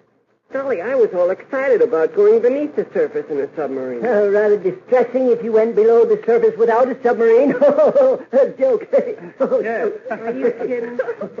Jimmy just meant that he's been looking forward to diving in a real submarine, Doctor, and so far the thrill hasn't materialized. Well, why don't we submerge, Leander? It seems to me we're using a good deal of oil for those diesels. We have sufficient for our running schedule. I do not need to say, Perry, that I shouldn't needlessly use oil in these perilous times. Oil is ammunition. However, we must save our batteries and electric motors for underwater use as much as we can. I see what you mean, Doctor. You're referring to the time when we'll be doing a good deal of diving to reach the lost continent of Atlantis. Exactly. Now, it seems to me that... Yes, Nicodemus? Excuse me, folks. Doc. I've already said yes, Nicodemus. However, I will repeat it. Yes, Nicodemus. You needn't be sarcastic about it. I wasn't being sarcastic. I merely said... Sometimes the way you talk, you think I wasn't wanted around here. Nicodemus, you're too sensitive. All I said I know what you said. Well, let it pass. I came to report the batteries are fully charged. I think we ought to submerge for maybe 4 or 5 hours. Everything in working order? Would I be submerging if it wasn't? All right, all right. Don't fly off the handle. Go ahead and submerge. Thank you. That's very kind of you. He go around with a chip on his shoulder all the time? Oh, wonderful man, Nicodemus. Wonderful. Best man possible on the submarine. Just one little trouble with him. He's sensitive. Are we going to submerge? Yes, my boy. Last you're going to have your great thrill. Here you can watch through this porthole over here as we go below the surface. Golly. There's the signal now to stop the diesels and turn on the electric motors. Golly. Look, everybody. The water's coming up over the window. We're submerging. We're submerging. It's exciting, isn't it? Well, I've done it before, but it never fails to thrill me. Now, we won't go far below the surface since there's no need for it. We merely want to change from diesel power to electric, that's all. Well, even so, just going below the surface is thrilling enough. We're under. Look. Everything's green.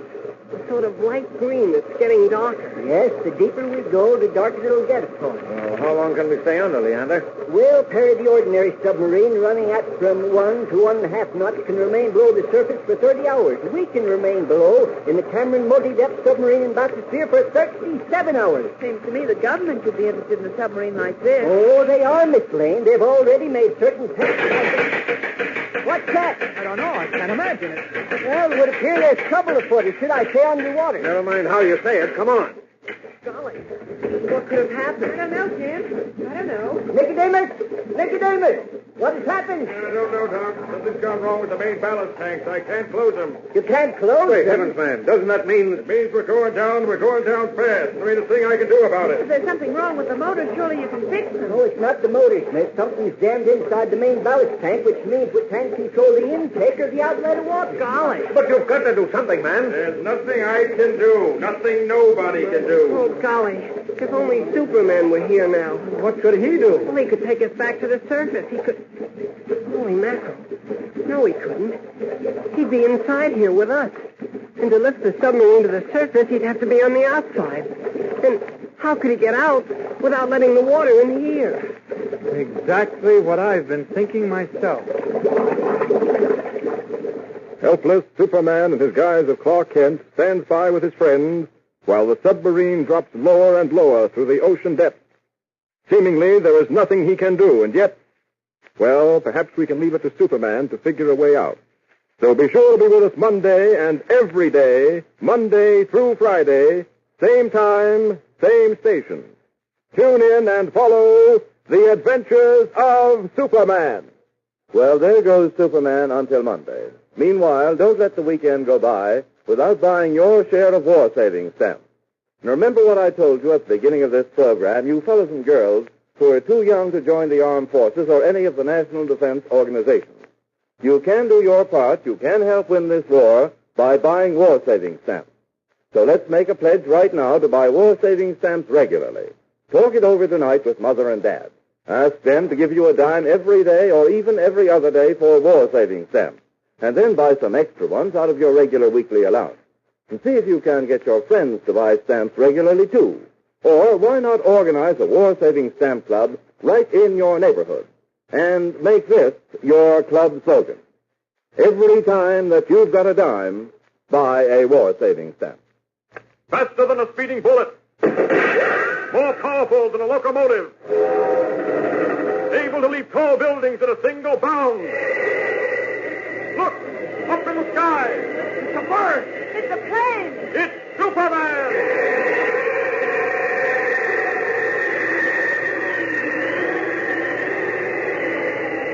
Follow the adventures of Superman every day, Monday through Friday, same time, same station. Superman is directed by George Lothar and is a copyrighted feature appearing in Action Comics magazine.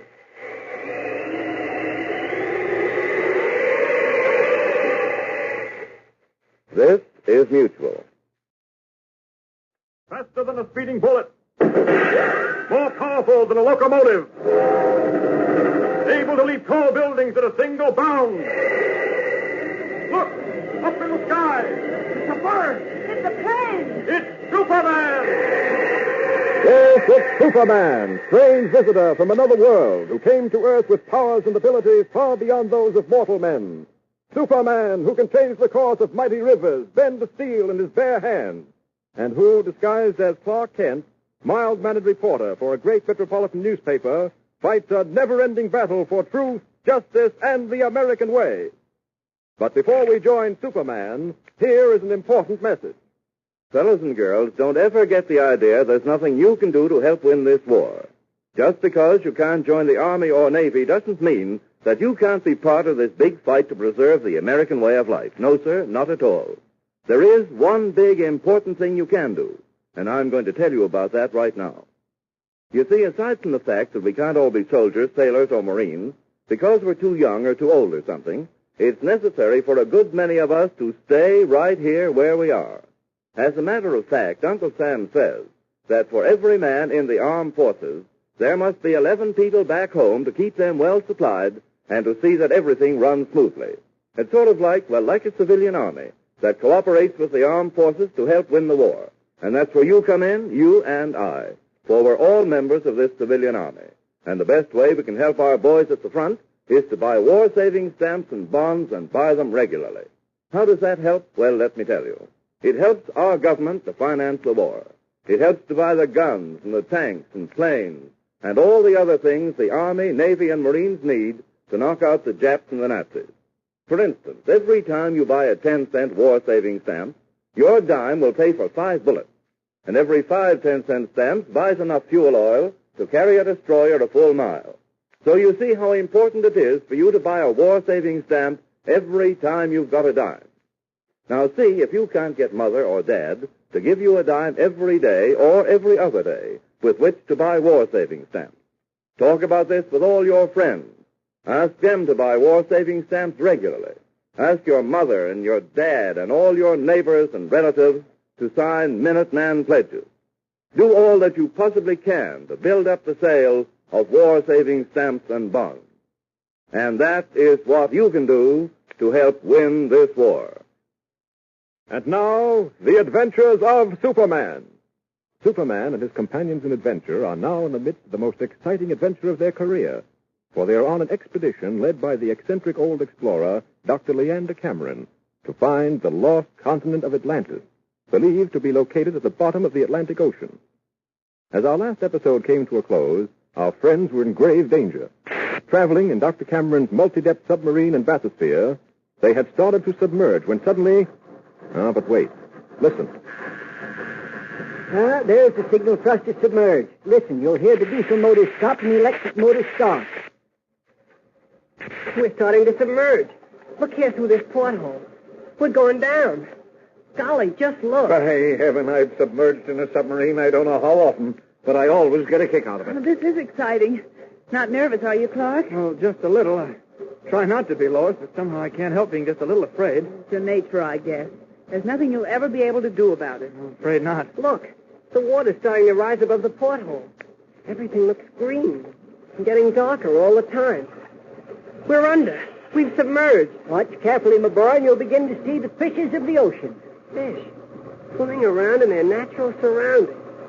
Gosh. Yes, there's certainly nothing like... Wait, what's that? Sounds like something's gone wrong. Don't get excited now, Clark, whatever it is. Come on, something's happened. The electric motors have stopped. Through here, quickly.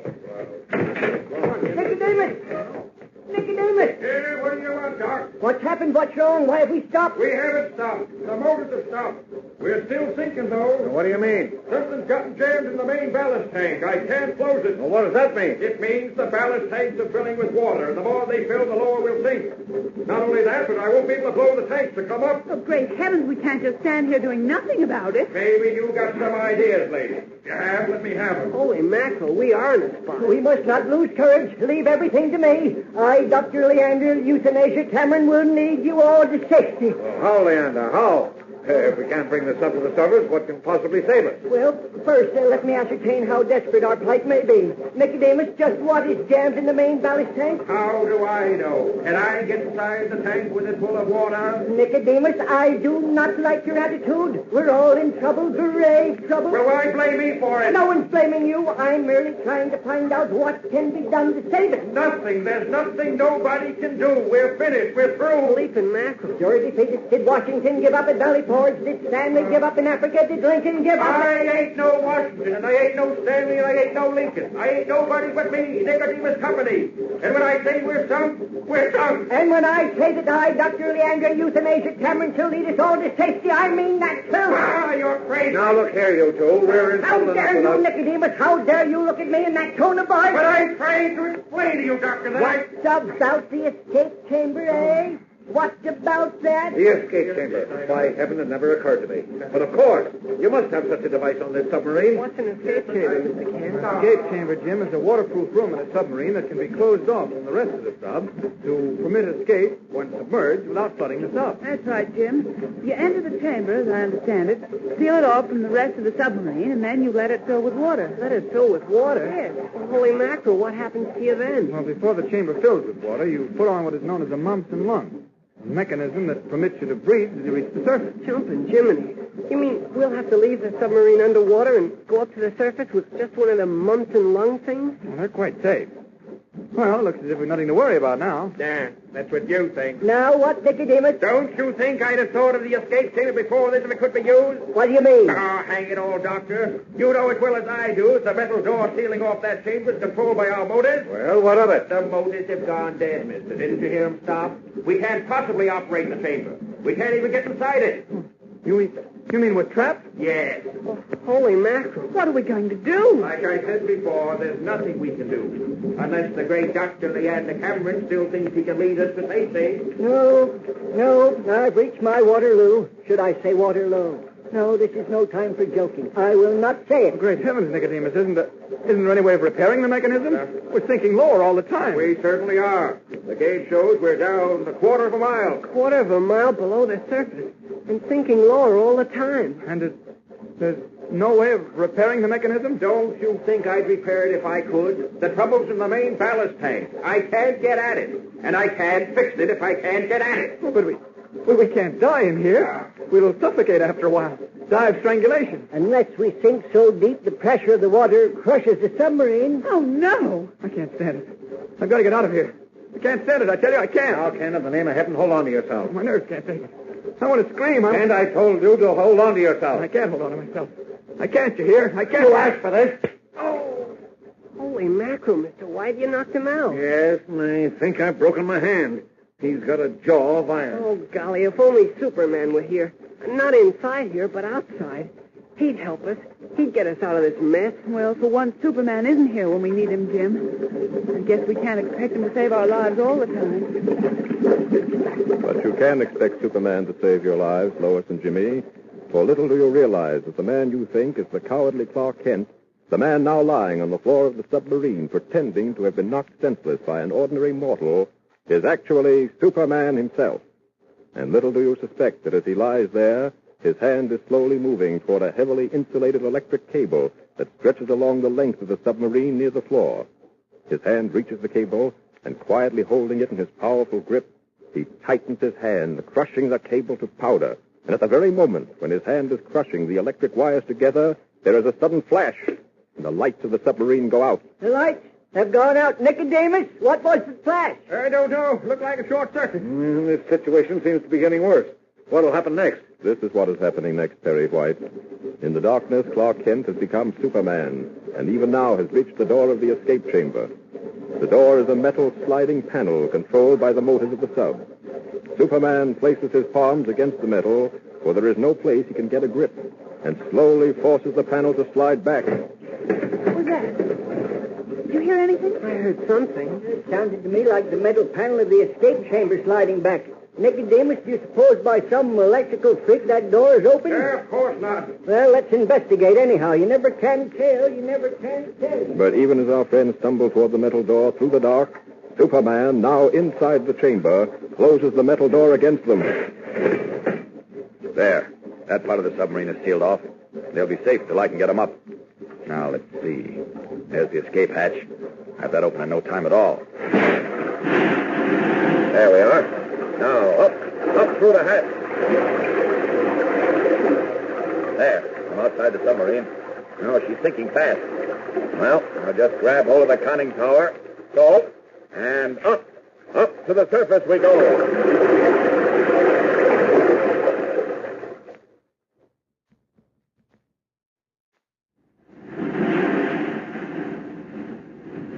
It'll soon be dark. Yes. It's lovely up here in the conning tower, looking off across the ocean at twilight. Doctor, how long before Nicodemus can fix that ballast tank? It's hard to say, Miss Lane, hard to say. Can't get a word out of him. Very sensitive man, Nicodemus. Very. I still can't get over how we got to the surface. Well, as Lois says, it must have been Superman. There can't be any other explanation for it. What other power could have suddenly brought us to the surface? Beyond me. Oh, it must have been Superman. Couldn't have been anyone or anything else. The thing I really don't understand, Clark, is how you got soaking wet. Yes, I can't understand that myself. When we finally got the conning tower open and got some light to see by, there you were, stretched out where you'd fallen after I hit you. But you were soaked through. Yet the inside of the sub was dry as a bone. I don't know. Very strange, I must say. Very strange. Well, there are many things one cannot explain. Well, there's one thing I can explain. I've got a hollow feeling in my stomach. Explanation? I'm hungry. Yes, it's almost dark and certainly close to dinner time. Well, let's go blow and... Wait a minute. What's that? Something rearing up out of the sea just off our beam. It's hard to see. It's getting so dark, though. It's another submarine. Another submarine? Yes. A German U-boat. What? No, Kent, how in the world can you see that? I always could see pretty well at night. This is only twilight. There's a swastika on the conning tower of that sub. I see it. I see it now. This looks like trouble. If only we could submerge. Yes, but we can't submerge until Nicodemus fixes those motors. Wait a minute. The conning tower on that U-boat is opening. Yes. Men are coming out of the sub onto the deck. Yes, I see them myself now. Well, what do you think they're going to do? They're moving over toward the cannon on deck. Something tells me... Yes, by heaven, they're training that gun at us. What do you mean? You don't mean they're going to shoot us out of the water? Oh, they wouldn't do that. Oh, the Nazis might do anything. Kent, does it look as if they were going to fire on us? Here's your answer, Chief. Well, what sort of trouble have our friends got themselves into now? Why is the Nazi U-boat firing on them? Does the enemy intend to sink Dr. Cameron's submarine? Well, there are tremendous adventures in store for our friends in our next episode, so be sure to listen. And listen every day, Monday through Friday, same time, same station. Tune in and follow The Adventures of Superman. Did you ever stop to think why American machine gun crews make such good scores in their battles against the Japs and the Nazis? Their teamwork, their super marksmanship comes from practice. Practice every day until they can hit the bullseye practically every time. But that much practice eats up an awful lot of bullets. And that's just where you come in. You buy bullets for machine gunners every time you buy war stamps. 5 bullets for every 10-cent stamp. So get behind your team by buying stamps just as often as you can. Can you think of anything more exciting to buy for your dime than 5 .45 caliber bullets? 5 bullets for American soldiers to use in protecting your home from the Japs or the Nazis. So get going with this slogan. Get your stamps today and every day. Faster than a speeding bullet. More powerful than a locomotive. Able to leap tall buildings at a single bound. Look, up in the sky. It's a bird. It's a plane. It's Superman.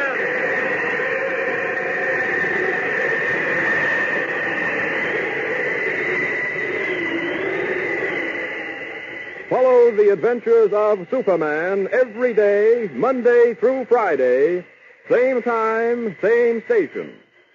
Superman is directed by George Lothar and is a copyrighted feature appearing in Action Comics magazine.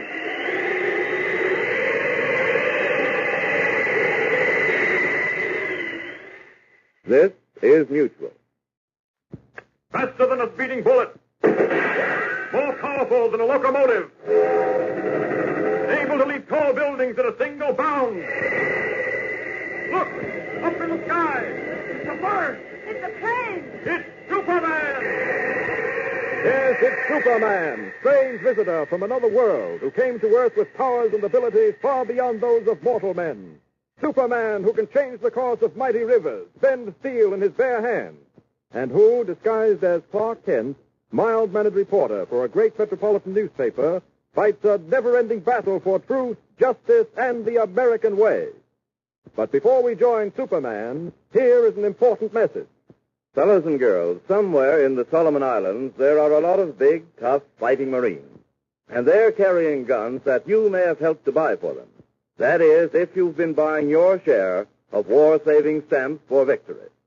You see, every single dime you exchange for a war-saving stamp helps to buy the guns and bullets, the planes and bombs, the ships and the shells that are going to lick the Nazis and the Japs. Now, we know that all red-blooded Americans can't actually wear Uncle Sam's uniform. Because some of us are too young or too old to join the Army or Navy. But there is one big important way we can help.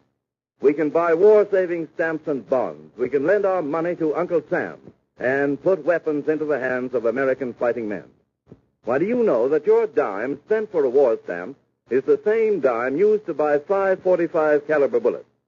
I guess you know, too, and the Japs and the Nazis certainly do, what a soldier or sailor or Marine can do with 5 bullets. And speaking of sailors, you might be interested to learn that every time you buy 5 war stamps, that same 50 cents buys enough fuel oil to carry an American destroyer a full mile closer to its objective. Now, that makes buying war stamps pretty exciting, doesn't it? So look, let's make a promise to ourselves right now. Let's promise to buy war-saving stamps every week, regularly. And you can help even more than that.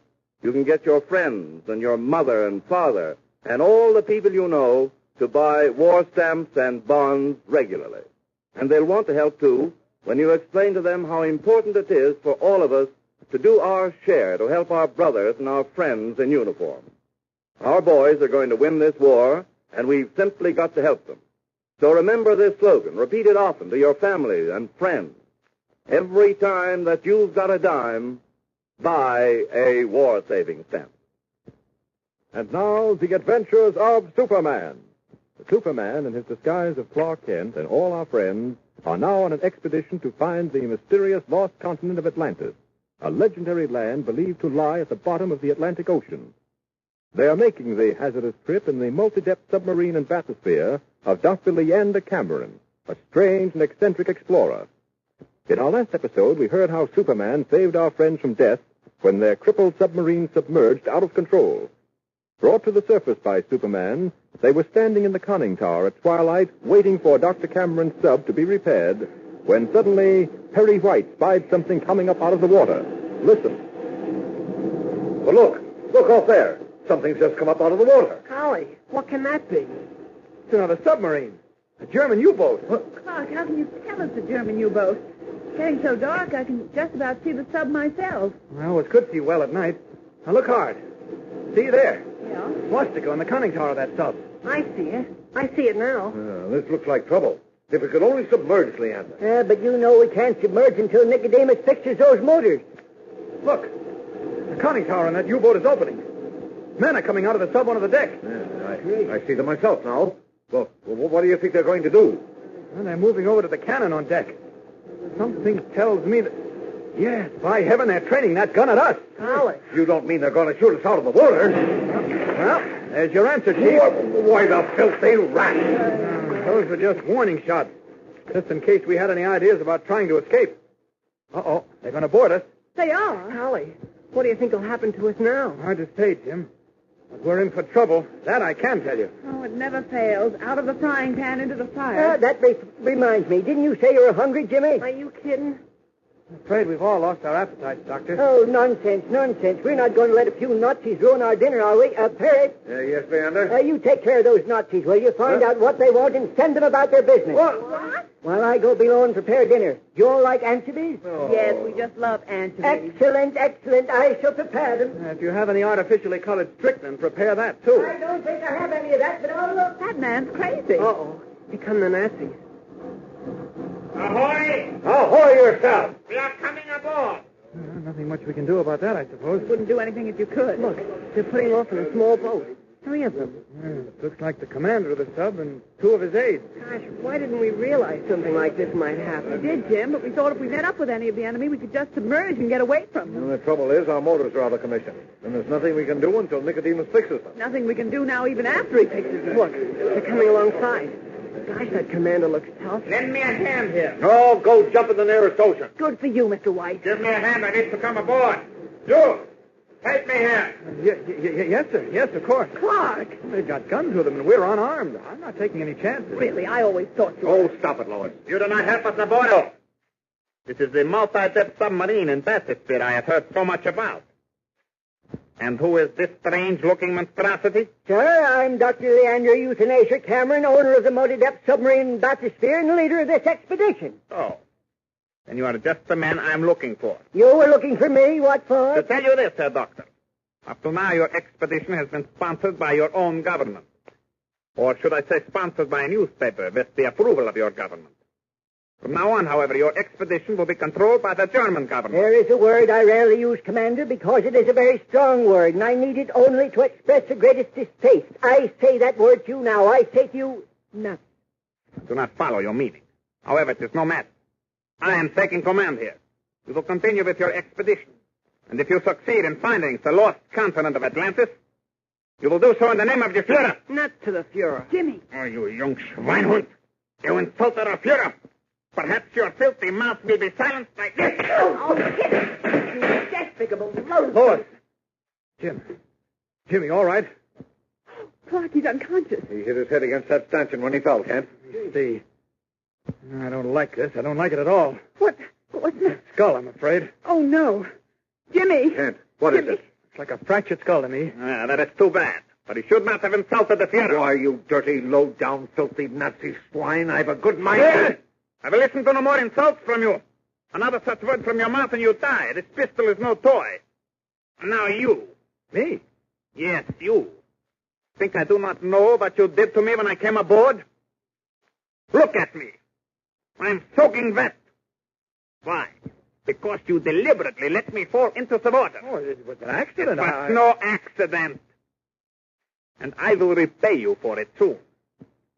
Get up onto the deck. All of you. What for? Don't ask questions. Do as you're told, my schnell. Okay.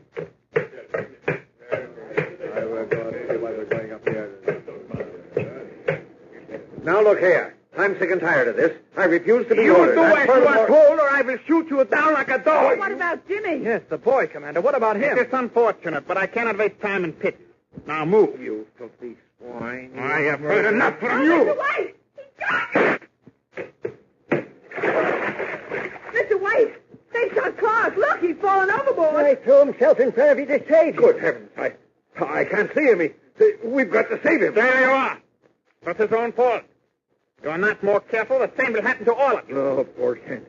He did it for me. You beast. Clark is gone. Now what about Jimmy lying down there?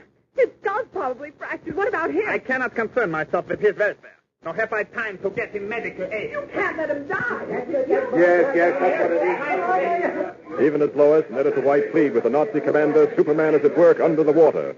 Quickly changing from Clark Kent to Superman, he swims underwater to the Nazi sub. And as Lois and White argue with the commander on the deck of Dr. Cameron's submarine... Leave that boy here, I tell you. Perhaps you can suggest some way of saving his life? Your submarine is in working condition. You could take him aboard and sail him to the nearest port. As I told you before, I cannot pass it. Great heavens, look. The Nazi submarine is rising clear of the water. No, that cannot be. It is incredible. Oh, look, underneath the submarine. They're holding it in his hand. Superman! Superman again? Well, I must say... Yes, it's Superman. Oh, thank heaven. I do not understand this. It's amazing. He's flying toward us, carrying my submarine in his hand. I'm going mad.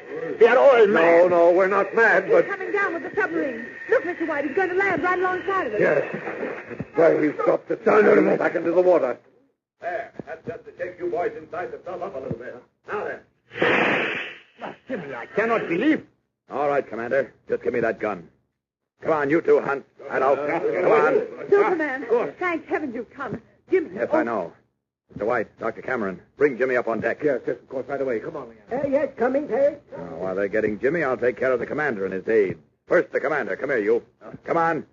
Now, you two stooges. Let me down. Let me down. Up. I'm going to drop you down through your own conning tower, Commander, one at a time. You land inside your sub, I'd advise you not to show your nose outside of it again until we reach the American naval base I have in mind. American naval base? No, you can't. Oh, can't I? We'll see. Here you go, right down through the conning tower. Now, you, Hunt. Now, it's your turn, now. Happy landing. There's White and Dr. Cameron bringing Jimmy up. Back to the deck of Dr. Cameron's sub.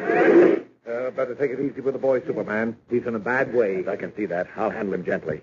I'm going to drop that Nazi U-boat off at an American naval base about 600 miles from here. There must be a surgeon there who can take care of Jimmy, if I'm in time. How's this pulse? Very low, I'm afraid. I mustn't waste time, then. I'll just place Jimmy easy. Before you go. Quickly. There isn't time for talk. Clark Kent. The commander shot him and he fell into the ocean. Well? He's below us somewhere. Is there anything you can do about him? No, I'm afraid not. I have time now. Jimmy needs a doctor at once. You'll have to look for him. Now I must go. Up. Now down onto the deck of the U-boat. There we are. Now to get a good grip on this conning tower with one hand. There. So.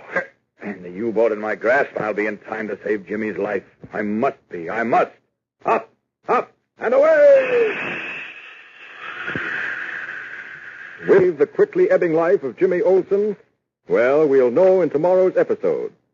And what about our friends on Dr. Cameron's submarine? What further adventures will befall them? Well, there'll be plenty, we can tell you that. So be sure to tune in tomorrow and every day, Monday through Friday, same time, same station. Tune in and follow the adventures of Superman. Yes, be sure to tune in again tomorrow for another thrilling Superman episode. And don't forget what else you're going to do.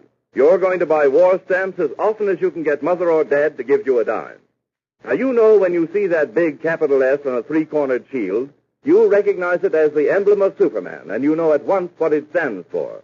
Likewise, when you see the capital letters U.S. on a war-saving stamp or bond, you recognize them as the emblem of Uncle Sam. And it represents a pledge from Uncle Sam to you.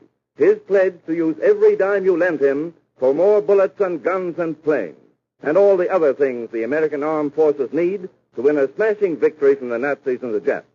So don't put off buying war stamps.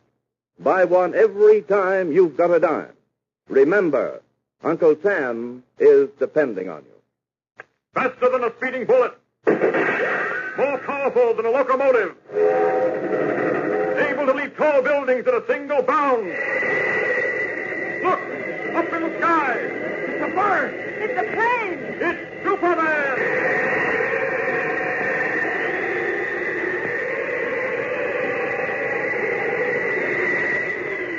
Follow the adventures of Superman every day, Monday through Friday, same time, same station. Superman is directed by George Lothar and is a copyrighted feature appearing in Action Comics magazine.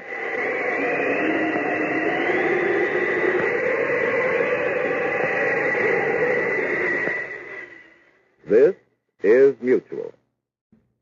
Faster than a speeding bullet. More powerful than a locomotive. Able to leap tall buildings at a single bound. Look! Up in the sky! It's a bird! It's a plane! It's Superman! Yes, it's Superman, strange visitor from another world who came to Earth with powers and abilities far beyond those of mortal men. Superman who can change the course of mighty rivers, bend steel in his bare hands, and who, disguised as Clark Kent, mild-mannered reporter for a great metropolitan newspaper, fights a never-ending battle for truth, justice, and the American way. But before we join Superman, here is an important message. Fellows and girls, have you ever seen a squadron of American bombers roaring through the air in formation? Have you seen newsreel pictures of Uncle Sam's destroyers cutting through the seas on patrol in search of enemy subs and surface raiders? I'm sure you have. And I bet you were thrilled. You probably felt terribly proud, too. Well, if you've been buying war-saving stamps regularly, you have a right to be proud. Not only because those planes and those ships represent the fighting spirit of America, but because you helped to build them. Yes, sir. Every time you bought a war-saving stamp, your money helped buy the labor and materials that are used to make planes and ships and equipment to knock out the Nazis and the Japs. So, next time you hear some boy or girl on your block say, "Oh, shucks, what difference does it make if I buy one stamp or not? What difference can one dime make?" You tell them that it does make a difference. It makes a big difference. Tell them, for instance, that 5 dimes will buy enough fuel oil to take an American destroyer 1 full mile closer to its objective, or that 1 dime will buy 5 .45 caliber bullets. Tell them that if every boy and girl in the United States bought just 1 10-cent war-saving stamp every day, it would add up to enough money to buy a lot of swift pursuit planes, with which our Army and Navy forces could blast the Axis out of the air. And while you're at it, you might remind them that this is one way that all you fellows and girls can help to win this war. Now, after all, everybody can't join Uncle Sam's armed forces, but all of us can buy war-saving stamps. So talk it over with Mother and Dad tonight. Tell them you want to help Uncle Sam win this war by buying war-saving stamps regularly, every single day if possible. And I'm sure they'll be glad to cooperate. And now, the adventures of Superman. Superman and his companions in adventure, Jimmy Olsen, Lois Lane, and editor Perry White of the Daily Planet, are now on an expedition headed by the eccentric Dr. Leander Cameron to find the lost continent of Atlantis, believed to be lying at the bottom of the Atlantic Ocean. In our last episode, we heard how Dr. Cameron's multi-depth submarine in bathysphere was attacked by a Nazi U-boat, and how Jimmy Olsen was critically injured. Superman saved our friends from harm, and carefully holding the injured Jimmy under one arm, grasped the Nazi sub with his free hand and flew with them to a Navy base 600 miles away. We resume our story today at the home of a Navy doctor at a certain American naval base. Our scene, the living room of the doctor's home. The doctor is seated in a chair reading a book as the telephone rings urgently. Yes? Yes, it's Dr. Crane. Lieutenant Forbes calling from the basin. I'll put him through. Hello. Yes, Lieutenant. What's that? A man dressed in a red cape and a blue... Brought an enemy submarine in and left it. Fly. Carrying the submarine in his hands? Now, Lieutenant, have you been... He's on his way here. But that's impossible. No man can fly without a plane. Now, wait a minute. There's someone at the door now. I'll call you later. All right, I'm coming. Yes, what is it you... Great Scott. A man in a red cape and a blue suit? No time for descriptions, Commander. This boy is critically injured. You've got to do something. But where? How? Please, Commander, I'll explain later. Right now, this boy is critically injured. Yes, of course. Come in. Now then. Bring the boy into my operating room. In through here. Yes, Commander. Yes. How did all this happen? Never mind that. The boy is suffering from a severe blow on the head. Following it, he bled from the nose and ears. Sounds like a fractured skull. Put him on the table. Yes. Oh, there, Jim. Everything's going to be all right. Yeah, let me get his pulse. Yeah. Who are you, sir? I told you flew in carrying a submarine in one hand and this boy in the other. I'm called Superman. Superman? Of course. I've heard of you, but I seriously doubted that you could exist. And to see you with my own eyes, boy's pulse is very low. I'd better give him a stimulant. How did the accident occur? Does that matter? No, I suppose not. I'm just interested in knowing. Seem a little upset yourself. I am. I'm worried. If this boy dies... Yeah, we'll do our best to save him. Roll back his sleeve, please. I'll have this hypodermic ready in a second or two. All right. All right. There. That ought to help him a bit. I'll have to take an x-ray of his head. I've got to be absolutely sure of his condition before anything is done. How long will that take? Only a few moments. Wheel that table over here near the x-ray machine, will you? I'll get things ready while you're doing that. Anything you say. About here? No, that's just right.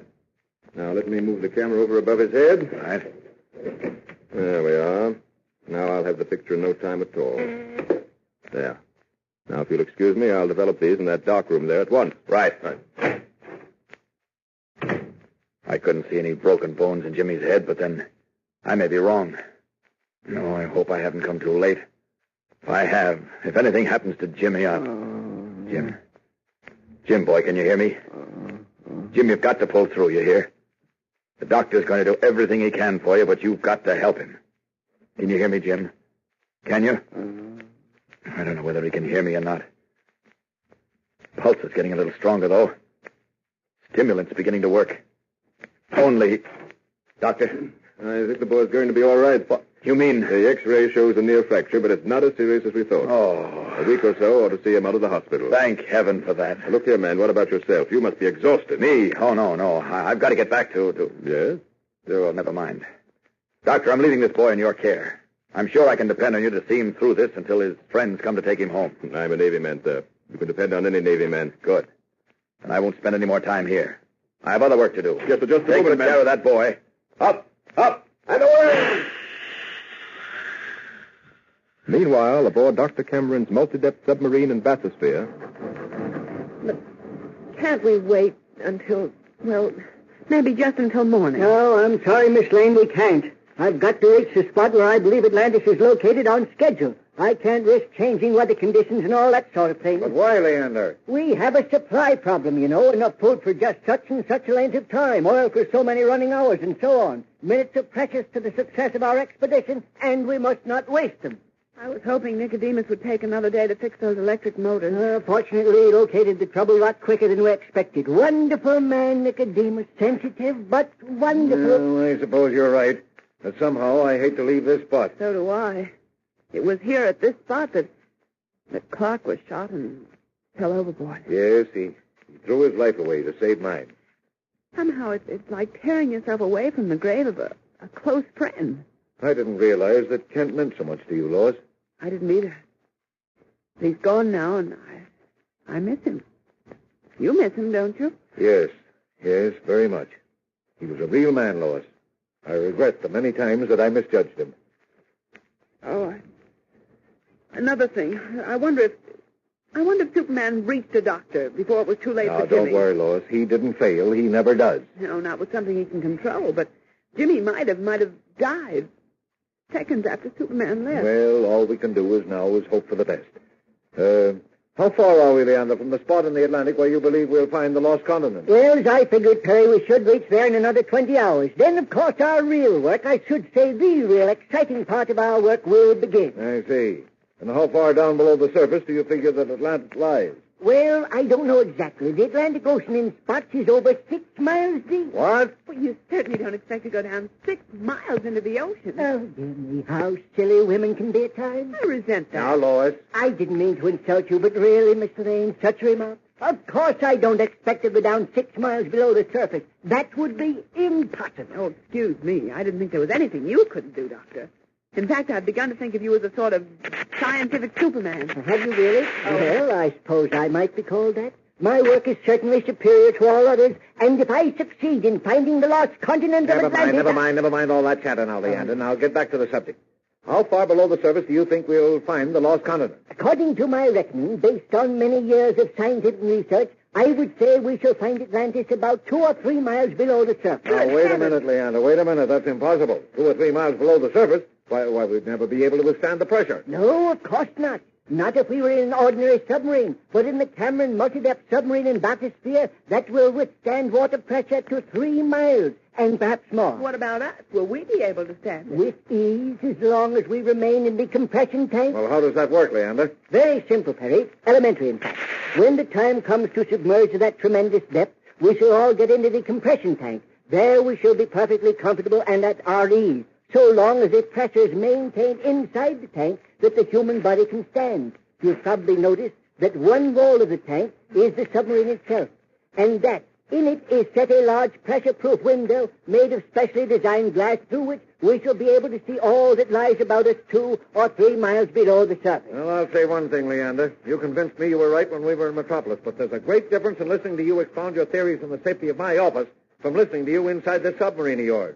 Are you sure this tub will withstand the pressure of 3 miles below the surface? If my tests mean anything, it will. And, sir, I resent your calling the Cameron multi-depth submarine in bathysphere a tub. All right. I apologize. But do your tests mean anything? A test is simply a test, Perry. One can't be really sure of anything new until the actual conditions are met and overcome. I only hope that we overcome the conditions. I don't want the conditions to overcome us. Joke. Excellent. I think the time has come for us to submerge again. The batteries must be charged by this time. Nicodemus! Yes? We'd better submerge now. Who's running this submarine, you or me? Well, really, Nicodemus. I'll submerge when I'm good and ready. And when will you be ready? Ready now. We'll submerge. That's just what I said. Submerge. A sensitive man, Nicodemus. Very sensitive. Meanwhile, as the multi-depth submarine prepares to submerge, Superman arrives and hovers over it, suddenly realizing that he has a seemingly insoluble problem on his hands. Now, what in the world am I going to do about this? How can I return aboard the submarine as Clark Kent without somehow explaining that I'm not dead? They all saw the German U-boat commander shoot me, and they saw me fall into the ocean, sink from view. Well, I am in a spot. Probably the worst spot in my entire career. I wonder how in the world I can get myself out of this.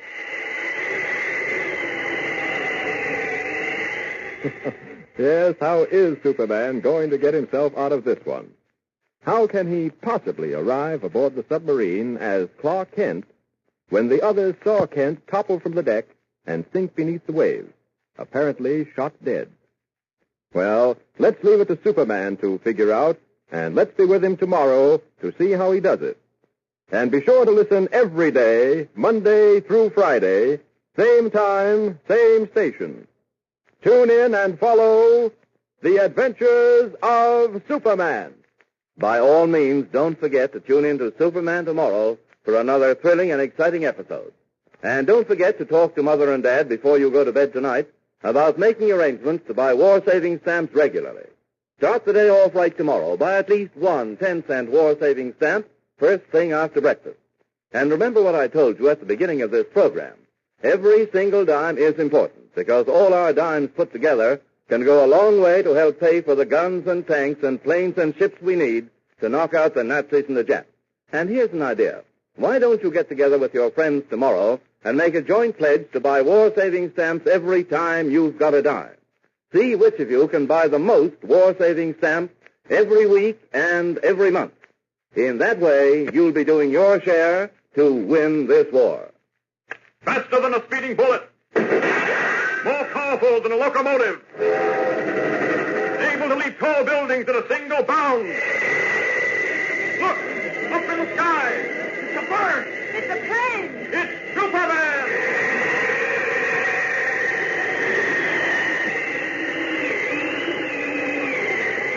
Follow the adventures of Superman every day, Monday through Friday, same time, same station. Superman is directed by George Lothar and is a copyrighted feature appearing in Action Comics magazine.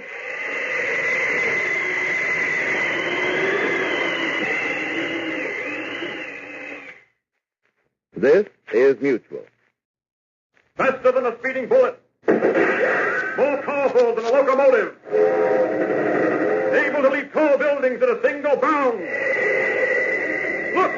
Up in the sky! It's a bird! It's a plane! It's Superman! Yes, it's Superman, strange visitor from another world who came to Earth with powers and abilities far beyond those of mortal men. Superman who can change the course of mighty rivers, bend steel in his bare hands, and who, disguised as Clark Kent, mild-mannered reporter for a great metropolitan newspaper, fights a never-ending battle for truth, justice, and the American way. But before we join Superman, here is an important message. Fellows and girls, every day the city, state, and national offices of civilian defense organizations are swamped with letters from young people like yourselves. And most of these letters ask, what can I do, what part can I take in the national war effort? Now, the writers of these letters are all too young to join the United States Armed Forces, too young to join any of the numerous home defense groups. And yet they ask, isn't there something we can do? Some of you listening now are no doubt among those who have written these letters, and I'll bet many of you who have not written have thought the same thing. Well, the answer is a very simple one, and here it is. You can do your part in civilian defense. You can help win this war by buying war-saving stamps regularly. How does that help, you ask?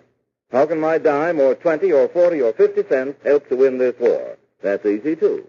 For instance, your dime, just 10 cents, would buy 5 .45 caliber bullets that can be used by our soldiers, sailors, or Marines to knock 5 Japs or 5 Nazis out of commission.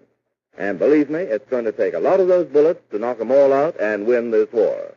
Another thing, 50 cents, which represents 5 10-cent or 2 25-cent war-saving stamps, will buy enough fuel oil to bring one of our destroyers a full mile closer to the Jap fleet in the Solomon Islands. And you know what happens when our Navy gets close enough to turn on the heat. And here's one more thing for you to think over. If every fellow and girl in the United States bought at least 5 10-cent war-saving stamps every day, the amount of money they'd lend to the government would buy enough fighter planes and bombers to blast Hitler's Luftwaffe right out of the air. So remember that each and every dime is important, that buying war-saving stamps is a very important way to help win the war. So why not pledge today to buy war-saving stamps regularly? And keep in mind this slogan. Every time you've got a dime, buy a war-saving stamp. And now, the adventures of Superman. As you know, Editor Perry White of the Daily Planet is financing an expedition to locate the lost continent of Atlantis, believed to be lying at the bottom of the Atlantic Ocean. Following a series of mishaps during which Jimmy was so seriously injured that Superman had to fly him to a naval hospital, our friends reached the spot in the Atlantic below which Dr. Leander Cameron, eccentric explorer and leader of the expedition, believes the lost continent will be found. As our last episode ended, Dr. Cameron's multi-depth submarine and bathysphere began the dive that will end, he believes, in the sighting of the lost continent of Atlantis 3 miles below the surface of the ocean. We join our friends now 1 mile below the surface, a depth no human being has ever descended to before. Listen. A mile below the surface? Do you really mean that we're actually a mile below the surface? Yes, Miss Lane, we're submerging rapidly. Can't see a thing through this window. Everything's pitch black. That's right. I thought you said, Leander, that we'd see all sorts of strange things. We will, Perry, we will. I haven't switched on the searchlight yet. Searchlight? Well, now, don't tell me this submarine is equipped with searchlights. I might say, Miss Lane, that there's nothing with which this submarine is not equipped. Be prepared, that is my motto, along with the Boy Scouts of America. Wish we had a few Boy Scouts here now. I'd feel safer, perhaps. I'm not going to switch on the lights until we're 1.5 miles below the surface. In a little while, we should begin to see... Wait, there's something now. Where? Yes. Look. See it? Gracious, what is it? A fish. A fish? Well, I don't see anything but two big white eyes and rows of long teeth gleaming in the dark. That, if I'm right, is the Gonostoma pileatus. Really? And what might that be? A pickerel. A pickerel. Now, look here, Leander. I am a freshwater fisherman. I've caught many pickerel in my time, and they don't look like that. The Gonostoma pileatus is the saltwater cousin of the freshwater pickerel. It lives a mile below the surface of the ocean. This fellow is 40 times bigger than any pickerel you've ever caught, Perry, and his teeth are also 40 times bigger. Notice how they shine in the dark? You mean they're luminescent? That's right, Mr. Kent. From here on, we shall see nothing but luminescent fish. Fish that shine in the dark. Well, I should think that would be quite necessary in this inky blackness. Look, isn't that pretty? Oh, yes, Lois. That's a beauty. My heavens, look at the colors in that fish. Red, green, yellow, blue, and all lit up. Why, it looks like a swimming Christmas tree. Wonderful, isn't it? Let me get to the phone. I want to tell Nicodemus about it. Nicodemus? Yeah? Nicodemus, did you see the Anthropomorphus locustalsis? What? You're crazy. What do you mean? That was a Myctophum punctatum. You are out of your mind. That was no Myctophum punctatum. That was definitely an Anthropomorphus locustalsis. These zoophictite fins were much too long, and any fool could see the Lamarian scales were much too close together. You're just stubborn. Didn't he agree? He says it was a Myctophum punctatum. Ridiculous, utterly ridiculous. No, Doctor, it really doesn't matter. Well, whatever it was the most beautiful thing I've ever seen. Just like a Christmas tree glowing in a dark room. This is wonderful. I've never experienced anything like it. How far down are we now, Doctor? Well, now, let me see. Yes, 1.5 miles. Time to turn on the searchlight. We don't want to hit a projecting ledge or coral reef. Or an Atlantean mountain peak. Nicodemus? Eh? Turn on the searchlights, Nicodemus. Okay. I still say that was an Anthropomorphus locustalsis. I suppose you didn't see the Arancilia dactylometer depending from the Aurelia? You can't even pronounce it. It was a Myctophum punctatum. There's no doubt of it in my mind. No doubt of it in his mind. He hasn't got a mind. Uh-oh, there go the searchlights. Great heavens, look. Oh, Clark, isn't it amazing? Simply amazing. Leander, I really don't care now whether we find Atlantis or not. I've seen everything there is to be seen. I feel the same way, Mr. Oh, I knew it would thrill you. It thrills me, too. Remember, I've never seen this before, either. Well, if you've never seen all this before, how can you be sure you're right and Nicodemus is wrong? What do you mean? Well, he says that fish we saw was a Myctophum punctatum. What was that again, Chief? Nicodemus said that fish was a Myctophum punctatum. And Leander here says it was an Anthropomorphus australis. Now, why don't you just forget it, Chiefy? Those Latin names are a bit too much for you. Now, look at here, Kent. I want to tell you... What? Well, maybe I'd better. Better have that upper plate fixed. Look, what's that? Clark, great heavens, look. That is a mammoth shark, Miss Lane, a veritable sea monster. A mammoth shark? It looks the size of a whale. It is. You mean to say that there are sharks as big as whales? Of course, they have to be that big to withstand the pressure of a mile and a half below the surface. Oh, which reminds me, how are we withstanding the pressure? Well, we appear to be doing very well. Very well indeed. Ah, yes. Yes, in a short time we ourselves will look upon the ancient and now submerged land of Atlantis. A land where 9,000 years ago men and women lived as we live today. We shall see houses, roads, streets, buildings of all sorts. We shall see... What's that? What? I saw it only for a moment. Caught in the beam of the searchlight. That thing there? It looks like an eel. Certainly, that's all it is, an eel. Pretty big eel. But as you say, Leander, what's the matter? You're turning pale. Give me that phone. Leander, what is it? Nicodemus. Never mind, Doc. I've seen it, too. Surface at once. I'm servicing, Doc. What's the matter, Doctor? Look at that eel. Look at it now. What? Why, it can't be an eel. It looks like a lot of tangled giant eels. It's a devilfish, an octopus, a giant octopus. Yes, by heavens, and it's seen us. A giant octopus? Oh, 40 to 60 times larger than the ordinary octopus. Parrot, we must get away from it. We must. Are we starting toward the surface? Yes. Hadn't we better turn off our searchlight? No, the octopus can stay in the dark. We can't escape him that way. Pray to heavens he doesn't come after us, that he really doesn't see us. It's beginning to move up toward us from the depths. I'm sure it's moving toward us. Those tentacles. Look at them. They're as big as fire hoses. He's seen us. We're in a bad spot, I'm afraid. A very bad spot. The phone. Nicodemus. Yeah? Nicodemus, what do you think? Well, I think he's going to come for us, Doc. We must do something. Is there anything we can do, Nicodemus? Nothing except trying to keep away from him. Then why don't you? We're not rising very fast. What's the matter with you? You know I can't rise any faster than the compression tanks will take it. You want a case of the bends? Rather a case of the bends, Nicodemus, and no body left with which to have them. That thing will crush us like an eggshell if it gets a hold of it. It's coming up fast. Tell you what I'll do, Doc. I'll level out and try to get away from it that way. Can't do it by trying to reach the surface. No, don't do that. Keep rising. We may be able to reach a depth where the giant octopus can't go. I never thought of that. Keep surfacing, then. We'll see what happens.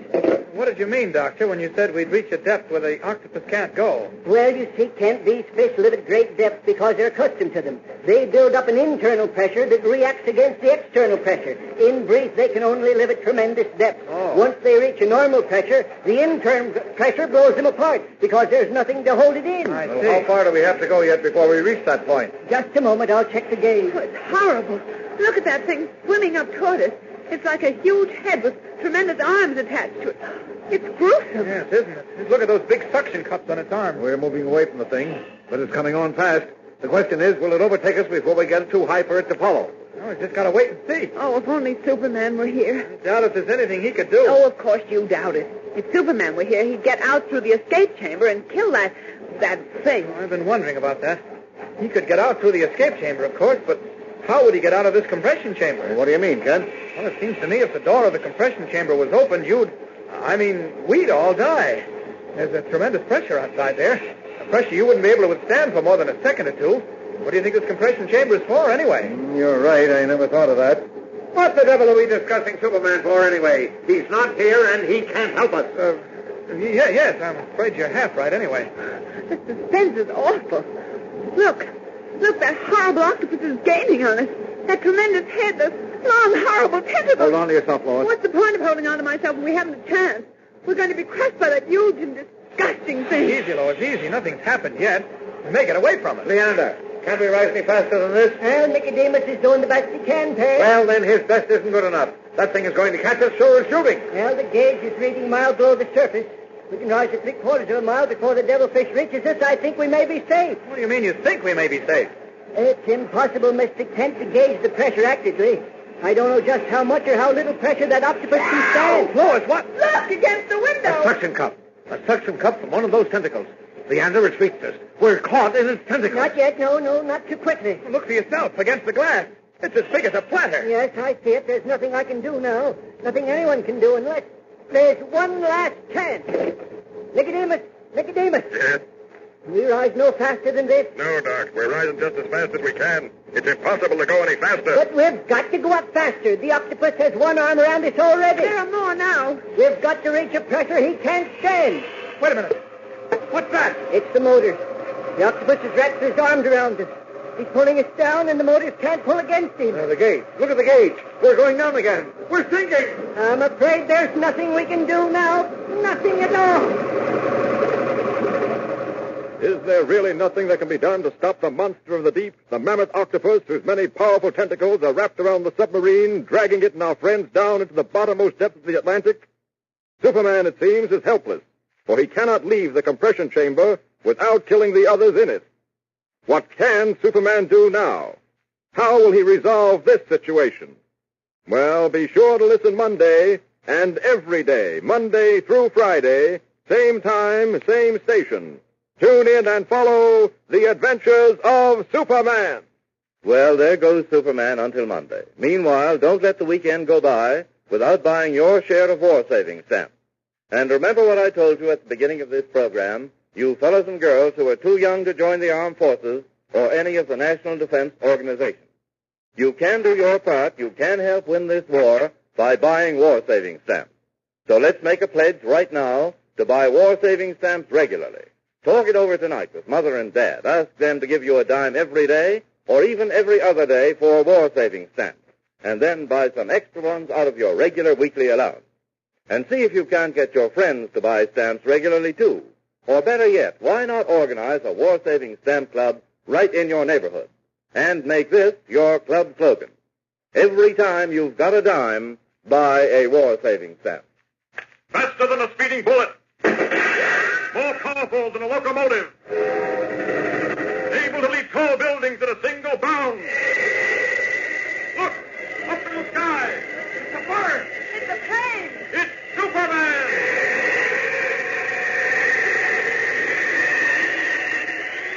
Follow the adventures of Superman every day, Monday through Friday, same time, same station.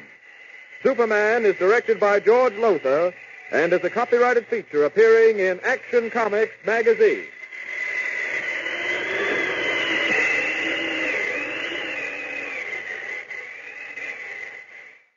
This is Mutual. Faster than a speeding bullet. More powerful than a locomotive. Able to leap tall buildings at a single bound. Look! Up in the sky! It's a bird! It's a plane! It's Superman! Yes, it's Superman, strange visitor from another world who came to Earth with powers and abilities far beyond those of mortal men. Superman who can change the course of mighty rivers, bend steel in his bare hand, and who, disguised as Clark Kent, mild-mannered reporter for a great metropolitan newspaper, fights a never-ending battle for truth, justice, and the American way. But before we join Superman, here is an important message. Fellas and girls, as you know, a new war front has been opened by our fighting forces.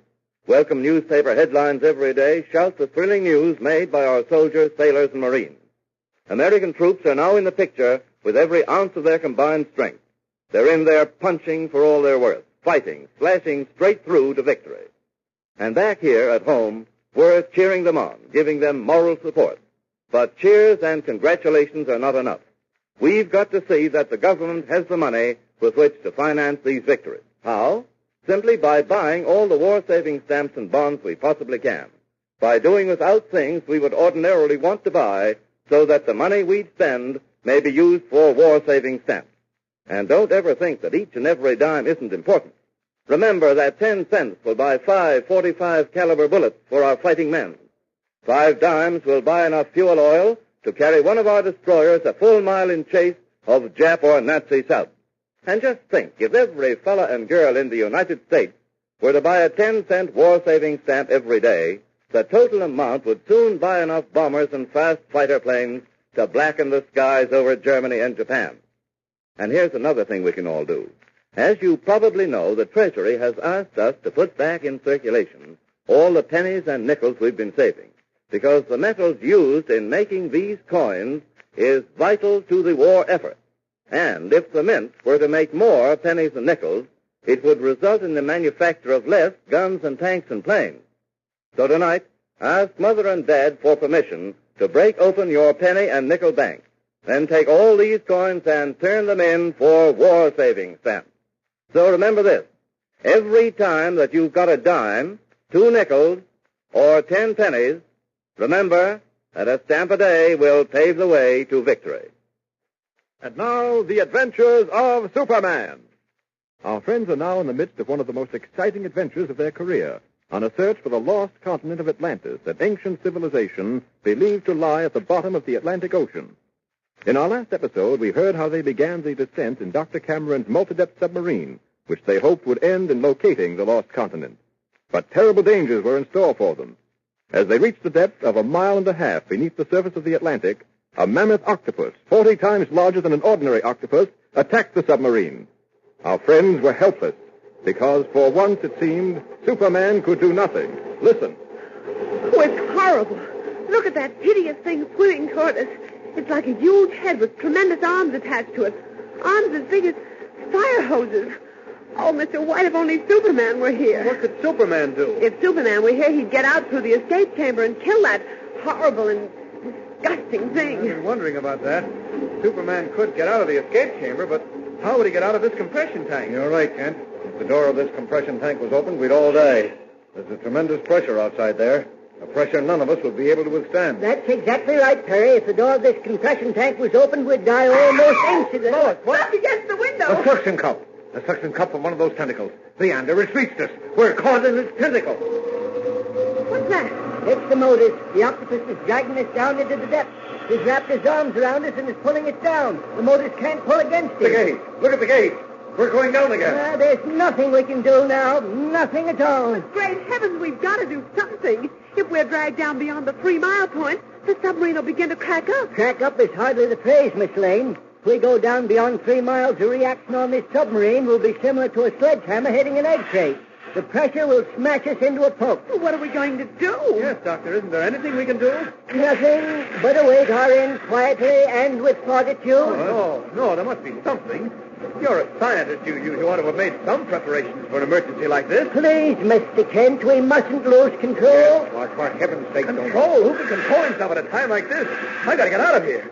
I can't stand being enclosed in a small space, that frightful thing dragging us down into the depths. Get away from that door, Mr. Kent. You just try and make... You fool, open that door, Kent, and we'll all last about 10 seconds. 10 seconds? You heard me, 10 seconds. Cleverly, Superman, in his disguise of Clark Kent, leads Dr. Cameron into telling him just how long that door can be opened before Lois, White, and Cameron, ordinary mortals, feel the effects of the pressure.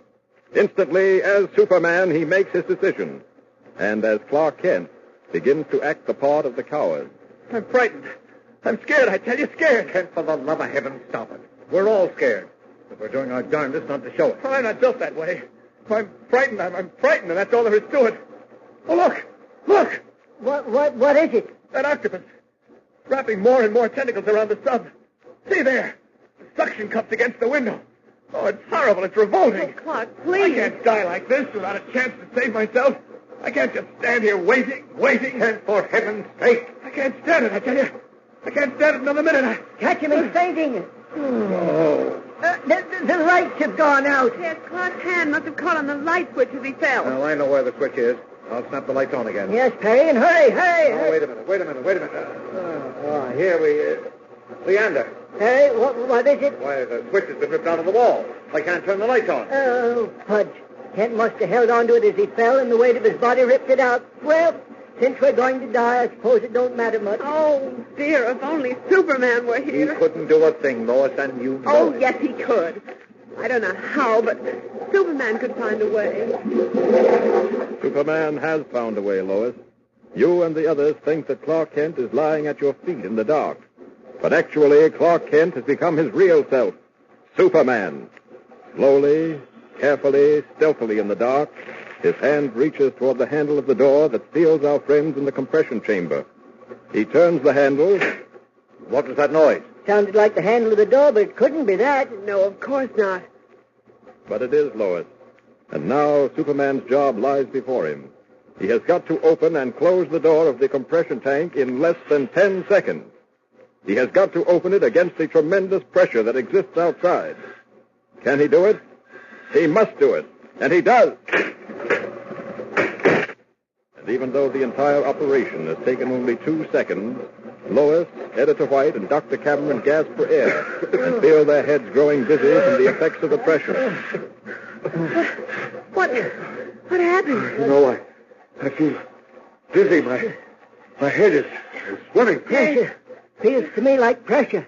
And I thought I heard the door open. I thought, no, impossible. Couldn't be. My head's clearing now a little. My eyes are beginning to focus. Mr. White, are you all right? I think so. I got a pain in my head like a throbbing headache, but otherwise, great heavens. What is it, Mr. White? Why, it's impossible. No, it couldn't be. I see what you mean, Perry. My head's beginning to clear, too. The arms of that octopus are sliding along the wind as if something were dragging him away from it. You're right. The suction cups are straining to hold onto the glass, but look, they're sliding off. What was that? What? Didn't you see it, that flash of red and blue out there? Red and blue? No, it can't be. That would be too much to ask.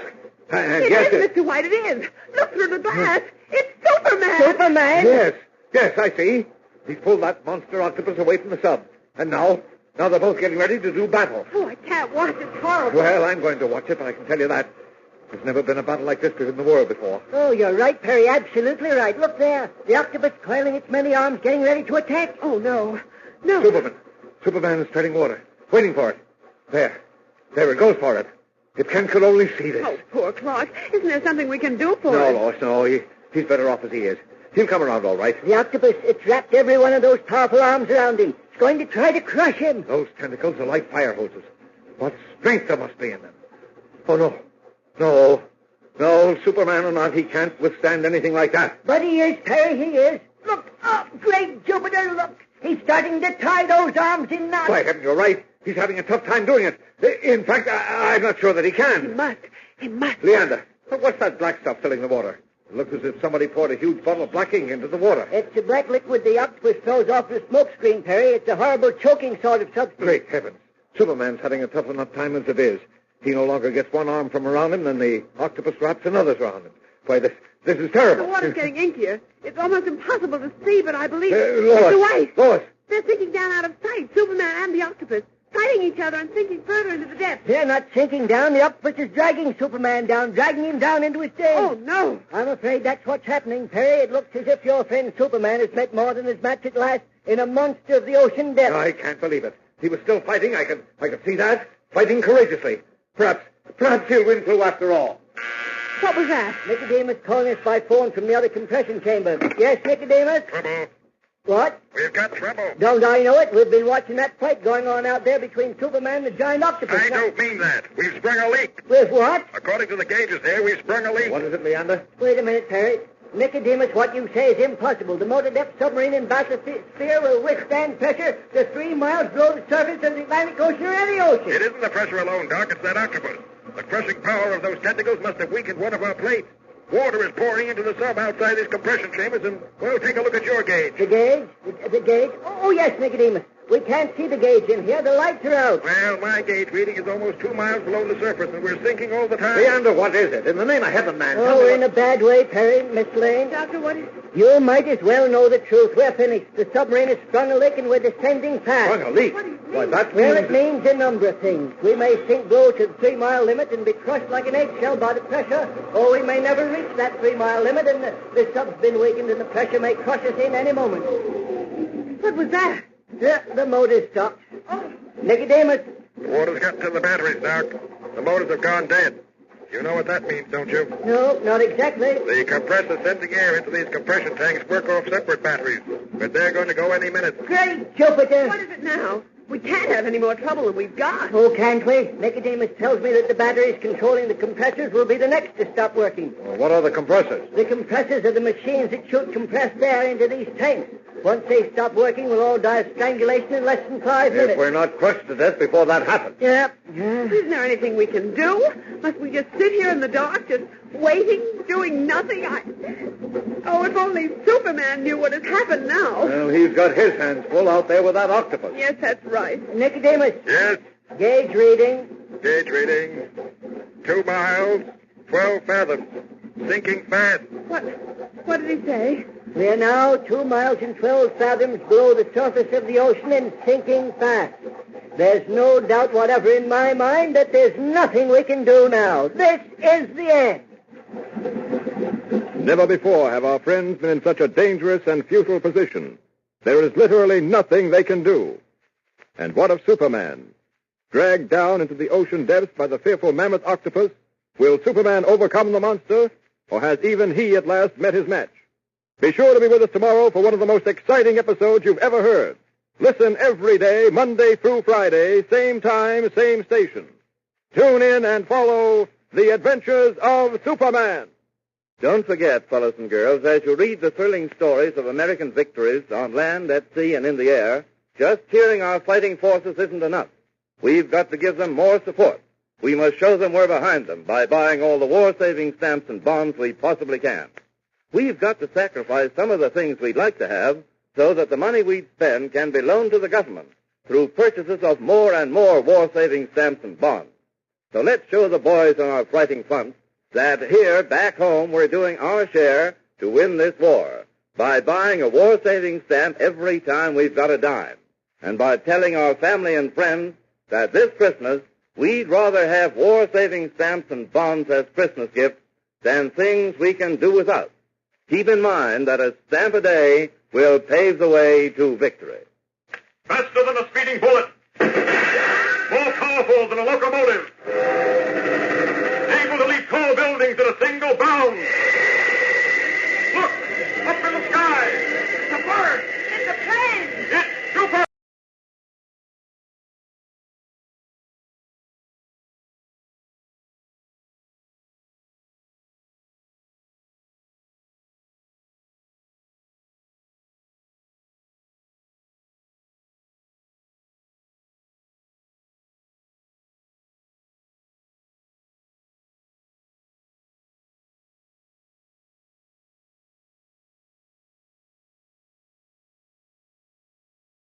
answers. Well, anyway, to a few of the answers. You start even Steven because they never hear the questions until you hear them on the broadcast.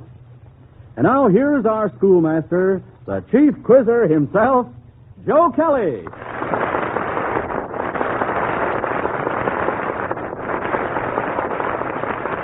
Thank you, Bob Murphy, and good evening, everybody. As our special guest this evening, we are honored to have with us Miss Inga Mansky, lyric soprano of the Chicago Civic Opera Company. We'll have her help in our musical questions later on. Right now, class begins with roll call. Richard? I'm Richard Williams. I'm 14 years old and sophomore at Roosevelt School, East Chicago, Indiana. Tommy? I'm Tommy Franklin. I'm 12 years old and in the 6th grade at the Bobbian School. Harvey?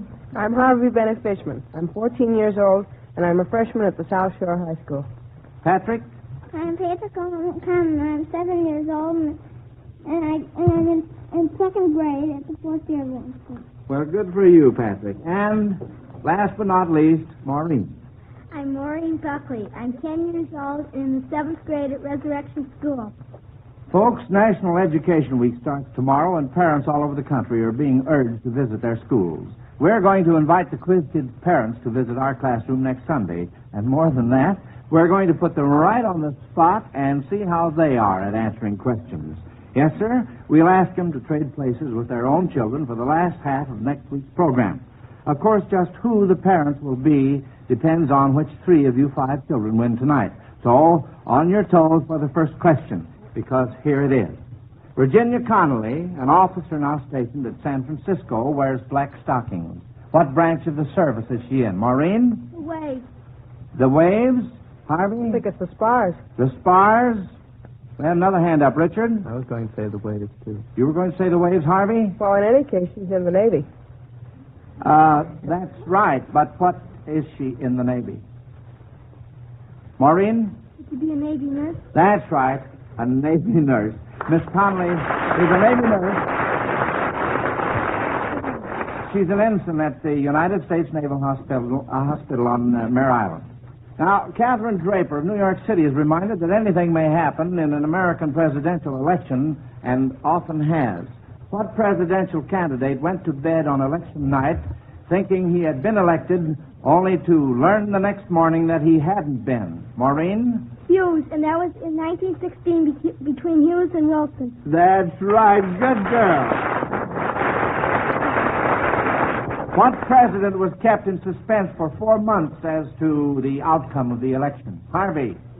Well, that was in the Hayes-Tilden election when it was very close and the outcome wasn't decided until March 2nd by the House of Representatives. That's very good, Harvey. That's correct. And Hayes won.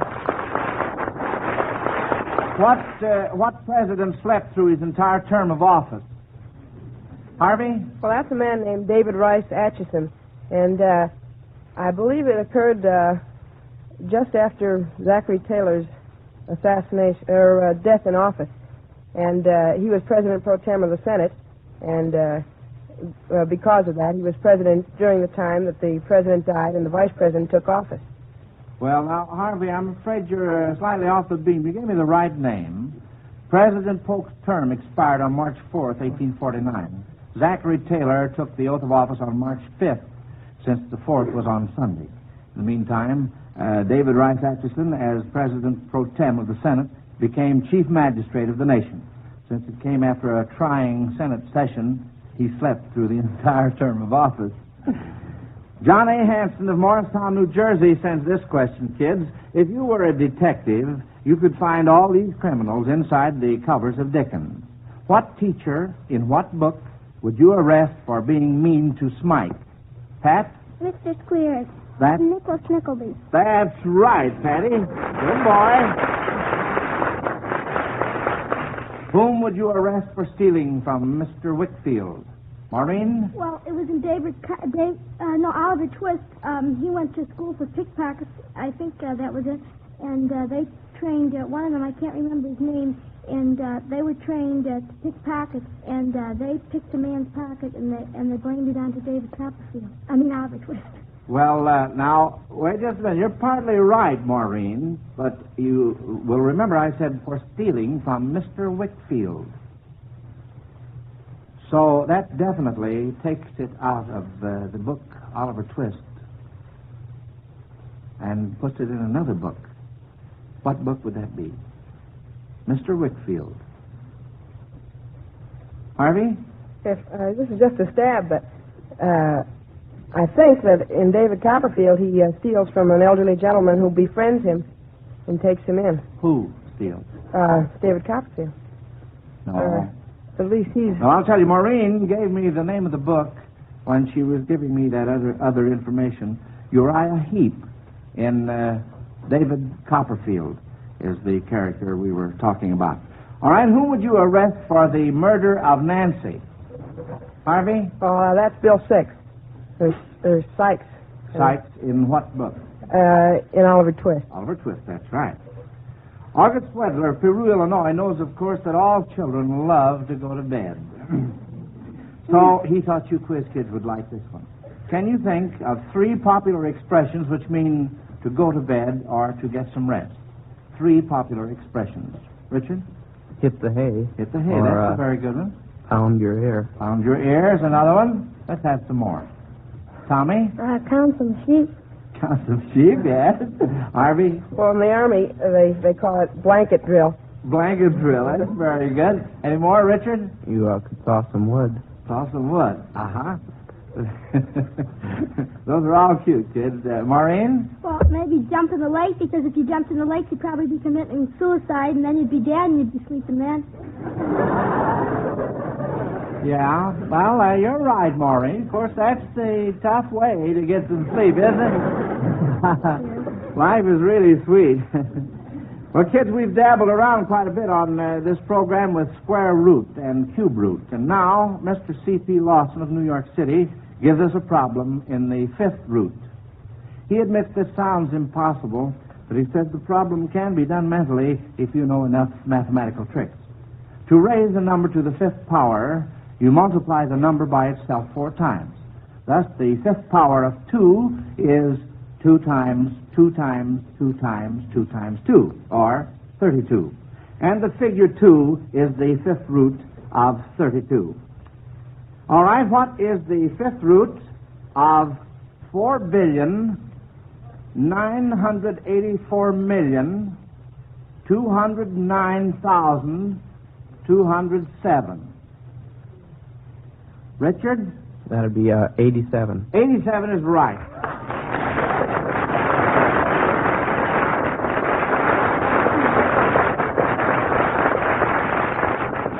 That's wonderful. Richard, what system did you use to get that answer? Well, the 5th power of 80 is 3 billion.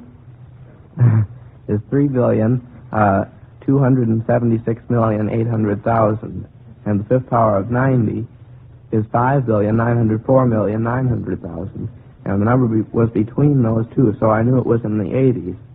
And since the number ended in 7, and any number, 5th power, ends in the same digit that the original number did, then I knew that the second digit was 7, and so it had to be 87. Well,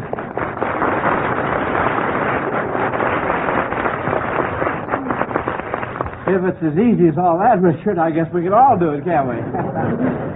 That was my system. That's the system I use on that, too. Now, let's see. Next question here. The Reverend Clyde Walter Earhart of Murfreesboro, Tennessee, sent this question, children. Authors of the world's bestseller, the Bible, were not professional writers. What was the trade or profession of these 3? Matthew, Luke, and John. Pat? Well, Matthew was a tax gatherer. That's right. And Mark was... We didn't ask for Mark. Matthew, Luke, and John. Well, Luke was a physician. That's right. And John was one of the apostles also. Yes, and what... so was Matthew. Well, yes. But what was John's trade or profession, Pat? Well, I don't know that. Maureen? I think he was a fisherman. He was a fisherman, that's right. That's very good, kid. Now, between questions, let's visit Professor Murphy's elocution class. Oh, come on, Kay. It's time to get up. The Navy's waiting for its little career girls. Oh, Suzanne, I can't get up. I've got a headache that was built for an elephant. Oh, another cold, doggone it. Not another one. Oh, I ache all over. So I'm not going in this morning. Will you be an angel and type those form letters for me? Lieutenant Jones waiting for them first thing. Listen, Kay, I'm getting tired of doing your work while you stay home and nurse your colds. Why don't you do something about them? What else can I do, Suzanne? I get plenty of rest, I eat right, I dress sensibly, I exercise, and still I get colds. Well, beginning today, dear, you're going to join me in the vitamin brigade. I don't get nearly so many colds since I've been taking these one-a-day tablets. Of course, I can't prove that the vitamins did the trick, but if they didn't, I don't know what did. Yeah, let's see that bottle. One-a-day brand vitamin A and D tablets. How many of these do you take every day, Sue? Just one, Kay, and that's what makes one-a-day brand so easy to take. One tablet each day, and it costs just about a penny a day. Come on, open up and swallow it down. There you are. And that's a good thing for everyone to remember. Do everything you can to help keep up your normal resistance to colds. Take a one-a-day brand vitamin A and D tablet every day. Each tablet contains as much vitamin A and D as a teaspoon and a half of USP minimum cod liver oil. Ask your druggist for one-a-day brand and look for the big one on the yellow box. Thank you, Bob. You know, friends, last Sunday on our GI special program, we undertook to give servicemen in advance the scores on 3 of yesterday's football games. Our guest last Sunday, Red Grange, and our own Tommy Franklin, age 12, each made predictions. Well, the time has come to check the actual scores and see which of these brave souls came closer. Let's look at the record. Michigan, Pennsylvania. Predictions. Tommy, Pennsylvania to win 12-6. Red Grange, Michigan to win 21-14. Actual score, Michigan 41, Pennsylvania 19. The winner, Red Grange. Second game, Wisconsin-Purdue. Predictions. Tommy, Purdue to win 21-7. Red Grange, Purdue to win 14-7. Actual score, Purdue 35, Wisconsin nothing. The winner, Tommy Franklin. Third game, Notre Dame Navy. Predictions. Tommy, Navy to win 27-7 or 14. Red Grange, Notre Dame to win 21-7. Actual score, Navy 32, Notre Dame 13. The winner, Tommy Franklin. Well, Tommy, you bested the great Red Grange on that guessing contest, and Red called me up this morning to ask me to extend his congratulations. Also, he wanted me to ask you whether you can think up any alibis for him to tell our listeners on why he might logically have missed it so far on the Notre Dame Navy game. How about it, Tommy? Because Notre Dame had, I think they'd score more points this year than Navy, and their opponents had only crossed the goal line once. And, well, he's a businessman, and he hasn't got as much time as I have to look up things. Well, that's very true, Tommy. Did you want to add anything more to that? Well, you don't have to. I thought maybe you wanted to talk a little further. Maureen has her hand up. What did you want to say, Maureen? Notre Dame's a better team than Navy. Oh, you think they are, huh? Well, of course, it's obvious that Notre Dame had no business losing. Anyway, Tommy, you and Red were both good sports, and I want to thank Red again for paying us such a pleasant visit last Sunday. Well, the opera season is in full swing, and we have with us tonight a young lyric soprano who made her successful debut just last week with the Chicago Civic Opera Company. She is the daughter of the famous Dorothy Mansky of the Metropolitan. Here she is, Miss Inga Mansky.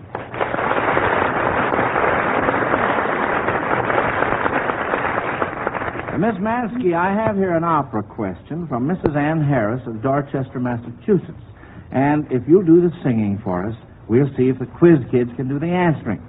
Now, children, if you heard Miss Mansky singing these arias at the opera, what roles would she be singing? I'd like for you to get 2 out of 3 on this. Here's the first one.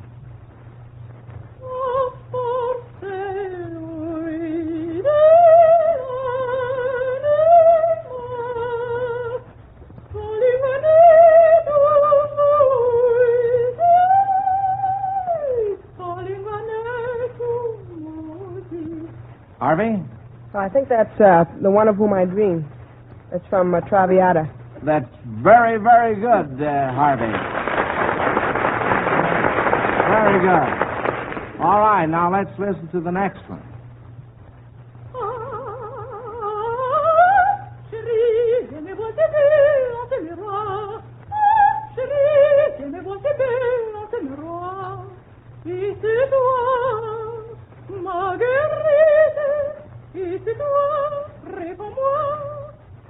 Maureen? I think that's the Jewel song from Faust. That's right, Maureen. Maureen, who sings that in the opera?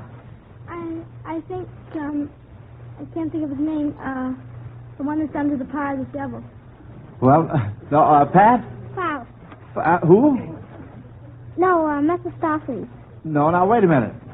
Harvey? Well, I don't think it could possibly be a man because it's a lyric soprano song. All right. Who would be singing? I guess Margarita. Marguerite, that's right. And here's the last one.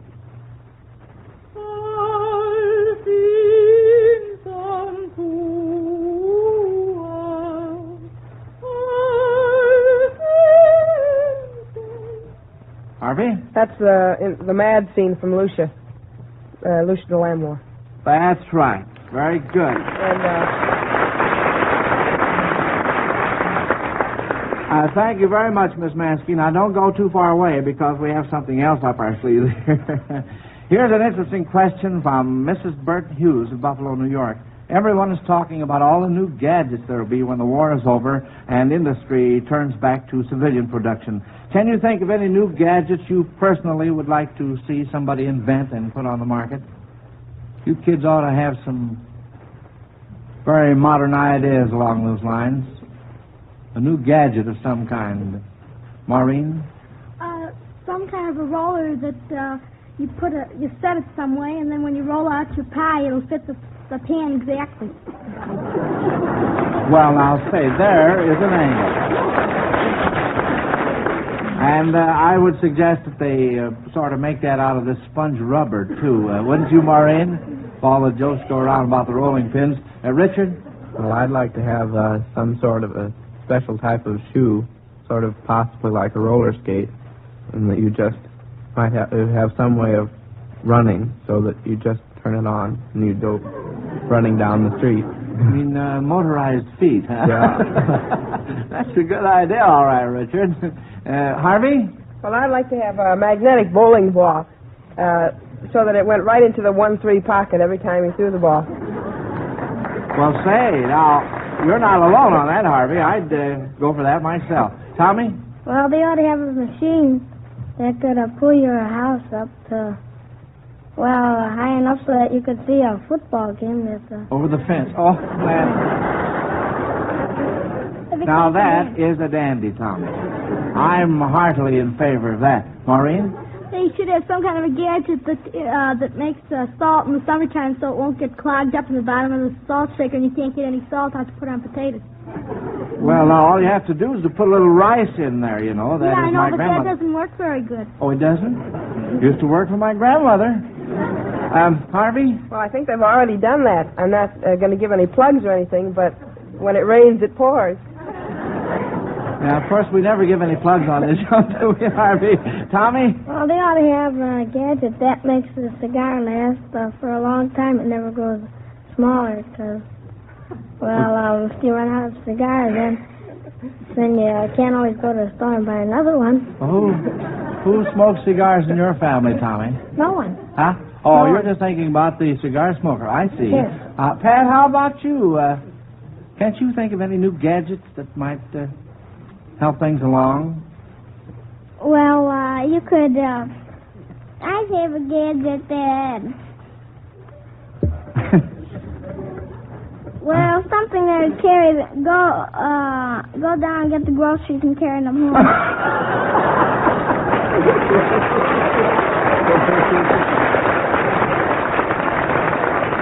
Well, Pat, that's the invention that ends all inventions, I want to tell you. Let's get along, kids. Those were all fine. From Whiting, Indiana, comes this question thought up by Arthur Brown, Jr. The Russians first entered Yugoslavia through what country, and through what 6 other countries is it possible to enter Yugoslavia? Richard? Well, they first entered Yugoslavia through Romania. That's right. And you could also enter it through Italy or Austria, yes. Or Hungary. Or Bulgaria, or Greece, or Albania. It's all 6 of them. Nice going, Richard. Now, before this next set of questions, Bob Murphy has a special message for all you parents listening in. I'm sure that if you have boys and girls growing up in your family, I don't have to point out to you the importance of giving them plenty of vitamins A and D, because your family doctor or baby specialist has made that clear to you. Vitamin A, among other things, helps keep up their normal resistance to colds and similar infections, while vitamin D helps build and preserve strong bones and teeth. Now, you may know these vitamins as the cod liver oil vitamins. Well, let me ask you this. Do you have trouble coaxing your youngster to take these vitamins regularly? Then you'll be glad to know about a pleasant, easy-to-take product that contains these A and D vitamins in pleasant-tasting tablet form. Tablets that have no unpleasant taste or aftertaste. They're one-a-day brand vitamin A and D tablets put out by the makers of Alka-Seltzer. Each one-a-day brand vitamin A and D tablet contains the full basic daily supply of A and D, as much A and D vitamins as you'd get in a teaspoon and a half of USP minimum cod liver oil. And one little tablet scarcely larger than a navy bean is all you take each day. Not only is one-a-day brand pleasant from the taste standpoint, but from the budget standpoint as well. One tablet each day costs you just about 1 penny each day. Now, to be sure you're getting the guaranteed potency in each tablet, ask your druggist for one-a-day brand vitamin A and D tablets, and look for the big 1 on the yellow box. Now, back to school and Quizmaster Kelly. Well, this question from Marjorie Conrady of Wilmette, Illinois, requires you quiz kids to try singing grand opera. And that's only fair because Miss Mansky, a real opera singer, was nice enough to sing for you. If you can sing well enough for Miss Mansky merely to recognize what you're singing, we'll call that good enough. So now remember, when you answer this question, don't tell what you're going to sing, just sing it.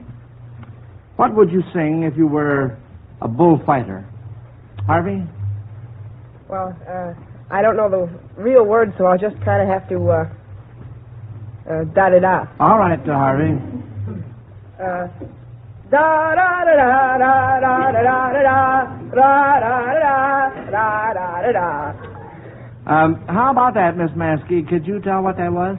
Yes, I certainly could. That was the Toreador song from Carmen. And a bullfighter sang it, didn't he? So that answers the question. I thought at first it was a ta-da song. Well, anyway, what would you sing if you were a gondolier? Richard? Well, you might sing the... you might sing la la la la la la la la la la la la la. Well, how beautiful. Miss Mansky, what is that, by the way? That is from the Tales of Hoffman and Fright. It's the Bach roll. Well, look, Miss Mansky, if you don't mind, I'd like to hear you and Richard sing that together. I'll tell you what, Richard. Now, this is going to be a lot of fun now. You start it out, Richard, and Miss Mansky will join in.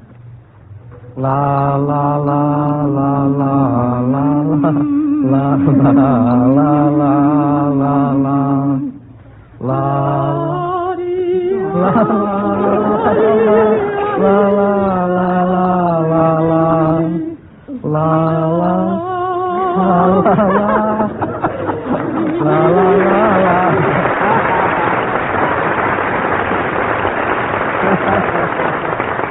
Well, that was a lot of fun. Thanks a lot, Richard, and thank you, Miss Maskey. You were kind to come up and help us out. Now, kids, try this one, thought up by Mrs. R.H. Fletcher of Carrollton, Georgia. Let's imagine that some of the characters in Shakespearean plays suffer with amnesia and forget in just what play they belong. You are to put them in the right play. Now, here's the first set of 3. Imogen, Cloten, Posthumus. Pat? Cymbeline. Cymbeline, that's right, Pat. Here's the next threesome. Hero, Beatrice, Don Pedro. Pat? The hero Beatrice and Don Pedro appeared in Much Ado About Nothing. That's right. Good boy. And last, Mistress Page, Mistress Ford, Mistress Quickly. Maureen? At first, when I heard the page, I thought it might be, wasn't Romeo and Juliet in the castle? No. Richard? The Merry Wives of Windsor. The Merry Wives of Windsor. That's right. Children are always asking why. So Mrs. Elsa L. Ild of Berkeley, California, thought we'd turn the tables and ask you why. Why did the 3 bears go for a walk prior to the coming of Goldilocks? Harvey? Well, their porridge was kind of hot, so they figured rather than burn their mouths, they'd go out and walk for a while. Until the porridge cooled off. That's right. Why did the little old woman make the gingerbread boy? Maureen? Was it for a Thanksgiving or a Christmas dinner? Well, look at the hands. Harvey? Well, I believe they were very lonely, and they wanted someone. They didn't have any children, and they wanted someone to comfort them. That was the reason. That's the reason. All right, well, questions are over once you hear the bell quiz, kids. Now we'll just have to sit tight while the judges add up your points, and let us know which 3 of you win another chance in our classroom of the air. Remember, though, whether you win or lose in the scoring, you get a $100 war bond from the makers of Alka-Seltzer just the same.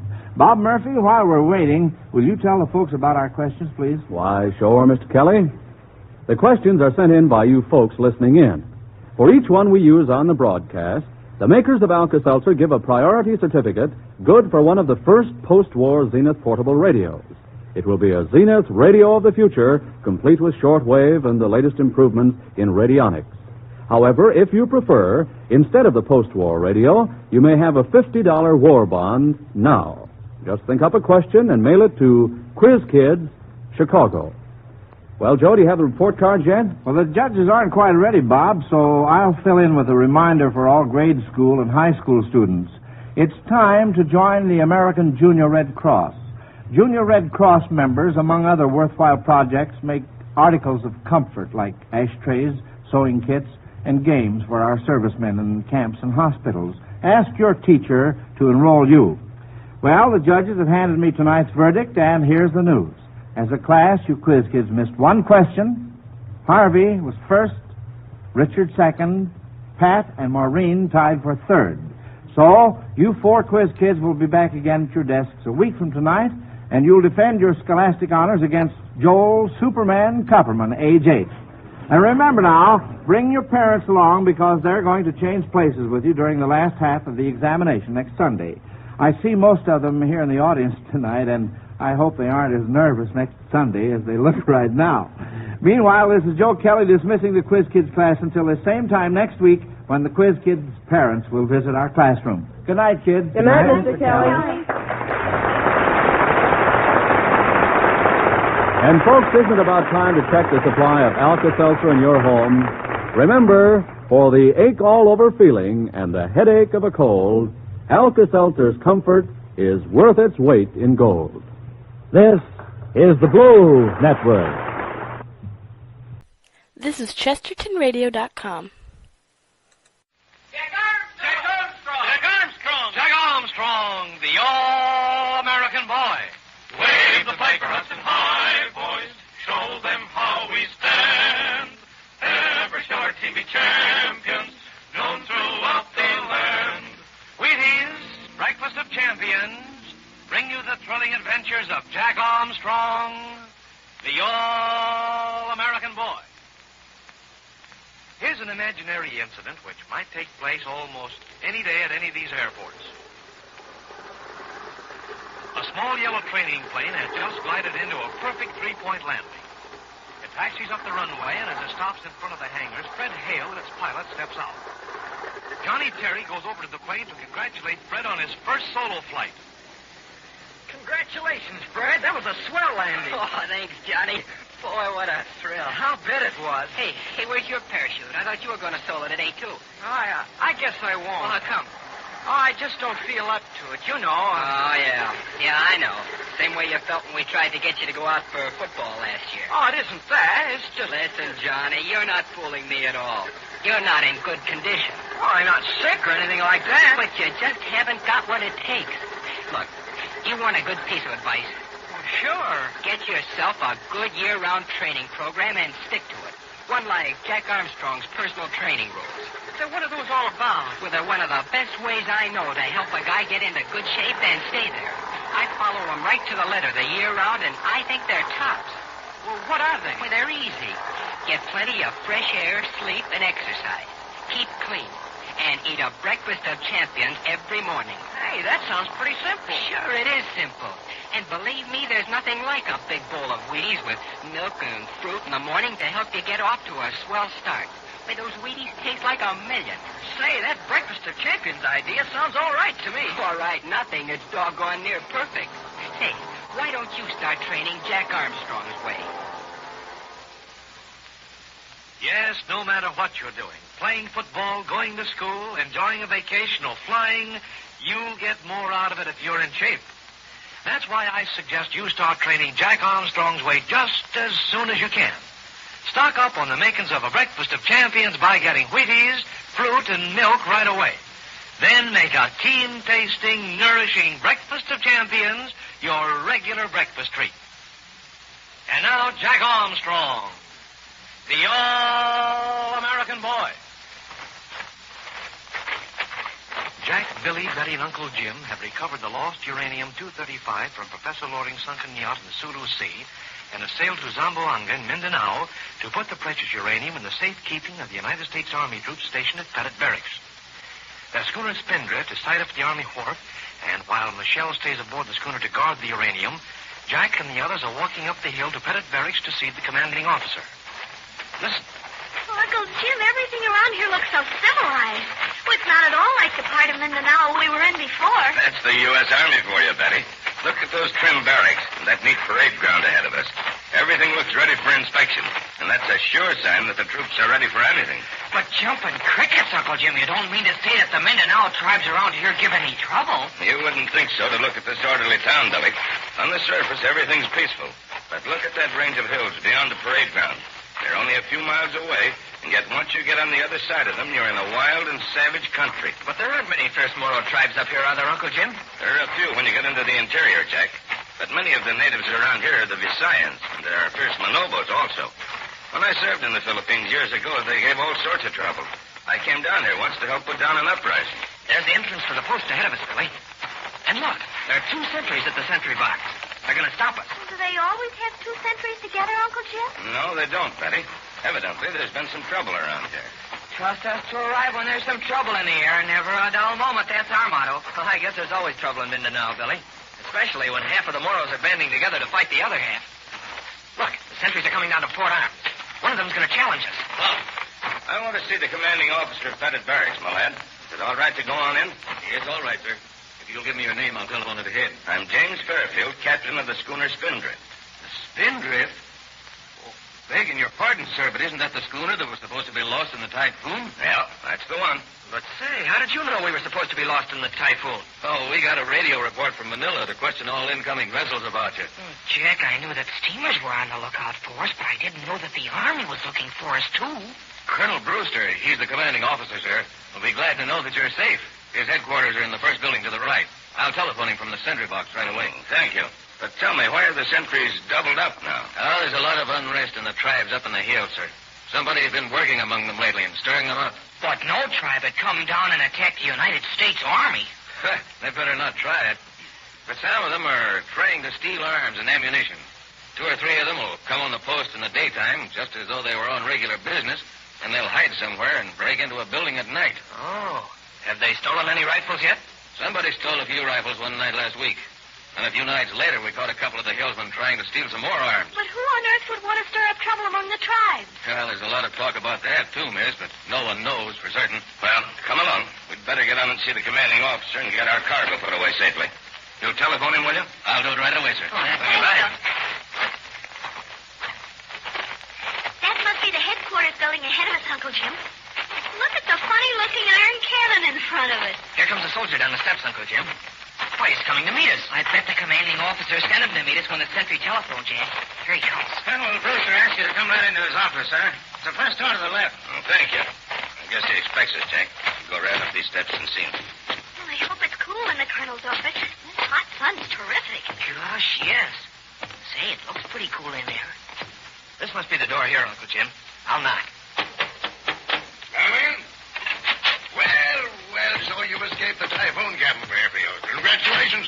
We're all worried about you. Well, we didn't intend to cause everybody so much concern, Colonel Brewster. In fact, I didn't know that everyone was so worried. Why, of course we were worried. Didn't you think we'd know who you are? Why, all the old-timers in the islands remember you when you served here years ago. And half of the young officers know all about the airplanes you make. And we've all heard of Jack Armstrong and Billy and Betty. Sit down. Come in. What can I do for you? These chairs are certainly comfortable after being on a boat. There is something you can do for us, Colonel Brewster. And I know you won't mind if I ask you to keep it an absolute secret. Of course I'll keep it a secret. We have on board our schooner a box containing some uranium-235. We want Just a minute. You mean uranium, don't you?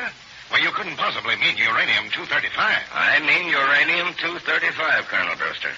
I see that you understand how rare it is. Rare? Why, it's rarer than radium. It's what those scientific Johnnies are using in their experiments with atomic power. That's it exactly, Colonel Brewster. You may be surprised to know that somewhere right here in the interior of Mindanao, there are rich uranium deposits. So rich that they yield an amazingly large amount of uranium-235 by a simple method of extraction. Why, I can't believe it. You know, I've heard that if a scientist can get enough of that uranium-235, he can probably unlock the secret of atomic power. Man alive, if that's ever done, every airplane engine, every steam engine in the world will become obsolete overnight. You're absolutely right. So you can see how important it is that we don't permit it to fall into the hands of anyone except the United States government. Important, huh? It's the most important thing in the world. There are a group of unscrupulous adventurers who know that I have this uranium-235, however, and they'll never give up trying to get it from me. So I want you to keep it for the time being. Well, why don't you take it right back to the United States? I can't right now. The scientist who discovered this rich deposit of uranium and who extracted this uranium-235 that we have aboard is somewhere in the interior of Mindanao. He's held captive by some Moro tribe. He's Professor Loring, and I've got to find him and find those uranium deposits. He's held captive by some Moro tribe, huh? Why, I'll send troops to find him. I'll send my whole regiment into the interior if necessary. Well, I'm afraid that wouldn't do any good. The Moros would kill him as soon as they heard that troops were coming after him. So it's up to us to locate him and to rescue him before the Moros suspect what we're doing. Perhaps you're right, Captain Fairfield. And if you want to leave the uranium-235 here, I'll lock it up in my secret vault. I'll keep it absolutely safe until you return from the interior. Well, that's splendid. You having any trouble in the interior now? Trouble? Nothing but trouble. It's like living on a powder keg. I'm expecting an officer any moment whom I've sent out to collect some information. He's coming up the porch now. Perhaps he'll have some news for us.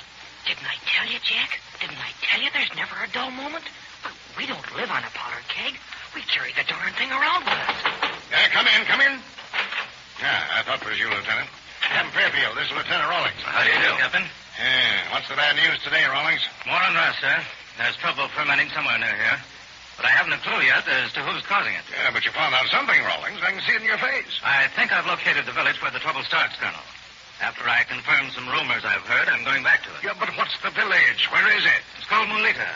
I had to leave my horse at the main trail and hike through a jungle path to get to it. Here. I can tell you exactly how far it is from the main trail. Jack, look what he's taking off his belt.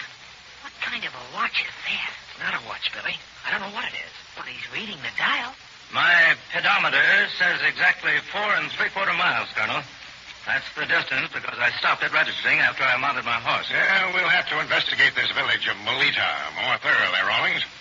Show your pedometer to Jack Armstrong. I see he's interested in it. There it is, Jack. Quite an instrument, isn't it? Boy, I'll say it is. Does it tell you how far you walk? Tells me exactly how far I walk, Jack. You can see that it has readings for 4 different lengths of stride. I put it on my belt and forget about it until I want to see how far I've gone. Gee, Willikins, I'll bet you find that useful in the jungle. Useful. You don't know the half of it.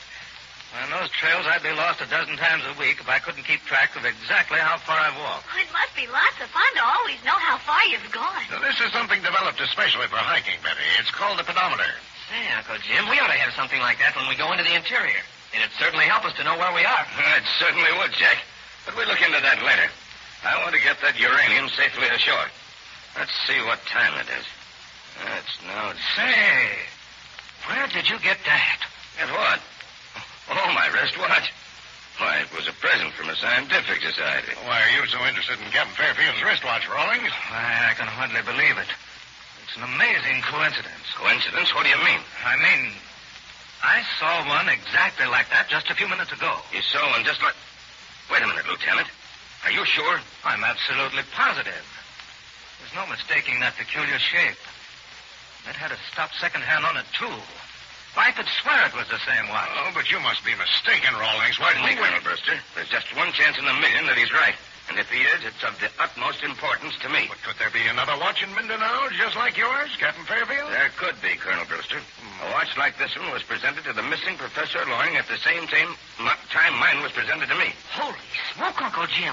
You mean... I mean, Billy, that if Lieutenant Rawlings saw a watch like mine, that watch came from Professor Loring. And the man who owns it must know something about the whereabouts of Professor Loring. Say, that is something. Where did you see this other watch, Lieutenant Rawlings? At the town market, just a little ways from Pettit Barrett's. It was on the wrist of a native who sells spices. Jack, Billy, I've got to get that uranium safely ashore. But I want you to go down to that market right away. Find that native and look at the watch. Look at the back of it to see if Professor Loring's initials are there. And if his initials are on it, try to find out where the native got it. You bet we will, Uncle Jim. Can I go too, Uncle Jim? Can I go with him? All right, Betty, you go with him. This watch may be the first step in finding Professor Loring.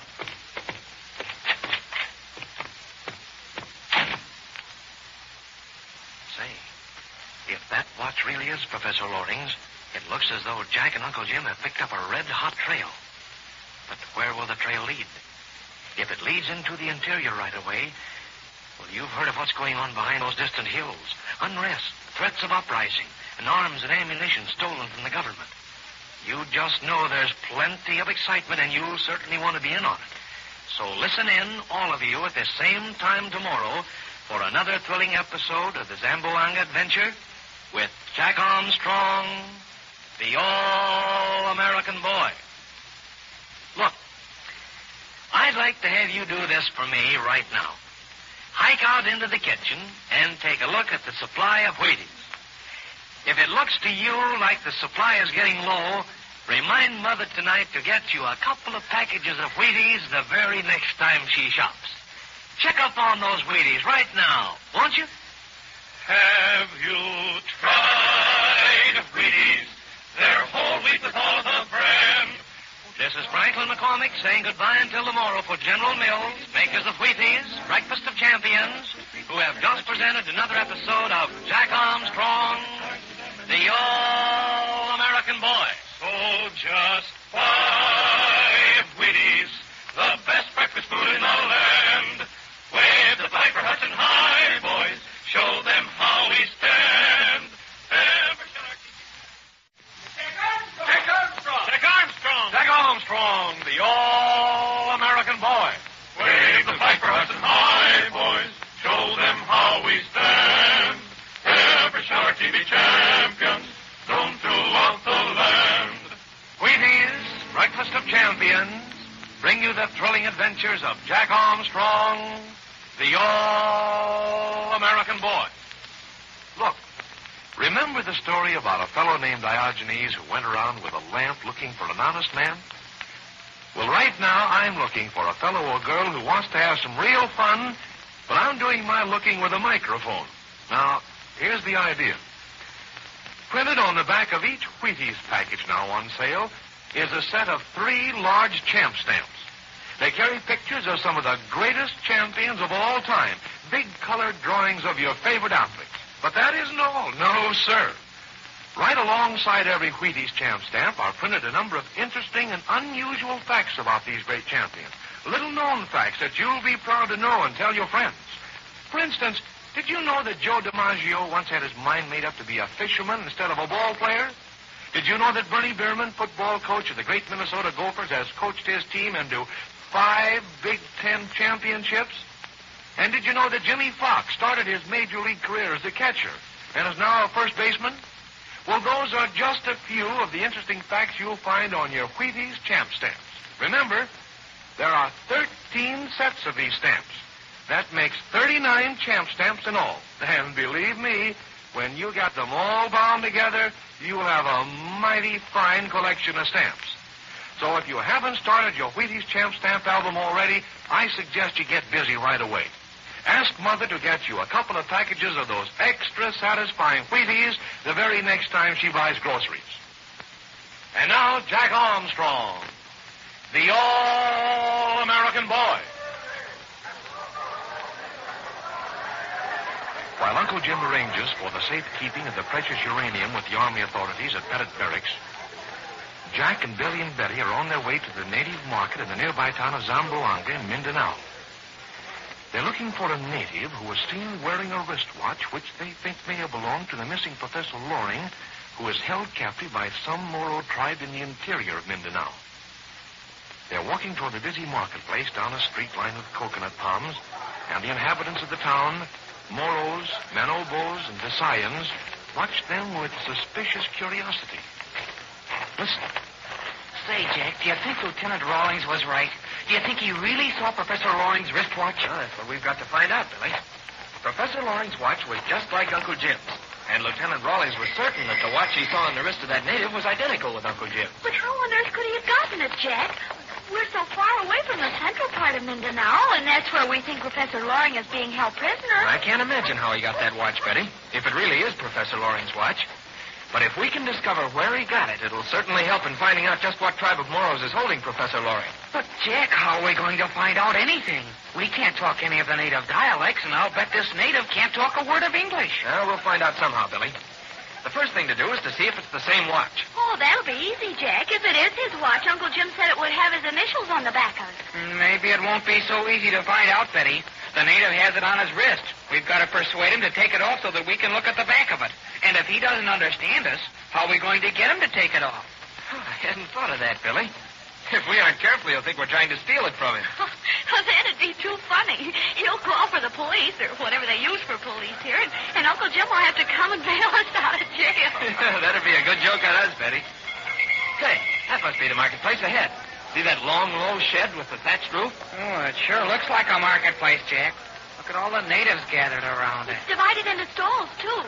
We've got to find a stall where spices are sold. Lieutenant Rawlings said that the man would be in the spice store. Oh, I believe I can smell the spices from here. I can smell almost everything from here, Betty, especially fish. I'll bet every other stall is a fish stall. Do you see any policemen around, Billy? I believe you're really afraid that we're going to end up in jail, Betty. I wouldn't know how a policeman is dressed here in Zamboanga. What would a policeman look like here, Jack? Search me, Billy. The natives are dressed in so many ways it'd be hard to tell. There's some Moros with their pantaloons and colored turbans on their heads. And some of the natives wear camisas just like they do around Manila. I'll bet they are the Visayans. The Visayans are the most civilized of the lot, Betty. And some of the men look as though they just come down from the hills, all ready to go to bed. They're a fierce-looking lot. I guess we must look pretty funny to them. See how they watch us? And they're talking about us, too. They don't look as friendly as they did in Luzon. I hope we don't have any trouble with this chap we're after. If we get into a fracas, we wouldn't have very many of the natives on our side. Well, here's one end of the market. Let's walk through it. Oh, look at all our stalls here. They must sell everything from soup to fish. Jack, here's a stall that sells all sorts of silk cloth. Oh, they're marvelous. Can't we stop here just for a second? Oh, jumping Jiminy, Betty. Here we are looking for an awfully important clue to help find Professor Loring, and you want to stop and look at silks and satins. Only for a minute, Billy. We can ask the man where to find the stall that sells spice. Oh, and of course he'd be able to speak English, Betty. He'd know just what we're talking about. We'll stop by at the stall later, Betty. I think the best thing to do is just walk around the market until we see the spice stall. All right, Jack. Oh, my. Don't tell me what the next stall is. I can smell it. It's fish. You can't miss that. A cat'd have a grand time here. Oh, look at this next stall, Jack. Why, it's full of boat models. Boy, oh, boy, they're models of the sailing Venus and the Moros. Say, we've just got to look at those. Jumping Jiminy, Billy. Here we are looking for... Oh, guess none of us wants to stop at the next stall and buy coconuts. Hey, what's that I smell? Boy. Say, does that smell good? That must be the spices, Billy. Yep, there it is. There's the spice store right ahead of him. And nobody's in it except the man who runs it. Then he must be the man, Jack. He must be the man with the wristwatch. Well, it won't take long to find out. Yep, he's got a watch on his wrist. A gold one, too. And it's the same shape as Uncle Jim's, Jack. Let's see if it has a stop second hand on it, Billy. We'll have to go close to him and talk to him. Oh, I hope he speaks English. I don't want him to misunderstand what we want. Hello there. Do you speak English? Spice very good. You buy, huh? Hurrah, he does speak English. Oh, I'm so glad. Now Uncle Jim won't have to bail us out of jail. Spice very good. You buy, huh? Oh, your spices certainly smell good. But what I want to know is this. Spice very good. You buy, huh? Gee, Manetti, is that all he can say? Can you talk English? Can you understand what I'm saying to you? Spice very good. You buy, huh? Jackie doesn't speak English after all. He just knows that one thing, and he says it over and over again like a parrot. Spice very good. You buy, huh? Well, I give up. What are we going to do next, Jack? Well, we've got to do something, Billy. We've got to look at the back of that wristwatch and see if it has Professor Loring's initials on it. Well, let me try, Jack. Maybe I can make him understand. Me see wristwatch, huh? Oh, that won't help any, Billy. Here, I've got an idea. I'll take off my wristwatch and show him the back, and then I'll point to his watch. Maybe he'll get the idea. There, it's on. Now I'll try the sign language. Oh, he's taking the watch away from him. Hey, there, you'll give us back that watch. We're not making you a present of it. Wait a minute, Billy. He's examining it. Maybe he'll offer us his watch to examine. Jack, he's putting it in his pocket. But, Jack, he's filling a bag full of spices. Oh, he thinks I'm offering him the watch in exchange for some spices, Billy. But how are you going to tell him, Jack? He's got your watch and he's holding out that bag of spices for you. Well, Jack, we've got to get your watch back. I bet he understands the word no. No. No. Oh, look at him, Jack. He's putting more spices in the bag. He thinks you want more. Well, I've had enough of this, Jack. I'm going to put my hand in his pocket and get your watch back. Here goes. Josh, let go. Let go of me. Billy. Help me, Jack. Help me. Hold my arm. Come on. I know he's calling for a policeman. That's fine. I hope a policeman comes. Turn Billy's arm loose, you. Billy, I'll make him let you go. Turn my arm loose. I'll get this arm, Billy. Hold it, Jack. Say, can he kick? There. All right, I've got his other arm now, Billy. Break away from it. He's calling for help, Jack. And look at the crowd coming. Everybody's running over here. Oh, look at him. Did you hear my watch, Billy? Oh, gee, I didn't, but I will. Not on your life, Billy. Not now. We don't want to be attacked by this monster. There's a soldier running this way. Good, so easy. See his belt and pistol? There we are. He's an MP, all right, Jack. And he can speak the dialect, too. Look at that crowd stopping their tracks. Say, that boy has some authority. That's a break for us, Billy. This crowd doesn't like us. All right, now then, buddy. What's all the trouble about? Now, this man has my wristwatch, soldier. He won't give it back to me. I wish I knew what he's saying, Jack. I bet he's telling an awful story. Because you sold him the watch for some spices, is that right? Of course it's not right. I was showing it to him, and he suddenly took it from me and tried to give me some spices. We don't want his whole spices. And he wouldn't give it back, so Jack and Billy tried to take it back. You're dealing with Captain Fairfield, aren't you? You came here in that white schooner and came through the typhoon? That's right. And I wasn't selling my watch. He misunderstood me. Why were you showing it to him, buddy? I wanted to look at the back of his watch. He didn't understand, so I tried to make him understand with my watch. Say, what's this all about, anyway? Why did you want to see the back of his watch? We think it was stolen from a friend of ours who was captured by the Moros. If it was stolen from him, it has the initials WL on the back of it. It may help us to find him. Sounds mighty queer to me. But if you're with Captain Fairfield, you must be all right. I'll get your watch back first. Rale marang tom. Sarang. Rale zanangpa. Sarang. There. He's getting the watch out of his pocket. Yeah, is that it? You bet that's it. I take it. I'll tell him to take off his watch and show it to you. Sarang, dagana talong. Era bolonga angapula. Gee, Willikins, I wish we could understand what they're saying. You can tell by just looking at him, Billy. He doesn't want to show us the watch. You're right, miss. He says it's his watch. He says he won't show it to white people. But we've got to see it. It's terribly important. If it was stolen from Professor Loring, and if we can find out where he got it, it'll help us to find him. I'll make him show it to you, buddy. If you think it's stolen property, we'll find right out, right here now. And move back a little. I'm going to take it off his wrist. There he goes. He's running away. He's running out of the market. Come on, Billy, after him. We've got to see that watch. He's heading for the waterfront, Jack. All right, behind you. Don't let him get away. Hey, you get out of the way. You too. Keep on, Billy. Don't let these natives block out. They're all trying to slow us up. They're trying to let that fella get away. Now, this is better here outside the market. Where is he?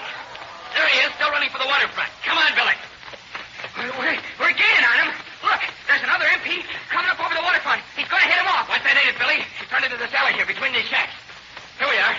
Okay. Oh, there he is. It's a blind alley. He's trying to climb the fence, Jack. We've got to get him, Billy. Come on. One last sprint before he gets over. Hurry, Jack. I'll catch up with you. Grab him. Grab his leg before he gets over. I've got him, Billy. I'm pulling him down. There. I've got another leg, Jack. Pull him down. He's got it, Billy. Watch him. He's trying to get a knife out of his back. I've got an arm. I've got the other arm. Here comes GMP, the same one.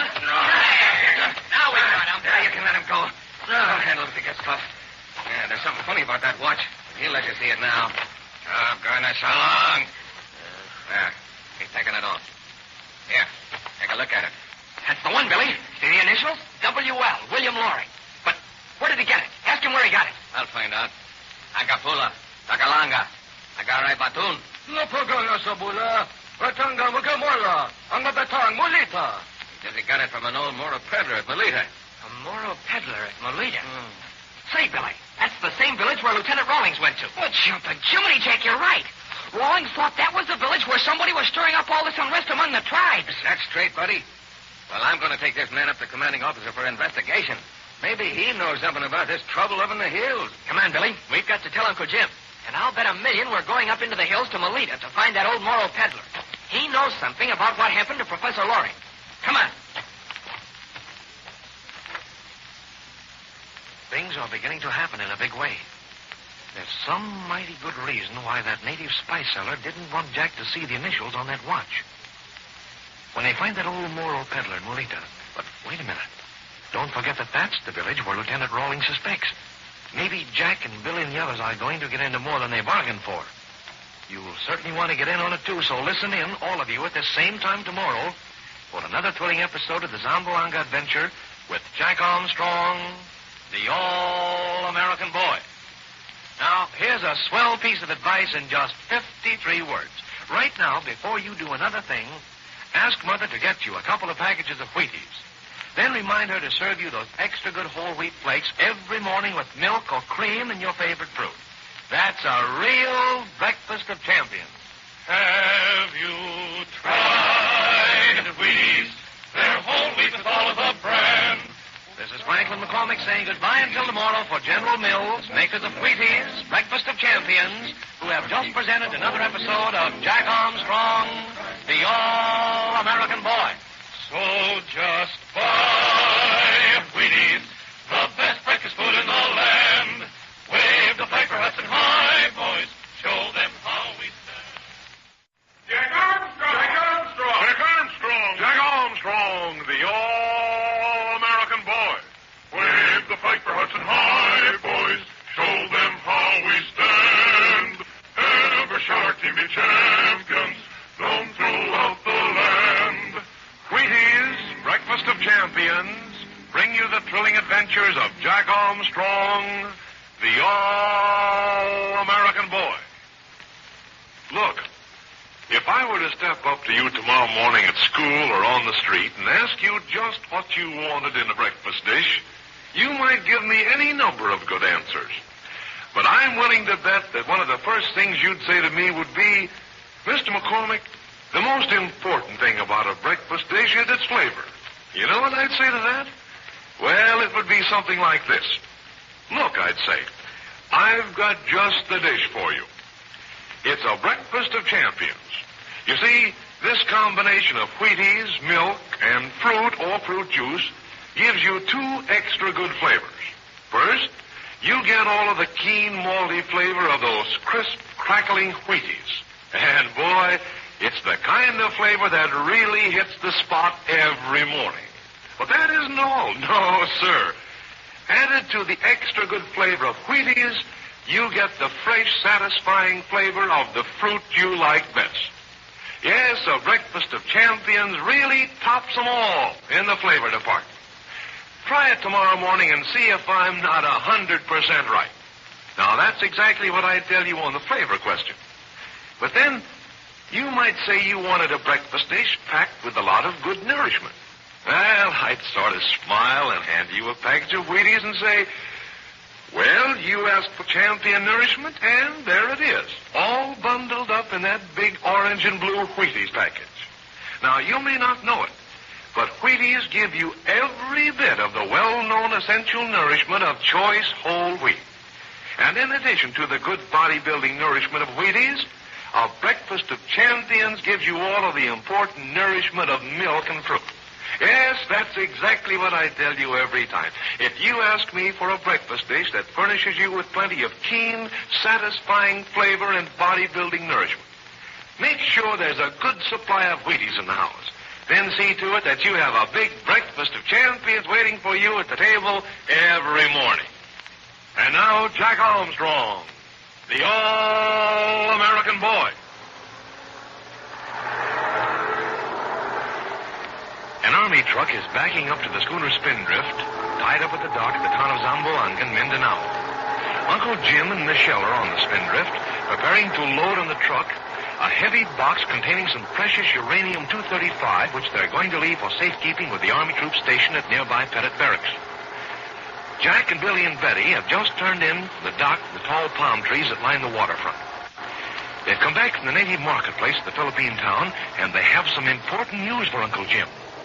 Listen.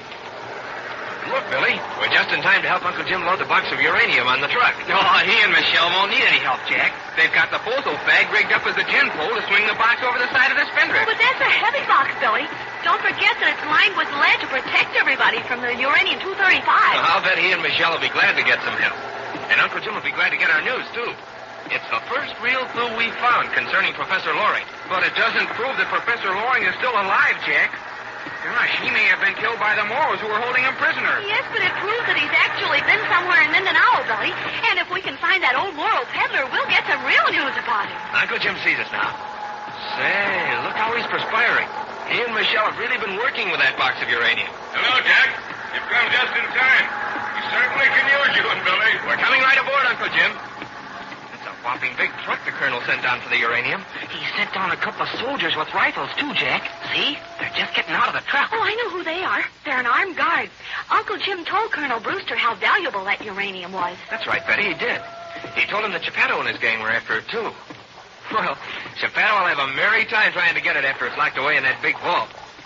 Here we are, Uncle Jim. Come on aboard, Jack. I need you and Billy to help hoist this box with the stretch block. Watch this gangplank, Betty. It's pretty steep since the tide dropped. I'll watch it, Jack. I don't want to fall overboard and let a hungry shark take a bite out of me. Did you find out anything important at the marketplace, Jack? You bet we did, Uncle Jim. But first, we had quite a time getting that native Well, let's get this box loaded first, Billy. Then I'll hear what luck you had. It's all made fast. Jack, you and Billy take hold of this line with Michelle and me. Here you are, Billy. Grab a hold here. All set. Lay hold. Heave. Gee, Willikins, I'd forgotten how heavy this box is. It must be full of lead, Uncle Jim. It's almost full, Billy. Remember all those lead plates we saw inside it, protecting that uranium? Well, that gap is bending terribly, Uncle Jim. It looks as though it might break. It won't break, Betty. It held before. We're almost high enough, Jack. Another foot more will do it. There we are.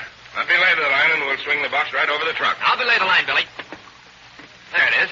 Now take this guy line and swing the box out. Oh, we didn't hoist it high enough to clear the truck. Yes, we did, Billy. See? Clearing by a good 3 inches. The soldiers have it now. That's far enough. She's just over the truck. Release your line, Jack, and we'll lower it into the truck. Hold on to it. There, she's free. Lower away. Easy now. You don't want to knock the bottom out of the truck. There she is. All right, men. Throw the line off and take the box up to post headquarters. I'll be up there in a few minutes. But those soldiers won't be able to unload that box by themselves, Uncle Jim. I've arranged for a whole squad of soldiers to help put it in the vault, Betty. Oh, boy, it certainly feels good to have that uranium in the care of the U.S. Army. Yes, it takes a load off my shoulders, Jack.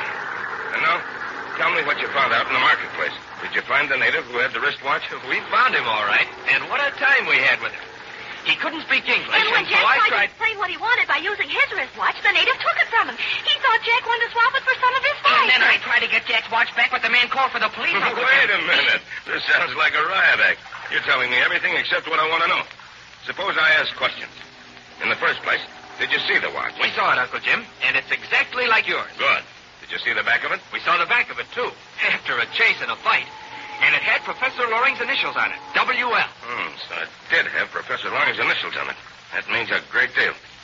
Now for the most important question. Where did the native get the watch? Or couldn't you understand him? There was a soldier, a military policeman who helped us, Uncle Jim. This MP could speak the native dialect. The man told the MP that he'd gotten the watch from an old Moro peddler who passed through the town recently. An old Moro peddler. I wonder if he was telling the truth. The MP thought he was, Uncle Jim.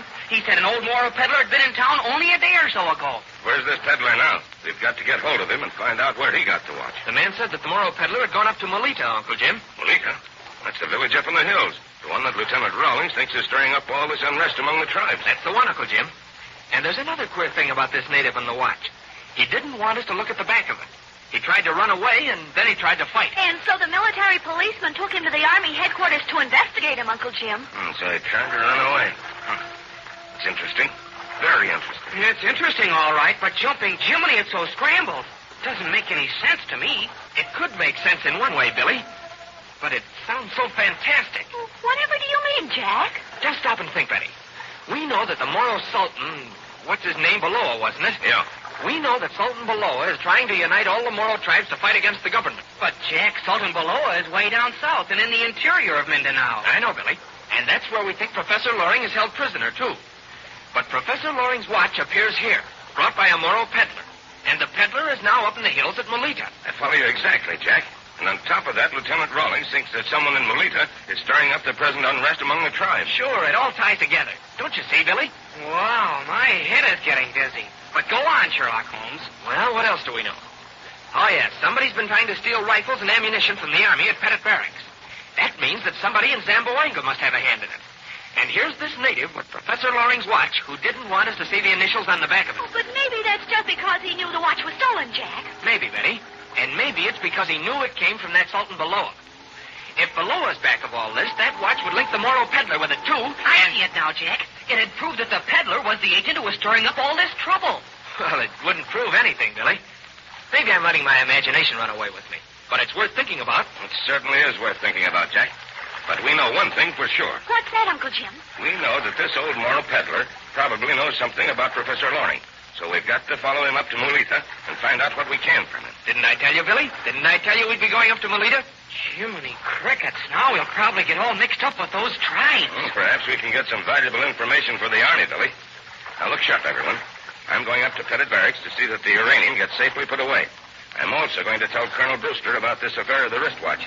I want you to start packing our hiking equipment. You've got a list of what we need, Jack. Get the stuff out and check it over. We're going after that Moro peddler right away. But, Uncle Jim, we can't carry all that stuff on our backs. I'm going to borrow a pack horse from Colonel Brewster, Billy. The pack horse can carry the tent and the cooking equipment and the heavy stuff. We can carry the rest on our strap pack. Oh, hello. Look who's coming down to see us. Lieutenant Rawlings. Maybe he's been questioning the man who had the wristwatch, Uncle Jim. Maybe he's got some dope for us. Hello, Rawlings. Hello there. Come right on board. Thanks, Captain Fairfield. I've got something you might find useful. Watch that gangplank. It's slippery. Yeah. Say, Jack, what do you suppose he has for us? Search me, Billy. Maybe it's just some information. Well, how do you like our schooner, Rawlings? She's a sweet ship, Captain Fairfield. But I wouldn't have the nerve to take her through a typhoon the way you did. Are you still determined to go into the interior to look for Professor Loring? Well, you certainly are, Rawlings. But first, we're going up to Melita to look for an old Moro peddler who's up there. Yeah, I thought you might be doing that after I questioned the native who had Professor Loring's watch. Anyway, if you get very far into the interior of Mindanao, you stand a swell chance of getting lost. So I thought you might like to have a pedometer with you. Like this one I use on hikes. A pedometer? You mean that instrument you use to tell how far you walked? That's the one. You'll find it very useful. You'll always know exactly how far you've walked at the end of an hour or a day. Oh, that's fine. Just imagine that, Betty. You just fasten it to your belt and then forget about it until you want to know how far you've walked. Oh, that's just wonderful. Just like a speedometer on an automobile. Not quite, Betty. It tells how far you've walked, not how fast. And the distance we walk is the important thing anyway. We certainly can use that, Rawlings. May save us lots of grief. Jack, how long is your step? It's just about 30 inches, Lieutenant Rawlings. That's fine. There are dial readings here for different lengths of step. Here's the little window for 30 inches. You set it at 0 at the beginning of a hike, and from that time on, it'll tell you just how far you've gone. But how does it work? Oh, it just seems too marvelous. Do you have to wind it up? No, I should say not. It ticks away by itself as you walk. Well, we're certainly obliged to you, Lieutenant Rawlings. We're just beginning to pack up our hiking equipment for the trip now. Well, put this on your belt where it'll be safe. Captain Fairfield, if you can come ashore for a few moments, we'd like to show you where we're putting the uranium. I was just going ashore, Rawlings. I'll be back soon, Jack. We'll be getting the equipment ready, Uncle Jim. Jack, let's go ashore as soon as we get the hiking equipment back and try out the pedometer. That's a great idea, Billy. But right now, we've got a lot to do. Say, look at that green over there. Oh, which one, Jack? I see lots of Venus along the waterfront. Do you mean the one with the big red and blue square sail? No. I mean the one that's sailing out from the Filipino schooner you see at anchor over there. Oh, I see the Vina, Jack. The one with 2 men in her. She's coming this way. But what's so odd about her, Jack? She looks like those other Venus to me. Long and narrow, bamboo outriggers, square sails, and probably as fast as lightning. She's got a white sail on her. All the other Venus around here have colored sails. Don't you remember? Sure I remember, Jack. When we were down in Cotabango, the only Vina with a white sail belonged to that good-for-nothing Yates who tried to steal the Dragonfly ring. Oh, but that was way south of here, Jack. Yes, but he could have sailed up here in that Filipino schooner, Betty. I'll take a look. Hand me the binoculars, Billy. They're hanging up in the cabin just inside the companion. I'll get them, Jack. Oh, wait, the strap is wrapped around the hook, Jack. Yeah, here they are. I'll take a look at the Vina just on the chance. What is it, Jack? What do you see? Yates is in that Vina, and he's coming here. I wonder what that can mean.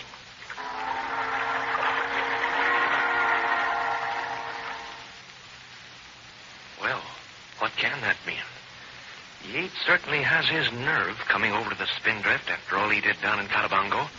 Say, what's he doing up in this part of Mindanao anyway? You don't suppose he could have any connection with... Now, wait a minute. Now I'm letting my imagination run away with me. But you can be sure of one thing. Yates isn't visiting the Spindrift just for a cup of tea. So listen in, all of you, at this same time tomorrow to another thrilling episode in the Zamboango Adventure with Jack Armstrong, the All-American Boy. Have you tried Wheaties? They're whole wheat with all of a brand. This is Franklin McCormick saying goodbye until tomorrow for General Mills, makers of Wheaties, Breakfast of Champions, who have just presented another episode of Jack Armstrong, the All-American Boy. So just buy Wheaties, the best breakfast food in the land. Wave the flag for Hudson High, boys. Show them how we stand. Jack Armstrong! Jack Armstrong! Jack Armstrong, the All-American Boy. Wave the flag for Hudson High, boys. Show them how we stand. Ever shall our team be champions. Don't throw out the land. Wheaties, Breakfast of Champions, bring you the thrilling adventures of Jack Armstrong, the All-American Boy. Hear that? That's Old Man Winter doing his level best to make you wish you were down in the South Sea, sitting under a palm tree and enjoying the warm sun. But you don't have to let Old Man Winter lick you. Not by a long shot. Wear plenty of good warm clothes and eat the kind of food that'll do a championship job of helping you keep warm even when the thermometer does a power dive. Now, that doesn't mean that you have to have a hot-cooked breakfast. Not at all. The temperature of the food you eat hasn't a thing to do with the important job of helping you keep warm. If that was all that mattered, a glass of hot water would make a good breakfast. Now, it's the amount of fuel energy units in the food that helps protect you from the cold. So if you prefer those extra satisfying Wheaties flakes for breakfast, there isn't a reason in the world why you shouldn't go right on enjoying them the whole year around. You see, Wheaties, milk, and fruit make a fuel energy breakfast, a dish that gives you an abundant supply of heat-producing units to help you keep warm. In addition to the fuel energy nature is packed into Wheaties, you also get every bit of the other well-known essential nourishment of choice whole wheat. So if you like a breakfast dish you can eat every morning the whole year round, one that combines a whale of a lot of good bodybuilding nourishment with a swell flavor, make that Breakfast of Champions a regular on your breakfast table. And say, why not start tomorrow morning? Just remind Mother to get you 2 or 3 packages of Wheaties and your favorite fruit. Add milk or cream to the list, and you've got the makings of a super special Breakfast of Champions. And now, Jack Armstrong, the All-American Boy. The schooner Spindrift is tied up at the waterfront at the Philippine town of Zamboango in Mindanao. Uncle Jim has gone ashore to turn over his precious uranium-235 to the safekeeping of the Army troops at Pettit Barracks. Jack and Billy and Betty and the Filipino Michelle are on the Spindrift packing their hiking equipment for a dangerous trip into the interior to obtain information on the missing Professor Loring. Right now, however, they're all on deck, watching a sailing Vinta approach. In this Vinta is the unprincipled trader Yates and a native Moro. Jack and the others are puzzled as to why Yates is seeking them out. Listen. Gee willikins, Jack. Why in thunder do you imagine Yates is coming over toward us? I don't know, Billy, but we'll certainly find out soon. Look how fast his feet is skimming over the water. You wouldn't think he'd have nerve enough to look us in the face again after what he tried to do in Catabango. Tried to do? Gee, Manetti, Betty, he just about did do everything he could. First, he betrayed the morals he was living with, and then he tried to wreck our ship in the breakers, and then he stole the Dragon's Eye ring. You haven't said it all yet, Billy. Don't forget, he trapped you in the quicksand, and he wanted to sick that hungry crocodile on us, too. And after all that, here he is coming to see us.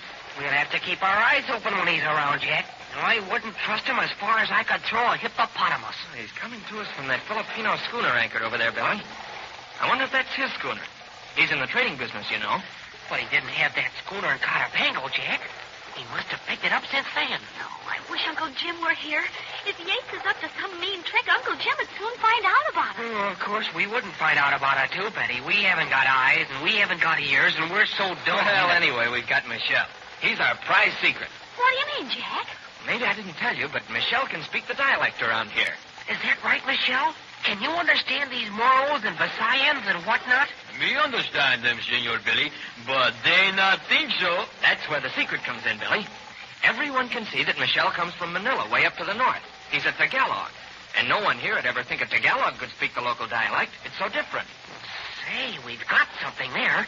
Michelle, don't you ever let them know that you can understand them. Me not, Senor Billy. Me be plenty dumb. Me say, huh? Huh? All the time. Yates is getting close, Jack.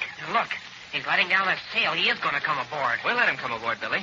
We'll let him talk all he wants to. Maybe we can find out just what he's doing in Zamboanga with that trading schooner. Spindrift, ahoy! Ahoy there, Yates. What do you want? I just want to say hello. May I come aboard? Do you get that, Betty? He says he just wants to say hello. Jumpin' Jiminy, but he must think we're dumb. All right, Yates, you can come aboard. Wait, I'll throw you a line. Here's the line, Jack. I'll heave it to him. Here's your line, Yates. Watch out. Hey, you're going to bump into the schooner. Well, it won't hurt your schooner. Come on, Ricardo. You come aboard with me. Say, I don't like the looks of Ricardo. He's a Moro, isn't he, Jack? He's a Moro, all right. You can't mistake those pantaloons and that turban. He's a mean-looking Moro, too. Yeah, where's Captain Fairfield? Is he aboard? No, Yates. He's ashore.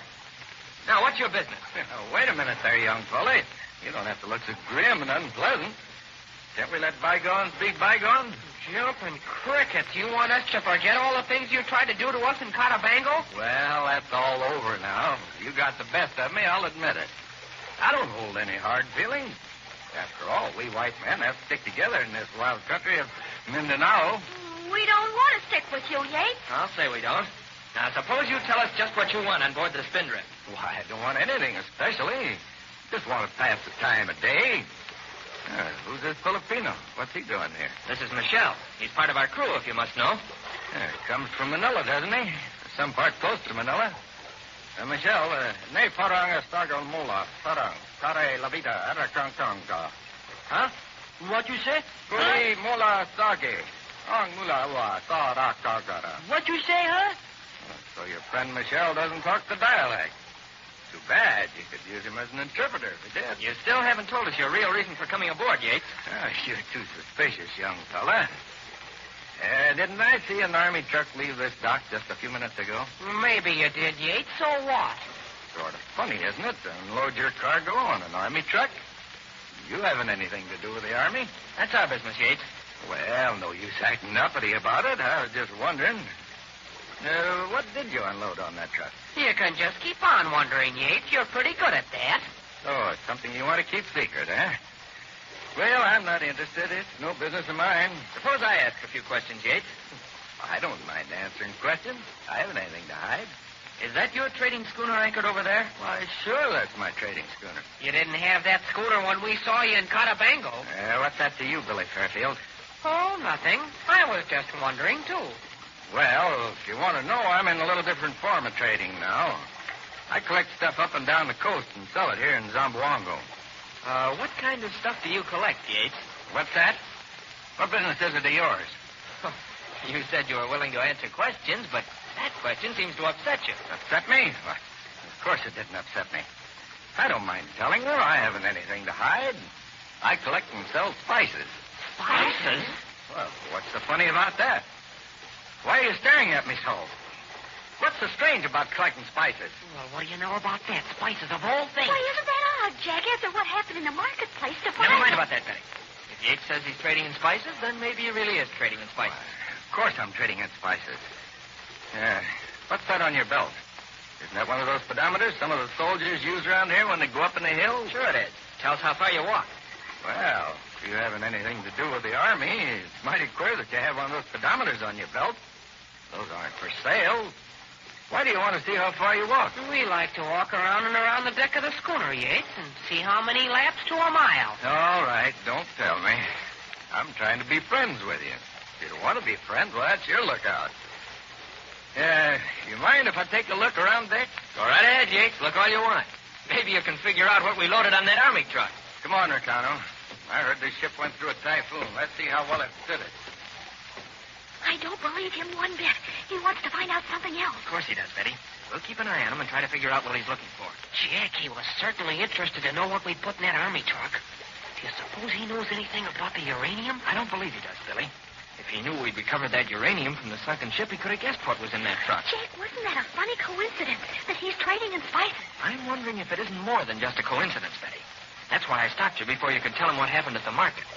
I don't want him to know that we found Professor Loring's watch and the wrist of the native who sold spices in the market. Jumping Jiminy, I hadn't thought of that angle of it. Do you suppose Yates really has something to do with that native? Well, we know one thing, Billy. We know that he sells spices to that man, and we know that man had Professor Loring's watch. But he said he got it from an old Moro peddler, Jack. That may be true, Betty. But if there's anything funny about that man at the market, then it certainly looks as though Yates might have something to do with it, too. There's a whole lot that needs explaining. Well, I'll say there is. For one thing, how did Yates get hold of that trading schooner? We know he didn't have it before. And another thing, why is Yates so interested in finding out if we have anything to do with the Army? He's awfully worried about that. And he keeps saying all the time that he hasn't anything to hide. So I just know that he's got a whole lot to hide. Jack, look at Yates. He's trying to open the hatch to the main hold. He's got his nerve. I just as soon he didn't know that we have an autogyro airplane stowed down below. Hey, Yates, I didn't say you could open that hatch. Lay off. He's not laying off. He and that Moro are trying to force it open with a crowbar. Come on, Billy. Come on, Michelle. We'll put a stop to that. He's trying to get it open before we get there, Jack. He's almost got it open. He won't get it open before we get there, Billy. Bad man, Senor Jack, but we stop him plenty quick. Now, what's the idea, Yates? I told you to lay off opening that hatch. So you have got something to hide in this ship, eh? Well, I'm going to find out what it is. Open it up, Ricano. Say you make out Colita.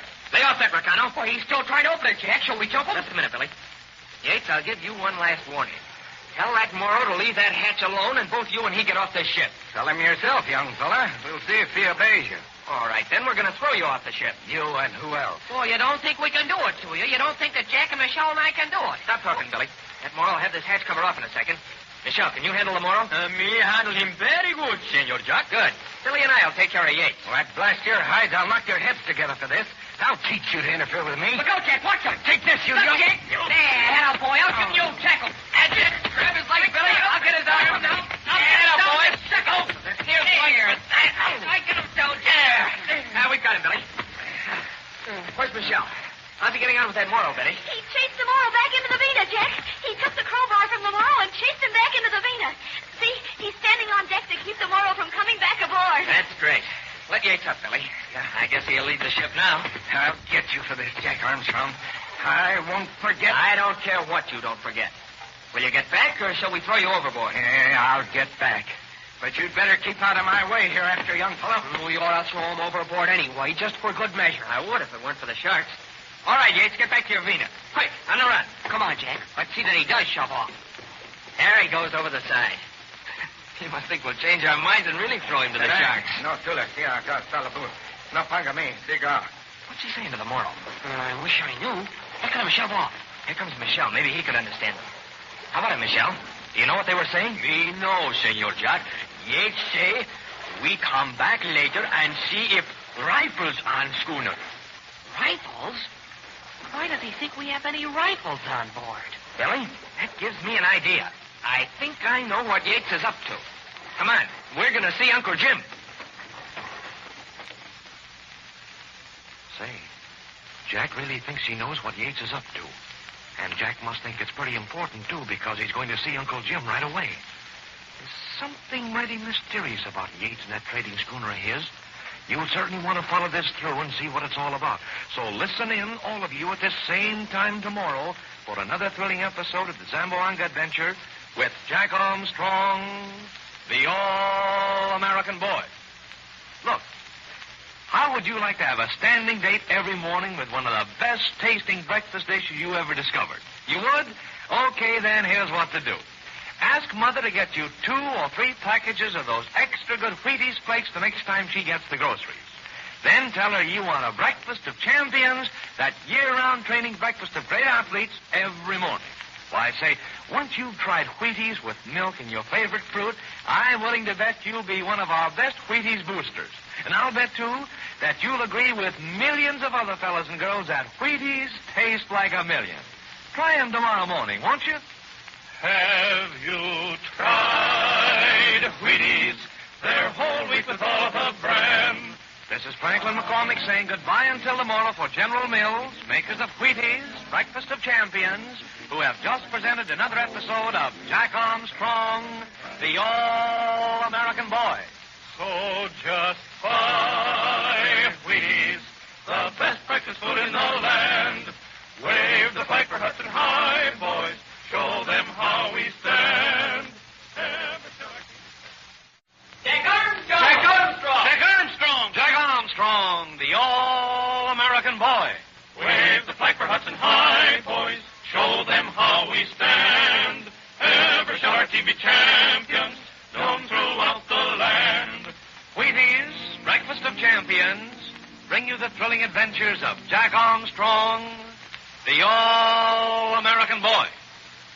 Look, if someone would invent a gadget that would let the radio listener, that's you, talk back to the announcer, that's me, you'd probably hear something like this today.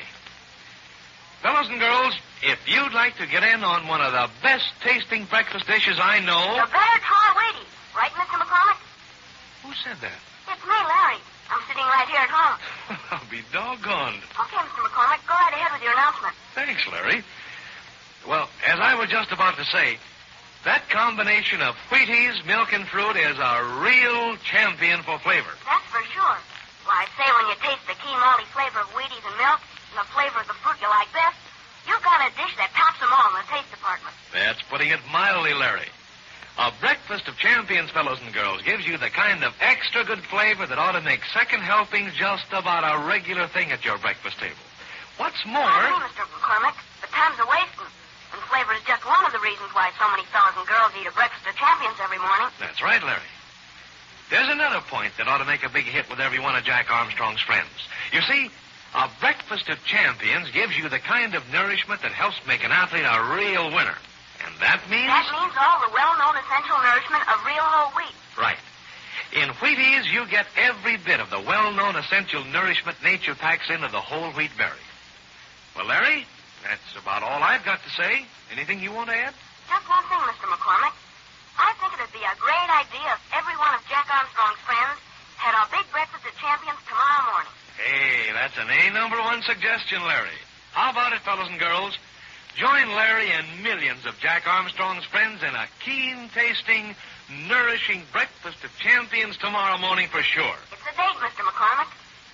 And now, Jack Armstrong, the All-American Boy. Jack, Billy, Betty, and Uncle Jim are returning to the schooner Spindrift, which is tied up at the Army dock in the Philippine town of Zamboanga in Mindanao. Near the Spindrift, but anchored out from the waterfront, is a Philippine coasting schooner owned by the unprincipled trader Yates. Yates has recently visited Jack aboard the Spindrift and acted in such a suspicious manner that Jack and Billy and Betty went up to the Army post at Pettit Barracks to get Uncle Jim. Now, as they approach the dock, Uncle Jim is trying to figure out what mischief Yates has in mind. Listen. Let me get this straight now, Jack. When Yates and his moral came aboard the Spindrift, he was very much interested in what we'd just unloaded on that Army truck. That's right, Uncle Jim. Of course, he didn't know anything about the lost uranium which we recovered and which the Army's going to keep for us. But he was awfully curious about that Army truck, Uncle Jim. Then he said that he was using his trading schooner to collect and sell spices. That's just what he said, Uncle Jim. He tried awfully hard to make us believe him, too. That's very important. Especially since we know that the native spice dealer here in Zamboanga was wearing Professor Loring's wristwatch. Uncle Jim, maybe that spice dealer was lying when he said he got that watch from an old Moro peddler. Maybe he got it from Yates. Maybe Yates knows whether Professor Loring is dead or alive. No, Billy. The spice dealer did get the watch from an old Moro peddler. We found that to be true. But to get back to Yates, what did he do then? He tried to open the hatch to the main hold of the schooner and see what was inside. We didn't let him, and Billy and Michelle and I made him and his Moro leave the schooner. Was that when he told the Moro that they'd come back later? That's it, Uncle Jim. Yates didn't know that Michelle understood the dialect. So he told the Moro in dialect that they'd come back later and see if we had any rifles aboard. That's odd. That's very odd. Maybe you're right, Jack. Jumping Jiminy, Uncle Jim. You think there's a chance that Yates may be using this spice trading as a blind? You think he may really be trying to get some guns into the hands of those tribes up in the hills? There's a chance of it, Billy. We know that someone's stirring up these tribes. We know that the Moro Sultan below is trying to organize a rebellion against the government, and we think that the old Moro peddler came up here from the interior of Mindanao, where Sultan below or someone else is holding Professor Loring captive. If we could only get on board Yates' schooner, we could soon find out if he was just trading in spices. Jack, I don't see Michelle on board our ship, and we told him to wait for us. Maybe he's below deck somewhere, Betty. Hi, Michelle. We're coming aboard. That'll bring him up. He doesn't answer, Jack. Maybe he couldn't hear us below, Billy. We'll go aboard and see where he is. Watch his gangplank. It's steep and slippery. You go first, Betty. Watch your step. Oh, the gangplank is slippery. I do hope nothing's happened to Michelle. Oh, nothing's happened to him unless Yates and that Moro came back. Michelle would put up a good fight if they tried to come back aboard. Watch out, Billy. Let Uncle Jim get aboard. I'm all right, Billy. Feels good to be on deck again. Michelle, are you on board? Jack, I don't believe he is on board. But he must be, unless something's happened to him. Jack, the main hatch cover has been pulled to one side. Did you do that? Why, the hatch cover is off. It was on tightly when we left the ship, Uncle Jim. Oh, Uncle Jim, that means that Yates and that Moro did come back. Oh, I just know something terrible's happened to Michelle. Yates came back all right. He said he was going to come back and see what was in our main hold. How long were you gone from the ship, Jack? I didn't look at my watch, Uncle Jim. Wait a minute. I can tell you how far we walked with this speedometer Lieutenant Rawlings gave me. Here, it's on my belt. We've walked exactly 2.25 miles to Pettit Barracks and back. That'd take about 50 minutes. And we were there about 10 minutes. We've been going just an hour, Uncle Jim. That'd give Yates plenty of time to come back to the schooner and overpower Michelle. But, gee, Whitaker, Jack, what did he do with Michelle? Maybe Michelle is bound and gagged in the main cabin, Billy. The companion hatch is open. Let's go below and look. Yates must have had that Moro with him. He couldn't handle Michelle alone. I'll bet Michelle put up a swell scrap at that. Boy, look at this, Billy. Look at this cabin. Jumping Jiminy, it looks as though a typhoon had ramped around in it. This is where the fight took place, Billy. Yates got Michelle below on some pretext so nobody on shore could see them. But there's no sign of Michelle. Come on, Billy. Let's go above and tell Uncle Jim. Maybe Michelle is tied up in the main hold, Jack. Or maybe Yates took him away, Billy. Is Michelle in the main cabin, Jack? No, he's not, Uncle Jim. But that's where he tried to fight them off. The whole cabin's turned inside out. But where is he? I've just looked in the main hold. He's not there. Bet he's looking in the forward cabin. Here she comes. Is Michelle in your cabin, Betty? No, he's not, Jack. Then he must be aboard Yates' schooner, Uncle Jim. They tied him up, gagged him, and took him aboard in their Vita. Look, Jack. Look over there at Yates' schooner. They're hoisting anchor. And there are a couple of men on deck hoisting sail, too, Uncle Jim. Michelle must be aboard that schooner, and they're about to leave. Oh, we can't let them run away with Michelle. Look sharp, everyone. We're going to intercept them and get Michelle back. Betty, go to the jib and stand by to raise it. I'll get the foresail out of stops and ready to raise. Jack, you and Billy get this mainsail ready. All right, get to it. I'll start at this end and unfurl the mainsail. Billy, you work from the other end. I wish we had these sails all ready to go up. Look at Yates' schooner. He's got his mainsail and jib up, and he's underway. He'll have his foresail up in just a second. He won't get away, Billy. The spindrift can sail rings around that Filipino tub of his. Yeah, I guess he didn't expect us back so soon. He thought that he'd be gone before he came back. But I wonder why he took Michelle back with him. Well, maybe he thought Michelle knew too much. There, my half of the sail's out of stop. So's mine, Jack. She's all ready to hoist. We're all ready to raise the mainsail, Uncle Jim. The foresail's all set, too, Jack. How about that jib, Betty? She's all ready to raise, Uncle Jim. Raise your jib, Betty. I'll cast off the bowline. Jack, you cast off the stern line. We let the jib swing our bar around, then we'll hoist all sail. Come on, Billy. You haul in the gangplank while we cast off the line. Jib's going up, Uncle Jim. All right, Betty. Belay the halyard and give it an easy sheet. This gangplank is heavy, but I'm getting it. The stern line's off, Uncle Jim. All right, Jack. The bowline's off. When the bow swings, you and Billy hoist the mainsail. Need any help, Billy? No. There. The gangplank's aboard, Jack. I'll come and lend a hand with the mainsail. I'll take the peak halyard, Billy. Okay. I'll get the throat halyard. Wait for me. Here, I've got both halyards free. Take the throat. Ready? Up we go. Yates' schooner's under full They're heading out to sea. It won't take us long to overtake them, Billy. That schooner's half as broad as she is long. She pushes the whole ocean before her. Jiminy, Jack. I hope Michelle is asleep. He'd better be. Maybe Michelle can learn something important if they don't know that he can understand their dialect. I was thinking of that, Billy. He may be able to find out a whole lot about Yates. There. That's as high as I can get the throat. I'll make it fast. And the peak's all the way up. Look, Uncle Jim has the forecastle up. We're picking up speed. Take the wheel, Jack. Billy, you stay with him to handle seats. Aye, aye, Uncle Jim. Trim in your main sheet some, Billy. I'm going to point a little ahead of Yates' schooner. In she comes, Jack. Stay weighing. A little more, Billy. Okay. Just the way Uncle Jim has the forecastle trimmed. There, that's enough. Okay. We are going faster than Yates' old tub. Oh, we'll overhaul him in no time, Billy. You're pointing just right, Jack. Hold that course. Aye, Uncle Jim.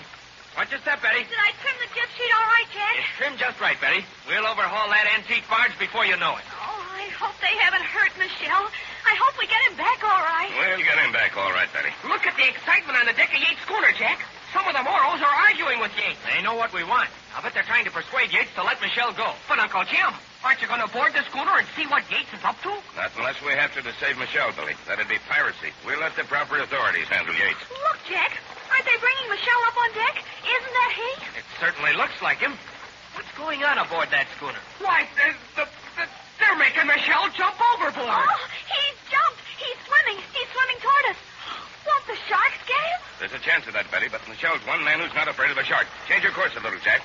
There, that's just right. We'll pick him up in a moment. Trim the main sheet a little, Billy. I'm getting off the wind a trifle. Okay. There, that's enough. Betty, tie a bowline in that line, will you? We'll need it to haul Michelle aboard. All right, Jack. Oh, I hope a shark doesn't get him. Give me the wheel, Jack. I'll come up into the wind alongside of Michelle. You and Billy haul him aboard. Here you are, Uncle Jim. We're getting pretty close to him. We'll pick him up right here at the stern. Stand by. I'm muffing up. All right, Jack. We're swinging into Michelle. Look sharp. That's perfect, Uncle Jim. You got him right alongside. Here, Michelle. Here's a line. Slip your foot through the bight of the bowline and we'll haul you on board. All right, Senor Jack. Me hold on. You pull me up. Come on, Billy. Lend a hand. Hey, hold. Okay. Heave. There. Watch it, Billy. Not too hard. Okay. There. Got hold of the rail. Give me your hand, Michelle. Up you come. Put your foot in the chart. There you are. Oh, Michelle, I was afraid a shark might get you. Me no afraid sharks. Me no afraid Yates either. What happened to you, Michelle? Yates and Moro come board. They want see what in ship. Me try no let them. They come board anyway. Me go into cabin get something for hit them with. They come in cabin, both them, and get me. They tie me up. They put cloth in mouth. And they took you to their schooner. Tell us, Michelle. Did you find out anything while they held you prisoner? Me find out plenty much. Me listen.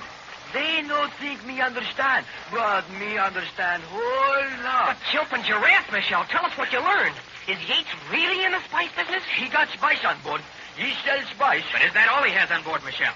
That's all he got on board now, Senor Jack. But me listen. Me know he bring other things to Zamboanga. Other things? What other things, Michelle? He bring rifle. He bring ammunition. Rifle go up in hill country. Jumping crickets, you were right, Jack. You guessed it right. What else did you learn, Michelle? Yates no understand what you do here. He think maybe you bring rifle too. He think maybe you bring rifle for give other tribes that want help soldiers. So that's why he was so interested in it. One thing more, Michelle. Did you learn anything about the old Moro peddler that brought Professor Loring's watch to Zamboanga? Me no learn much about him, Senor Jack. But me think he bad man too. Me think we find out something more about him. That's just what we're going to do, Michelle. We're going up into the hill country and find this Moro peddler and see what he knows about Professor Loring. But first, we're going back to Pettit Barracks to tell the Army what we know about Yates. Look sharp, everyone. Trim all sheets. We're going back to the dock, and then we're going to find this old Moro peddler. Did you hear that? Jack and Uncle Jim and the others are going into the wild hill country to find that Moro peddler. Say, there's some strange connection between that peddler and Yates and the native spice seller who had Professor Loring's watch. It looks as if this search for a clue, the missing Professor Loring, will lead to a lot more excitement than Jack and Uncle Jim figured on. You'll want to be with them when they get into that dangerous hill country, so be on hand, all of you, at this same time next Monday for another thrilling episode of the Zamboanga Adventure with Jack Armstrong, the All-American Boy. Now, here's a red-hot tip for some extra pleasure you can have tomorrow afternoon. Along about 3 or 4 o'clock, hike out into the kitchen and help yourself to a heaping big bowl of those keen-tasting Wheaties flakes.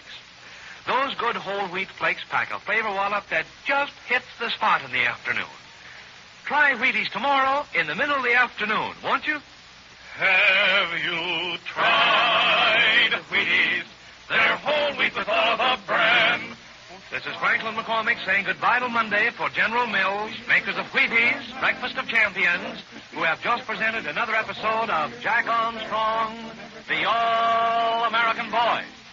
So just buy Wheaties, the best breakfast food in the land. Wave the flag for Hudson High, boys. Show them how. Jack Armstrong, the All-American Boy. Wave the flag for Hudson High, boys. Show them how we stand.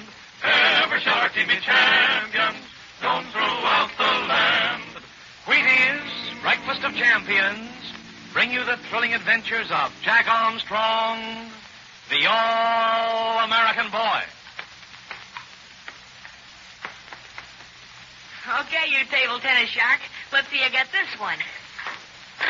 Doggone it, I missed it again. Hey, listen, Charlie, where'd you learn to play this game? You're beating a hide off me. Say, you didn't expect a win from me, did you? Why, heck, I've been practicing my strokes all winter. And I've been keeping in training, too. You mean you've been training to play table tennis?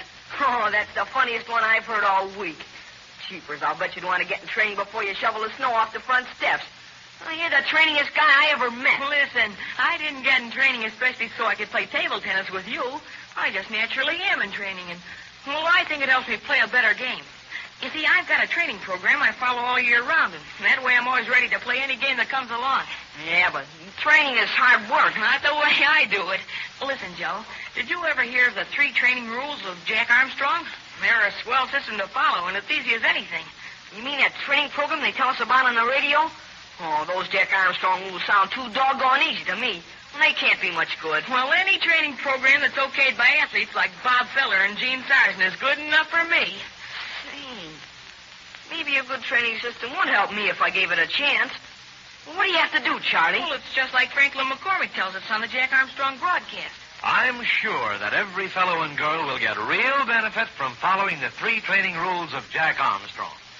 That's why I'm advising you to, first, get plenty of fresh air, sleep, and exercise. Second, use lots of soap and water every day.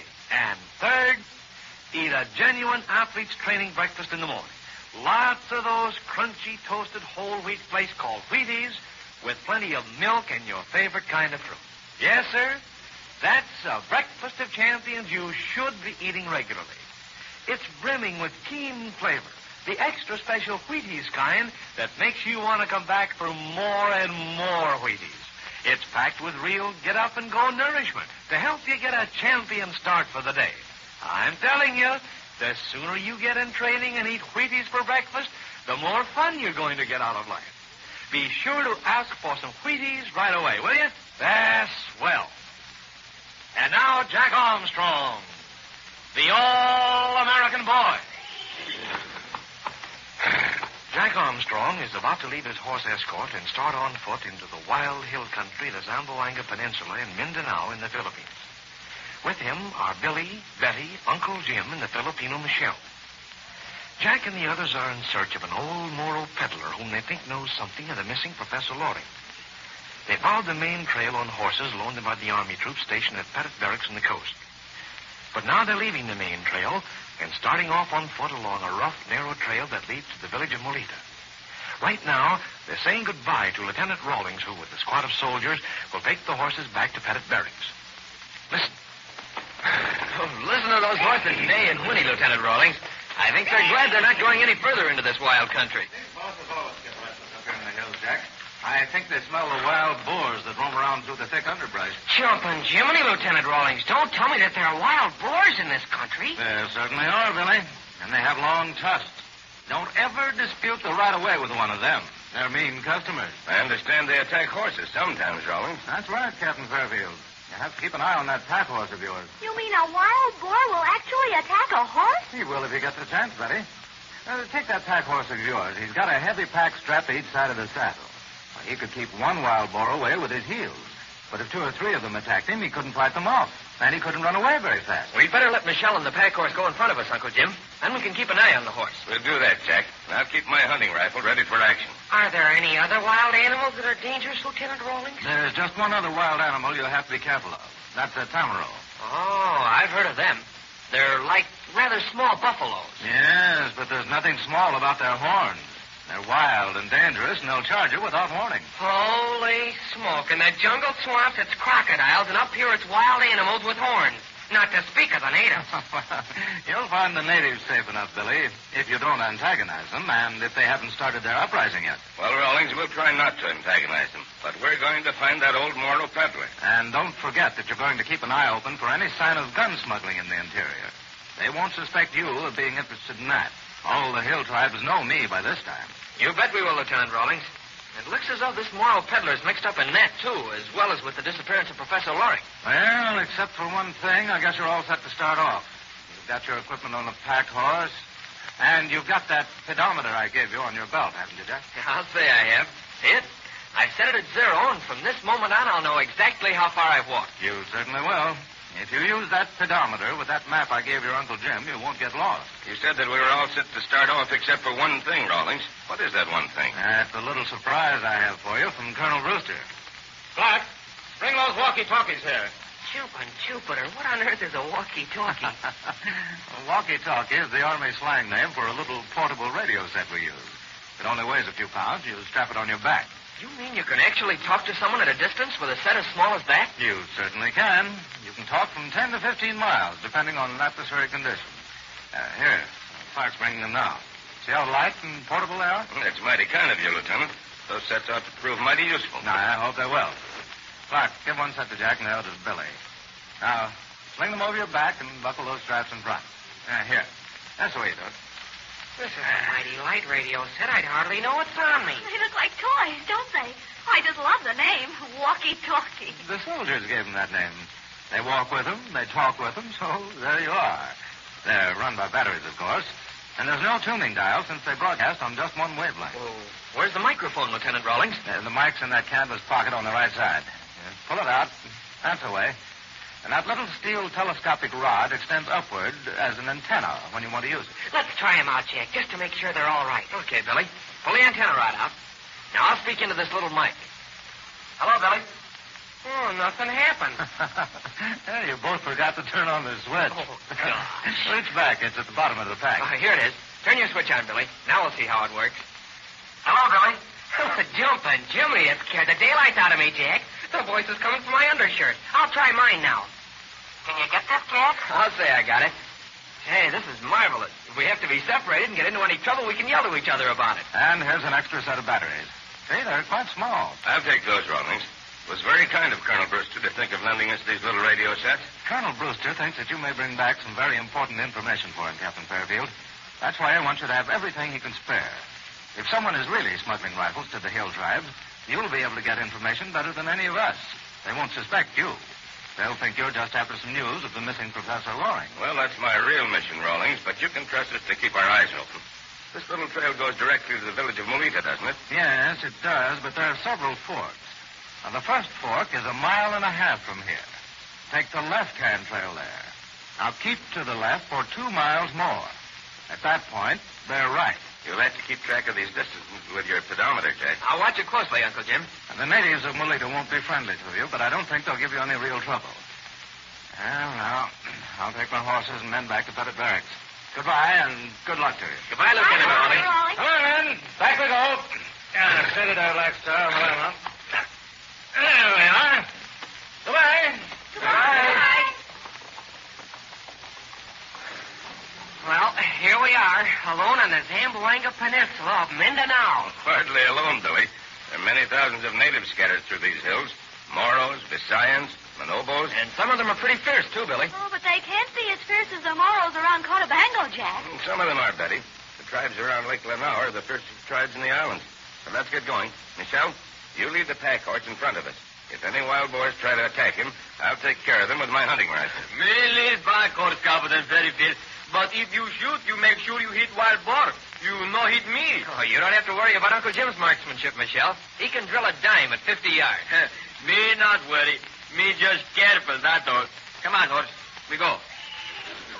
Look at the horse for the ground. I don't believe he wants to go, Uncle Jim. It's going just the same, Betty. We can't carry tents and cooking equipment and supplies on our back. Oh, look at him. Rear up. Those packs will slide off his back, Uncle Jim. They're cinched up pretty tightly, Billy. Here, Michelle. I'll lend you a hand with it.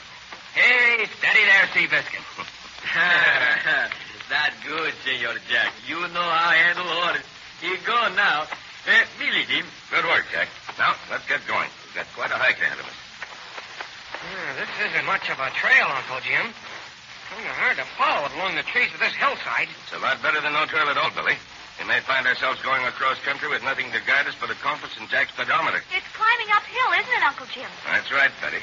According to this map I have, that's not much of a map. We climb this ridge ahead of us, and we drop down into a valley and cross a stream, then go up that distant ridge you see to the east. And then we drop down to the village of Melita, Betty. Yeah, and then if the wild boars and tamarillos don't get us, we find the old Moro peddler who sold Professor Loring's watch to that man in Zamboanga. Uncle Jim, if that Moro peddler does have anything to do with stirring up these tribes against the government... What do you mean, if he has anything to do with it, Betty?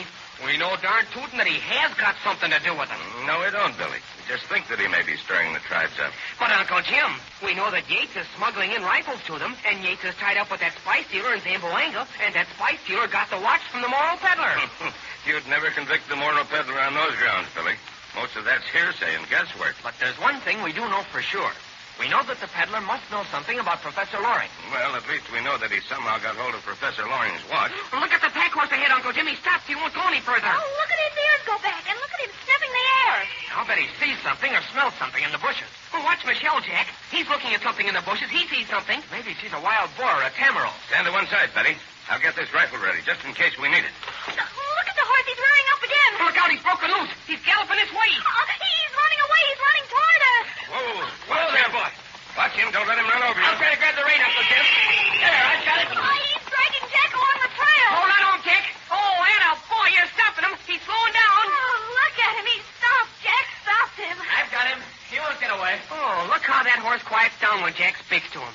It beats me how he does it. Why, he's actually coming back. Jack is leading him back. He's quieted down, Uncle Jim. Hey there, Michelle. What started him off that way? You smell wild boar. Me saw wild boar in bushes. A boar? A wild boar? Is he still there, Michelle? No, he gone now. Me take order, Senor Jack. He all right now. Okay, Michelle. But next time you hang on to that rein. I don't want to be dragged along like that again. That was magnificent, Jack. If you hadn't stopped him, we'd have lost our packs. Say, Jack, what are you looking at? Look, Uncle Jim. Look up on top of that ridge ahead. Just where I'm pointing. Don't you see something flashing in the sun? Where, Jack? Wait a minute. There is something flashing there.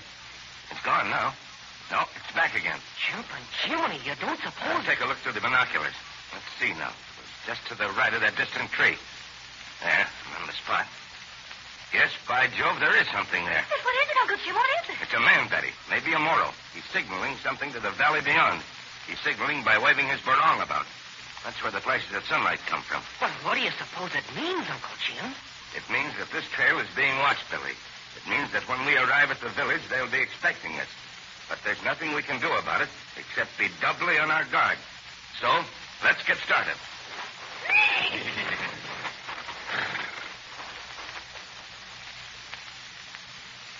That's mighty queer, that the natives should have a lookout posted to watch that trail. What do you suppose it means? But there's one thing certain.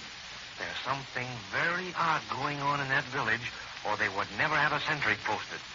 There's excitement of some sort ahead, you can bet on that. So be sure to listen in, all of you, at the same time tomorrow for another exciting episode of the Zamboanga Adventure with Jack Armstrong, the All-American Boy.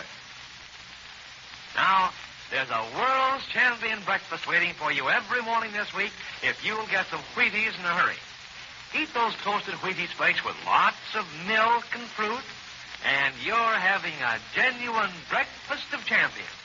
Be sure to get those Wheaties now. Have you tried Wheaties? They're whole wheat with all of the brands.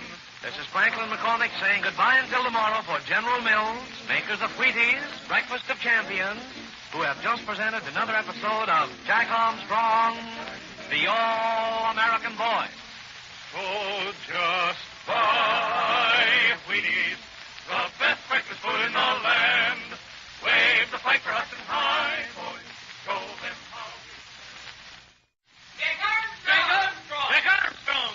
Armstrong, the All-American Boy. Wave the flag for Hudson High, boys. Show them how we stand. Every shark team be champions, known throughout the land. Wheaties, breakfast of champions, bring you the thrilling adventures of Jack Armstrong, the All-American Boy. Say, when the records show you that two different basketball teams both seem to have the same power and speed and playing ability, which team do you cheer for? Well, it's my guess that you'll be giving your support to the team you like best. And right there you have a perfect system for picking a real champion training breakfast for yourself this time of year. When you make up your mind to eat a training breakfast of whole wheat, the nourishing grain recommended in the winter diet of many great athletes, you'll want to know whether you should take that whole wheat breakfast in hot-cooked form or in a tempting, crunchy, ready-to-eat form like those toasted flakes called Wheaties. Well, here's the answer for you, straight from headquarters. In the first place, we find that the heat of cooking doesn't count for a thing in helping to keep you warm in chilly weather. It's the number of fuel energy units a food gives you that's most important. And listen to this. Wheaties hand you the same number of these valuable fuel energy units to help keep you warm as you'd get from an equal amount of whole wheat served steaming hot from the kitchen stove. You see? That leaves the choice of your whole wheat training breakfast for winter strictly up to you. If you've been eating Wheaties for breakfast, if you prefer the champion flavor of those good whole wheat flakes, you can go right on enjoying your Wheaties all winter long without having to switch over even once to a hot-cooked breakfast. Now I'm asking you, isn't that the kind of a break a fellow or girl could want? You help yourself to a big bowl full of nourishing whole wheat, just the kind of food champion athletes need to help them keep on the go. And with that fine whole wheat nourishment, you're getting all the extra special goodness of those crunchy Wheaties flakes. All the keen flavor and real satisfaction you'd expect in a champion training breakfast these winter mornings. You'd better put in your bid for Wheaties right now. Eat them with lots of milk or cream and a glass of fruit juice. That's a real athlete's fuel energy breakfast, a genuine breakfast of champions. And it's yours to enjoy the minute you get those Wheaties. And now, Jack Armstrong, the All-American Boy. Jack, Billy, Betty, and Uncle Jim are pushing ahead along a rough trail in the wild Zamboanga hill country of Mindanao. Michelle, their Filipino friend, is leading the way with a pack horse that carries their supplies and equipment. They're going to the village of Molita to find an old Moro peddler who knows something of the missing Professor Loring, and they suspect this peddler of having a hand in a threatened uprising among the tribes. Jack and Uncle Jim know that their progress has been observed by watchers stationed in the hills, and they're keeping a close eye on the trail ahead. Right now, they are approaching a questionable fork in the trail, and they're deciding which fork to take. Listen. This fork in the trail looks like all the other forks we've passed, Jack.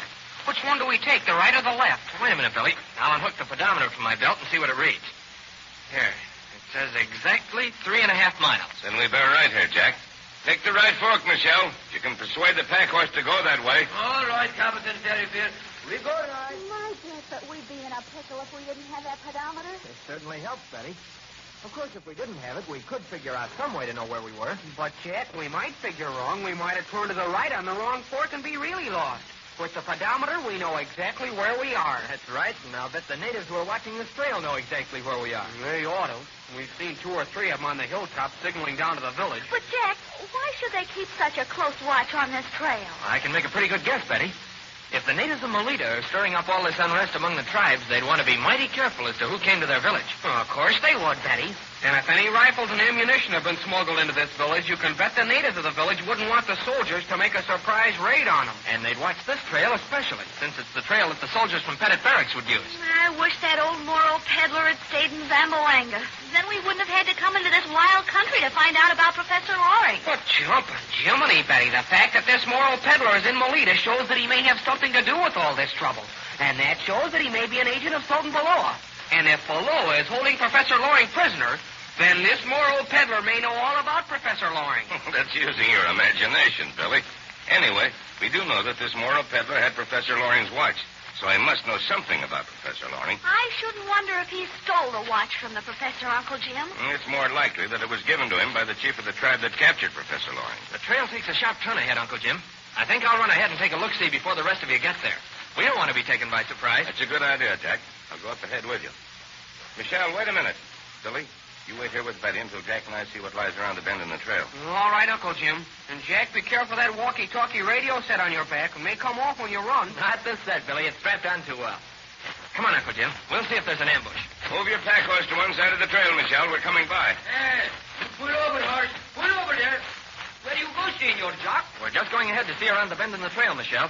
You wait here till we give the all-clear signal. I don't think there's any danger, Jack, but it's just as well to make sure. We seem to be getting involved in a lot more than we figured on at first. Here, Uncle Jim. Here's a thick cluster of bushes just where the trail turns. We can look out from behind those bushes. We'll do that, Jack. If I remember that map correctly, this trail should be dropping down to the creek pretty soon. It does drop down to the creek, Uncle Jim. Why, we're almost there. Well, that creek's pretty broad, too.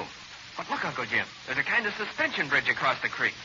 Imagine seeing a suspension bridge here. It's a native suspension bridge, Jack. See, it's made up of heavy vines woven together. But you'd never get a horse on that bridge. We'll have to swim the pack horse across. Boy, I hope he can swim. All of the Army horses are taught to swim creeks, Jack. Well, what about his packs? Won't our equipment get wet? We can strap them on top of the pack carrier so they won't get wet when he swims across. Look, Uncle Jim. Look up the trail on the far side of the creek. Isn't there someone about halfway up the hill watching us? Where, Jack? Oh, I see him. Standing near that large tree. I don't think he sees us yet. He's just watching the trail. I wonder what he'll do when he does see us. Well, we might as well find out, Jack. He's got to see us eventually. Let's step out of the bushes and let him see us. All right, Uncle Jim. We'll watch him and see what he does. There, he sees us now. He's waiting to see how many of us there are. Look, Uncle Jim, he turned around. He's signaling to somebody further up the hill. The natives certainly have this trail under observation, but we aren't the people they're watching for, Jack. I believe they're on the lookout for the soldiers at Pettit Barracks. If the soldiers did come to search the village, Uncle Jim, I bet they wouldn't find a single suspicious thing.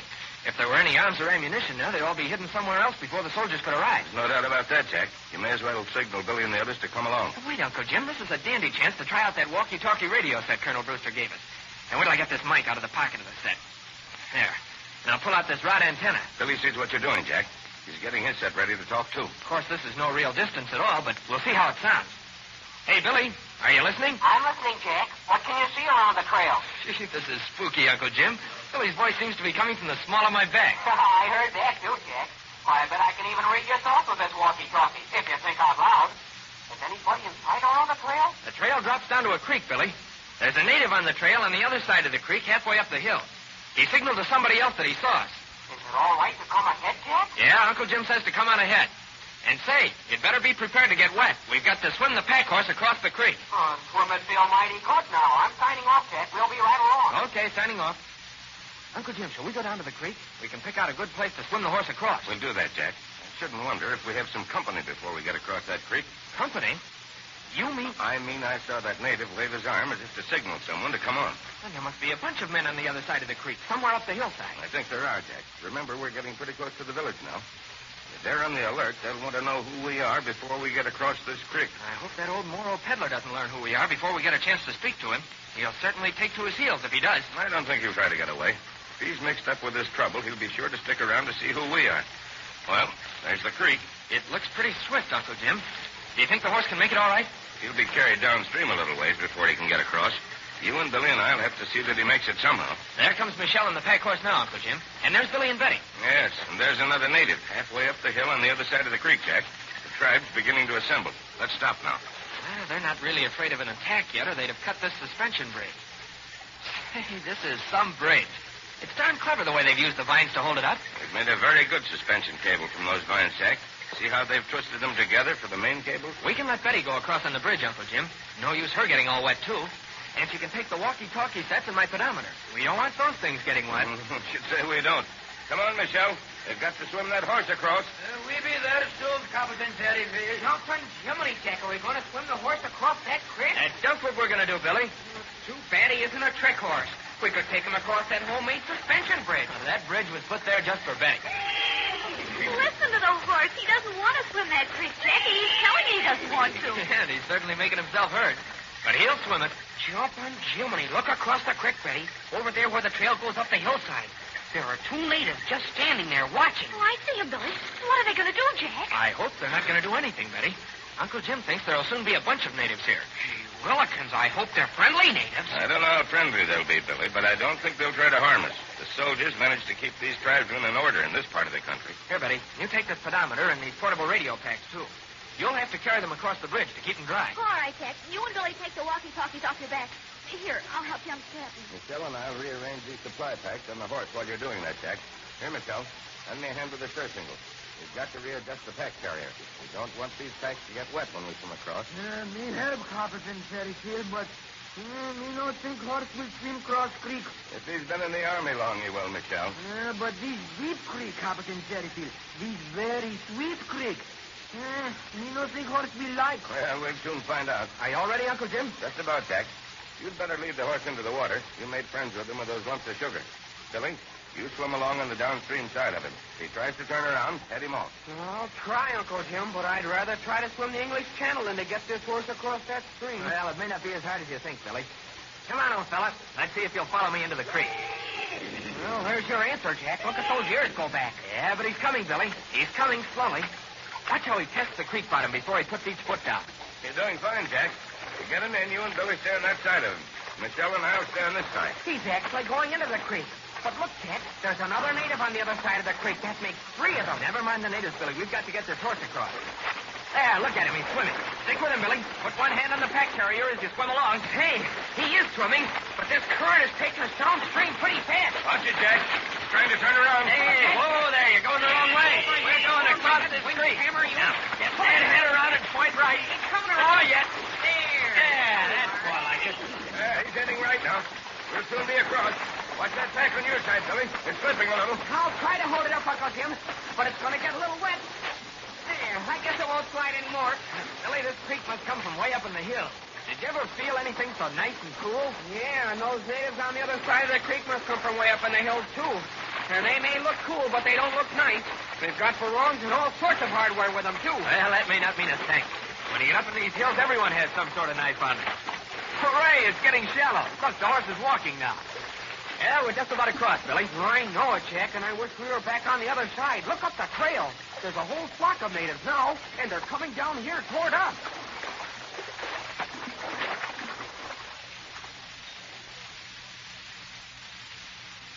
Well, they got the pack horse across the stream all right. But what next? There's a flock of tribesmen from the village coming down to meet them. And there's more than an even chance that they're not especially glad to see Jack and Uncle Jim and the others.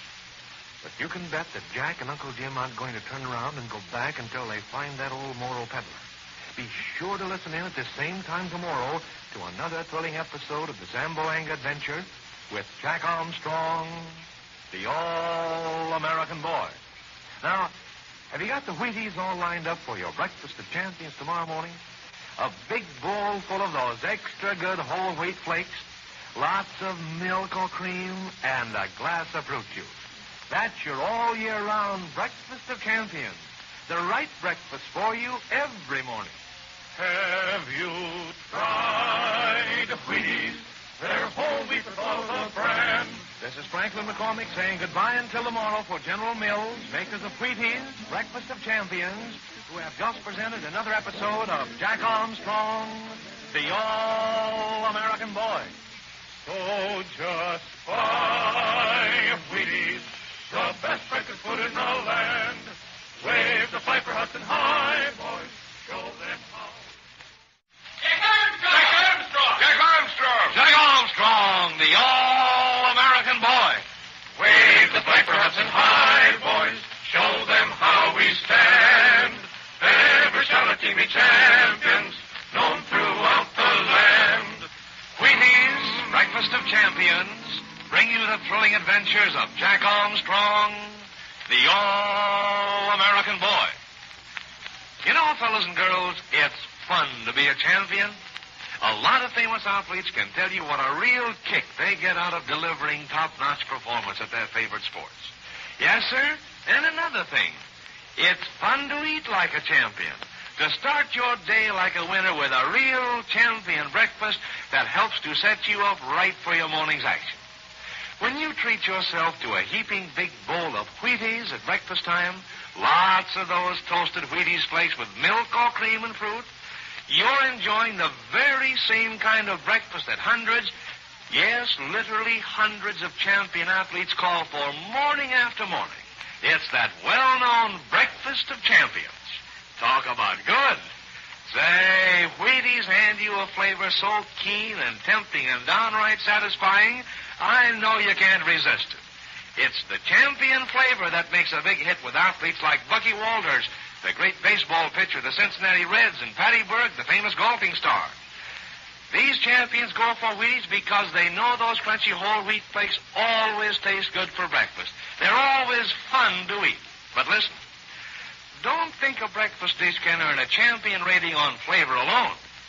What you want in a real athlete's training breakfast is lots of bodybuilding nourishment, too. Well, this breakfast of champions has it, and plenty. It's an actual fact that Wheaties give you more complete, honest-to-goodness nourishment than you'd get from many other whole wheat cereals I can think of. Wheaties are extra nourishing. Get that?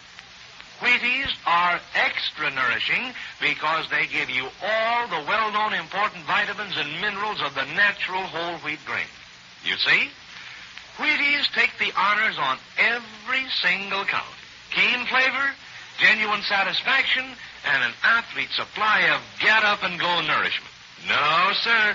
You don't need to spend a lot of time wondering what's the right kind of breakfast for you these mornings. Just reach for that famous orange and blue package and help yourself to a big bowl full of Wheaties with plenty of milk and some kind of fruit.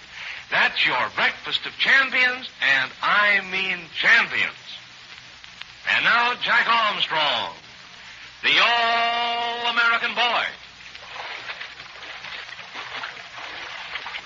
Jack, Billy, Uncle Jim, and the Filipino Michelle have managed to swim their pack horse loaded with supplies across a swift creek in the wild hill country of Mindanao.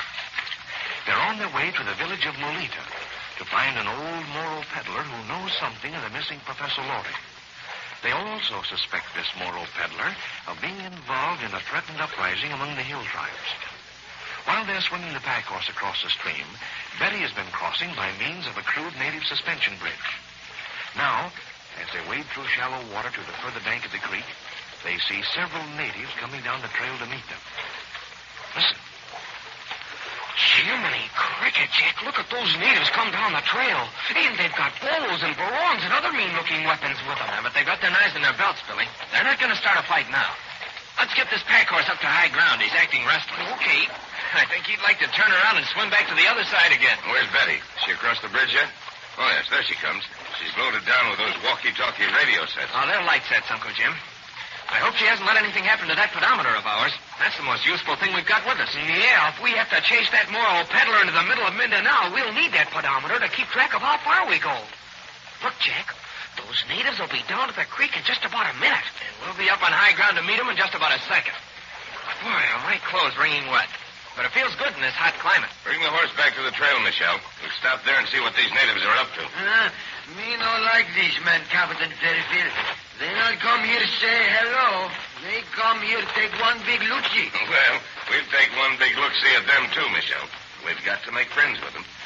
They come from the village, and we've got to get to that village and see the peddler. You can speak their dialect, can't you, Michelle? Maybe, Senor Jack. Me try. Me see. Here comes Betty, Jack. Let's take those radio sets from her and sling them on our backs. Okay, Billy. But what I want most is that pedometer. Hi, Betty. You didn't drop that pedometer into the creek, did you? Of course I didn't, Jack. Here it is. Put it back on your belt. Oh, you bet I'll put it back on my belt, Betty. I feel much safer about it when I can hear it ticking away as I walk. Oh, I'll take my radio pack now, Betty. Here, Jack. Help me sling it on my back, will you? Okay, Billy. Here, slip your arms through the straps. There. That's the way. You'd better put yours on, too, Jack. We don't know what's going to happen when these natives get down here. And if we get separated, well, we want to be able to talk with each other. I'm putting it on now, Billy. There, slide it to the center of my back, will you? Just to... There. That's right. Check your switch and see that it's not turned on. We don't want to run down those batteries. Oh, my switch is off. Jumping Jupiter, those natives are almost here. We'll soon see why they came to meet us. I hope some of them speak English, Billy, but I doubt it. I don't like their looks one bit, Uncle Jim. I'm not concerned about their looks, Betty. It's their actions directions we've got to watch. Yeah, if they knew that we suspected their village of bringing in rifles to use against the soldiers, well, they'd be mean customers. They may be pretty mean anyway, Billy. If they're planning an uprising, they'll be suspicious of any white men coming into this country. Oh, they look awfully fierce, Jack, with those long knives stuck in those red sashes. Well, we'll soon know the worst. Here they are. That big fella's going to talk to Uncle Jim. Welcome, white man. Me say to you, hello. He does speak English, Billy. And I say to you, hello. My name Karang. Me Baganyo Molita. What does he mean, Michelle? What's a Bagani? A Bagani mean head of village. My name is Fairfield. We're going to your village. You go Molita? Why you go Molita? Jack, look how Garang is scowling. Gee, Willikins, he can sure look fierce when he wants to. Shh, Billy, he may understand you. Why white man go Molita?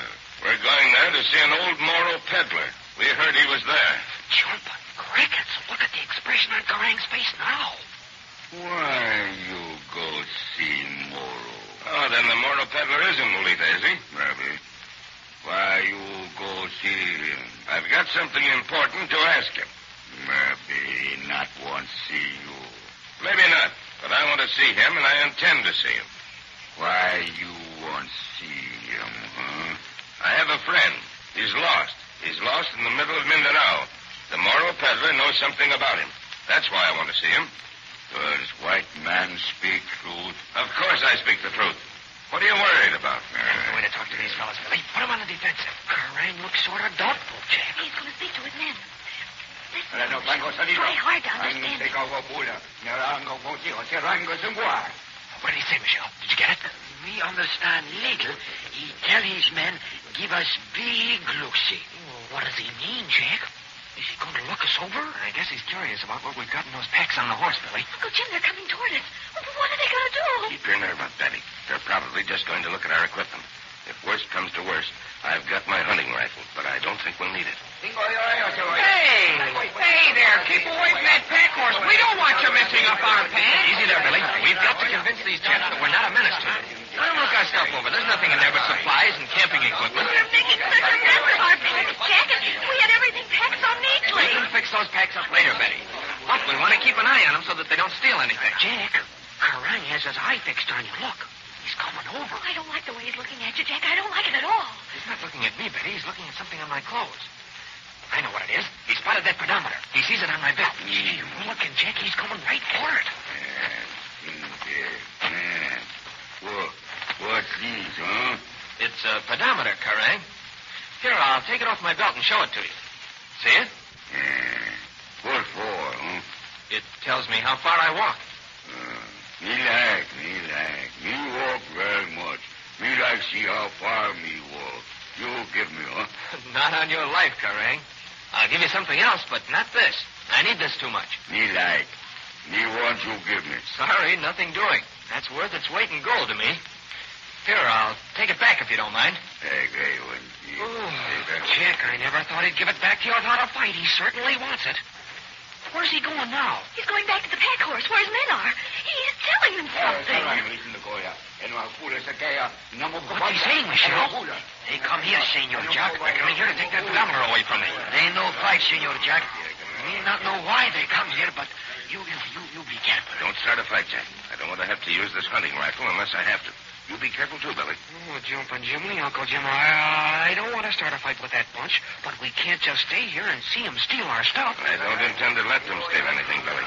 You've got to be firm with them, and yet we mustn't incur their hostilities. We can help it. Here they come, Jack. They're coming right for you. They're talking like a house of fire. I wonder what they're going to do. Now, they haven't drawn a knife or anything, Billy. Maybe they're going to try and talk me into giving that pedometer to Karang. Me think that what they do, Senor Jack. But you no give it. I'll say I won't give it. That pedometer stays with me.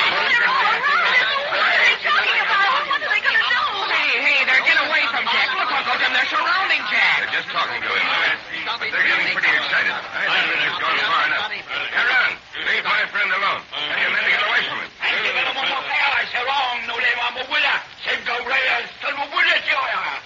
Oh, there, Betty. They're leaving, Jack, at last. They're getting away from him.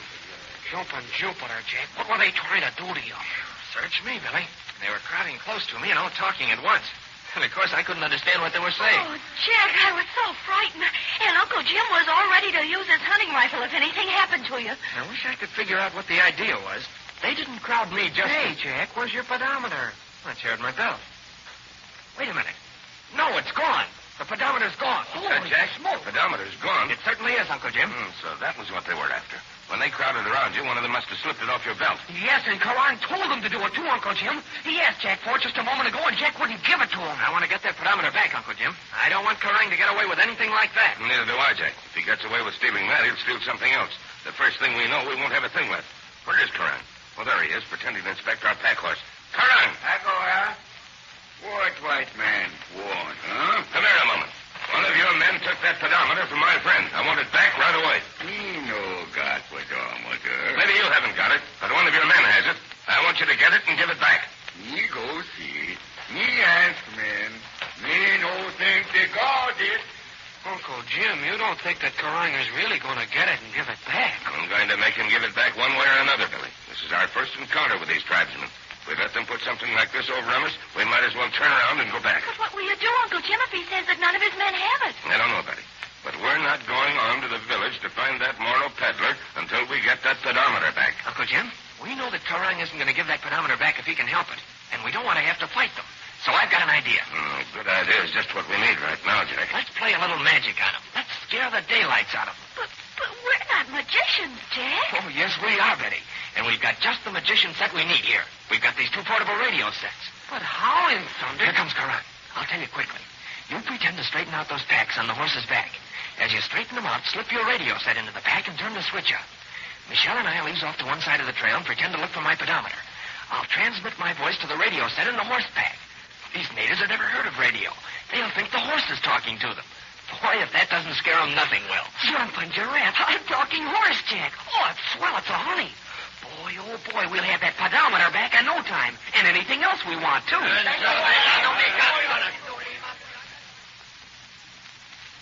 Say, that was a brainstorm Jack had, wasn't it? Suppose you were a native in the wilds of Mindanao and heard a horse talking to you. Boy, would that scare you. Well, when that horse begins talking tomorrow, you certainly want to be in on the fun and excitement. So listen in, all of you, at the same time tomorrow for another thrilling episode of the Zamboanga Adventure with Jack Armstrong, the All-American Boy. Now, you've got a swell breakfast coming to you when you put in your bid for Wheaties. Those crunchy Wheaties flakes deliver a flavor so keen and tempting and downright delicious, I know it's going to be your morning favorite. Wheaties are good. You just try them and see. Have you tried Wheaties? They're whole wheat with all of the brand. This is Franklin McCormick saying goodbye until tomorrow for General Mills, makers of Wheaties, Breakfast of Champions, who have just presented another episode of Jack Armstrong, the All-American Boy. So just buy Wheaties, the best breakfast food in the land. Way to fight for Hudson High, boys. Show them how we stand.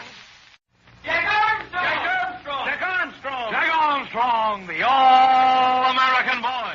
Way to fight for Hudson High, boys. Show them how we stand. Ever Sharky be champion, known throughout the land.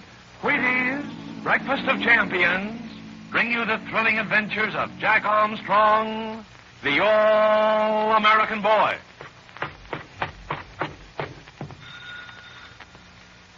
Hi, Pinky. You all set to go? The snow looks great for skiing this morning. Yeah, I'll be with you in a minute. Gotta finish my breakfast first. Want to come in and wait? Sure, I'll wait, but hurry it up.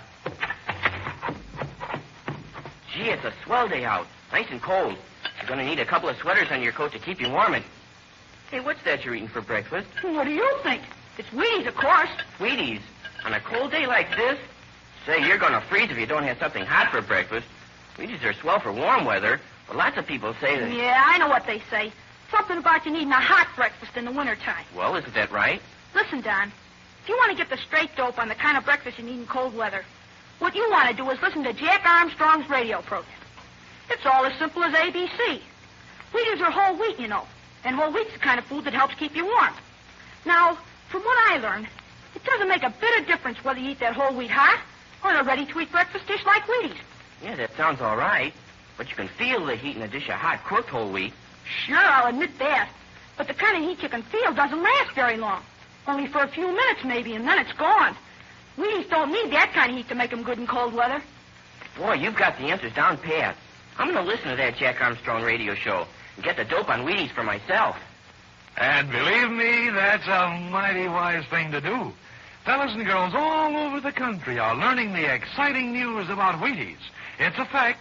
No matter how cold the weather gets, you can always count on a big bowl full of those crunchy, toasted Wheaties flakes to help keep you warm.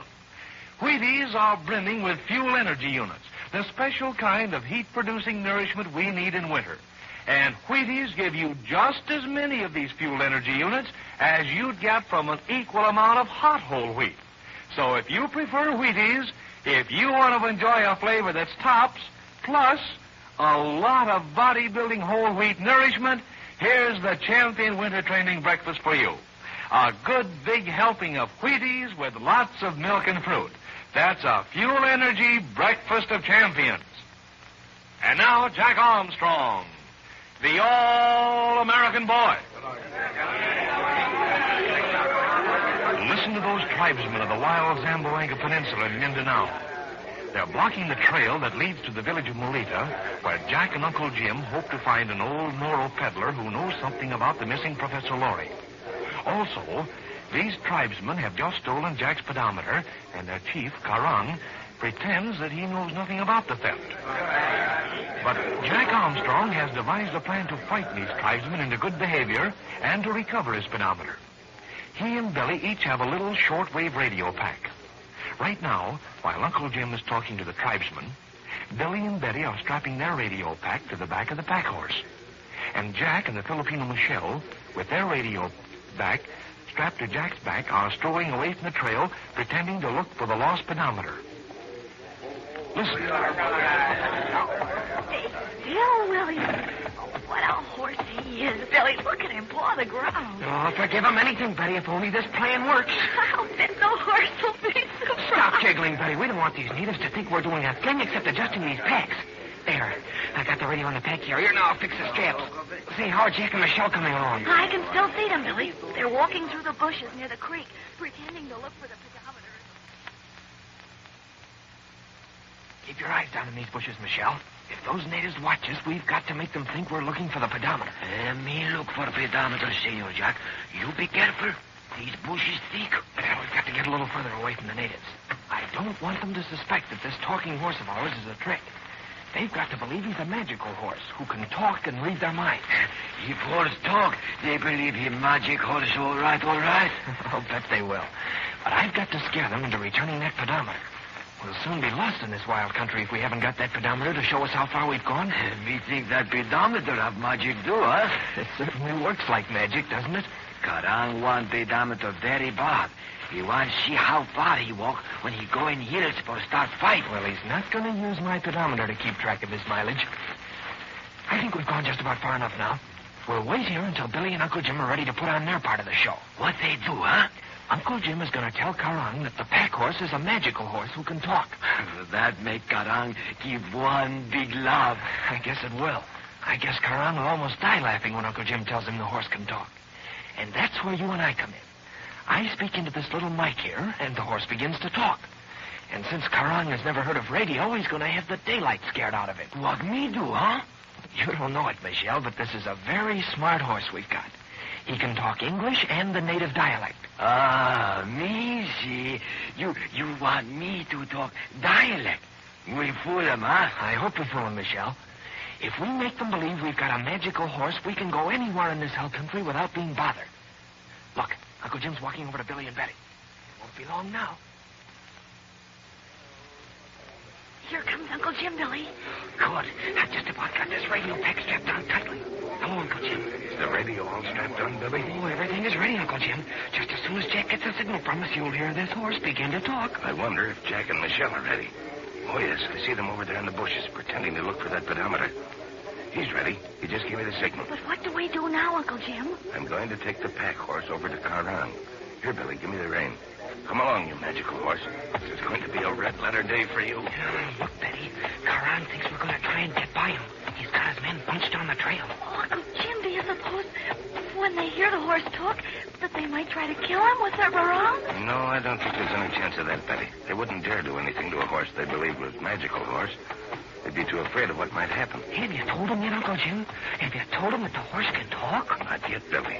I wanted to see just how stubborn it'd be. And Carang was very stubborn. He kept on saying it was too dangerous for us to go to Melita. Well, that proves that there's trouble going on in that village, Uncle Jim. It proves that he's collecting rifles and ammunition for the uprising. No, it doesn't, Billy. It just proves that he doesn't want us in Melita. Perhaps he doesn't want us to meet the old moral peddler. Here comes Carang. He's going to stop us. Gee, his men are sure ready to stop us, Betty. Look, they've got their hands on their barongs. Where you go, white man? I told you where we're going, Carang. We're going to Melita. But first, I want you to tell whoever has that pedometer to give it back. You no go, Melita. My men no got pedometer. You go back now.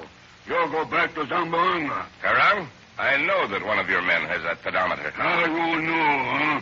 I know because my horse told me so. Huh? What's that, huh? I said, my horse told me that one of your men has the pedometer. You white man plenty crazy. You say your horse talk? Wait, I tell my men. Caliente! Si no vengo a se mura, se solete fulata. Be careful, Carang. This horse doesn't like being laughed at. White man plenty crazy. Maybe horse crazy, too. Uncle Jim is scratching his ear. That's the signal for Jack to start to work. Billy, I hope it works. I hope we don't recognize Jack's voice. He'll disguise it. Me laugh plenty, white man. You say your horse talk, huh? Why not say something now? Who dares to laugh at me? There, Carang. The horse speaks. Look, Betty, look at Carang. Why, he's actually turned pale. Look at the other natives. They're like frozen statues. White man trick, huh? White man talks through his mouth. So you think that was I who was doing the talking, do you, Carang? All right. We'll step to one side. Come on, Billy. You and Betty come over here with me.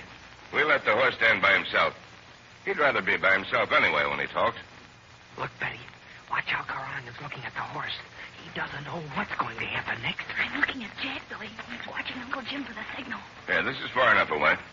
Have you anything to say to the horse, Carang? Me think horse no talk now, white man. I speak to you, Carang. Do you listen? She. No, mighty horse. I'll say he'll listen. He's too paralyzed to move. There is evil in your tongue, Carang. There is evil in your heart. Is that not so? It is so, mighty horse. How is it that you dare stand in the way of these mighty white men? I tell you, Carang, that evil befalls all men who dare oppose my masters. Do you listen, Carang? Me listen, oh mighty horse. Me listen. My heart stands still. There is evil in your heart. There is evil in the hearts of your men. I see that one of them has stolen the magical pedometer. There you are, Carang. That's just what the horse told me. I want you to get that pedometer back at once. Me ask my men. Me see. He ask my men now. He fell for it, Uncle Jim. He fell for it like a ton of bricks. I do wish his men could understand English. I wish they could understand the horse. I think the horse will speak the dialect in just a minute, Betty. I see Jack getting Michelle close to the mic. Here, Michelle, come close to the mic. I've turned the switch off, but stoop down in the bushes so they can't see what you're doing. Well, they know, she. They know Luke anyway. Their heads go round and round. Their heads are going to whirl around faster yet when they hear the horse speaking their language. Here, hold this little mic close to your mouth when you talk. What me say, huh? I think Carang is trying to find out which one of his men took the pedometer. You've got to make the horse say that he knows who has it. Say he'll bite the man's hand off if he doesn't give it back. Something like that. Lay it on thick. All right. When me talk, huh? You talk when I nod my head. Carang is turning around to Uncle Jim now. Quiet now. I'm going to turn on the switch. Carang is turning around again, Betty. He doesn't look any too happy. I don't believe his men would tell him who has the pedometer. I guess the horse didn't scare them as much as he scared Carang. That's because they didn't understand English, Betty. Jack and Michelle are on their toes. We're going to see something now. Me talk, my man. They say they know got pedometer. Lying, Carang. What do you say, oh magic horse? Ang sulat no lila sagay tuao. Isang katasito. Mabuti sarang. Look at those natives now, Betty. Oh, look at them cape. What do you say to that, Carang? My horse knows all. Me ask my men again. Perhaps they lie. Wait a minute, Karang. Horse, tell them they lie. Mate pomire. Sakali kun bago pitamator. Salimat. Sarang. Look, Uncle Jim. One of the men is pulling something out of his bag. It's the pedometer, Betty. Look. Oh, boy, he's bringing it to Karang. Yes, and he's taking care that he doesn't get too close to the horse either. See that look he gave the horse? He just can't believe it. Why, he's 2 shades paler. Well, Karang, you see that the horse was right. He's always right. See, very wonderful horse, white man. He know everything. What else he do, huh? He does whatever I want him to do, Karang. That's why I go wherever I want to. If anybody tries to harm us, the magic horse will... Well, you can just guess what he'll do. Oh, see, wonderful horse. Here you pedometer. Me sorry my men took. Look, Billy, Jack's going to make the horse talk again. Listen, Karang of the evil heart. Do my masters go in peace to your village? Oh, yes, oh, mighty horse. They go in peace. My men not hurt them. Me take them see Moro Peddler. Jack, Michelle, come on. We found your pedometer. We're going on to the village to see the Moro Peddler.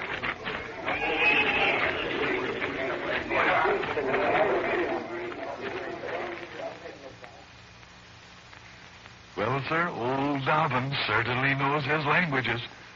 Jack has his pedometer back, and they're all heading for the village of Melita and the old Moro Peddler. Say, I wonder why Karang was so anxious not to let Uncle Jim and the others talk to the peddler. There's something mighty mysterious about that Moro Peddler, and you can bet that Jack and Uncle Jim will try to find out what it is. So, listen in, all of you, at this same time tomorrow for another thrilling episode of the Zamboanga Adventure with Jack Armstrong, the All-American Boy. You know, the fellows and girls who eat Wheaties for breakfast are getting lots of fun you should be having, too.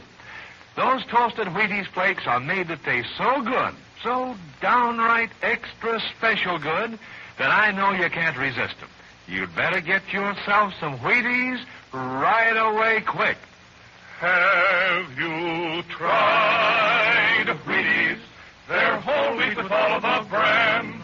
This is Franklin McCormick saying goodbye until tomorrow for General Mills, makers of Wheaties, Breakfast of Champions, who have just presented another episode of Jack Armstrong, the All-American Boy. So just buy Wheaties, the best breakfast food in the land.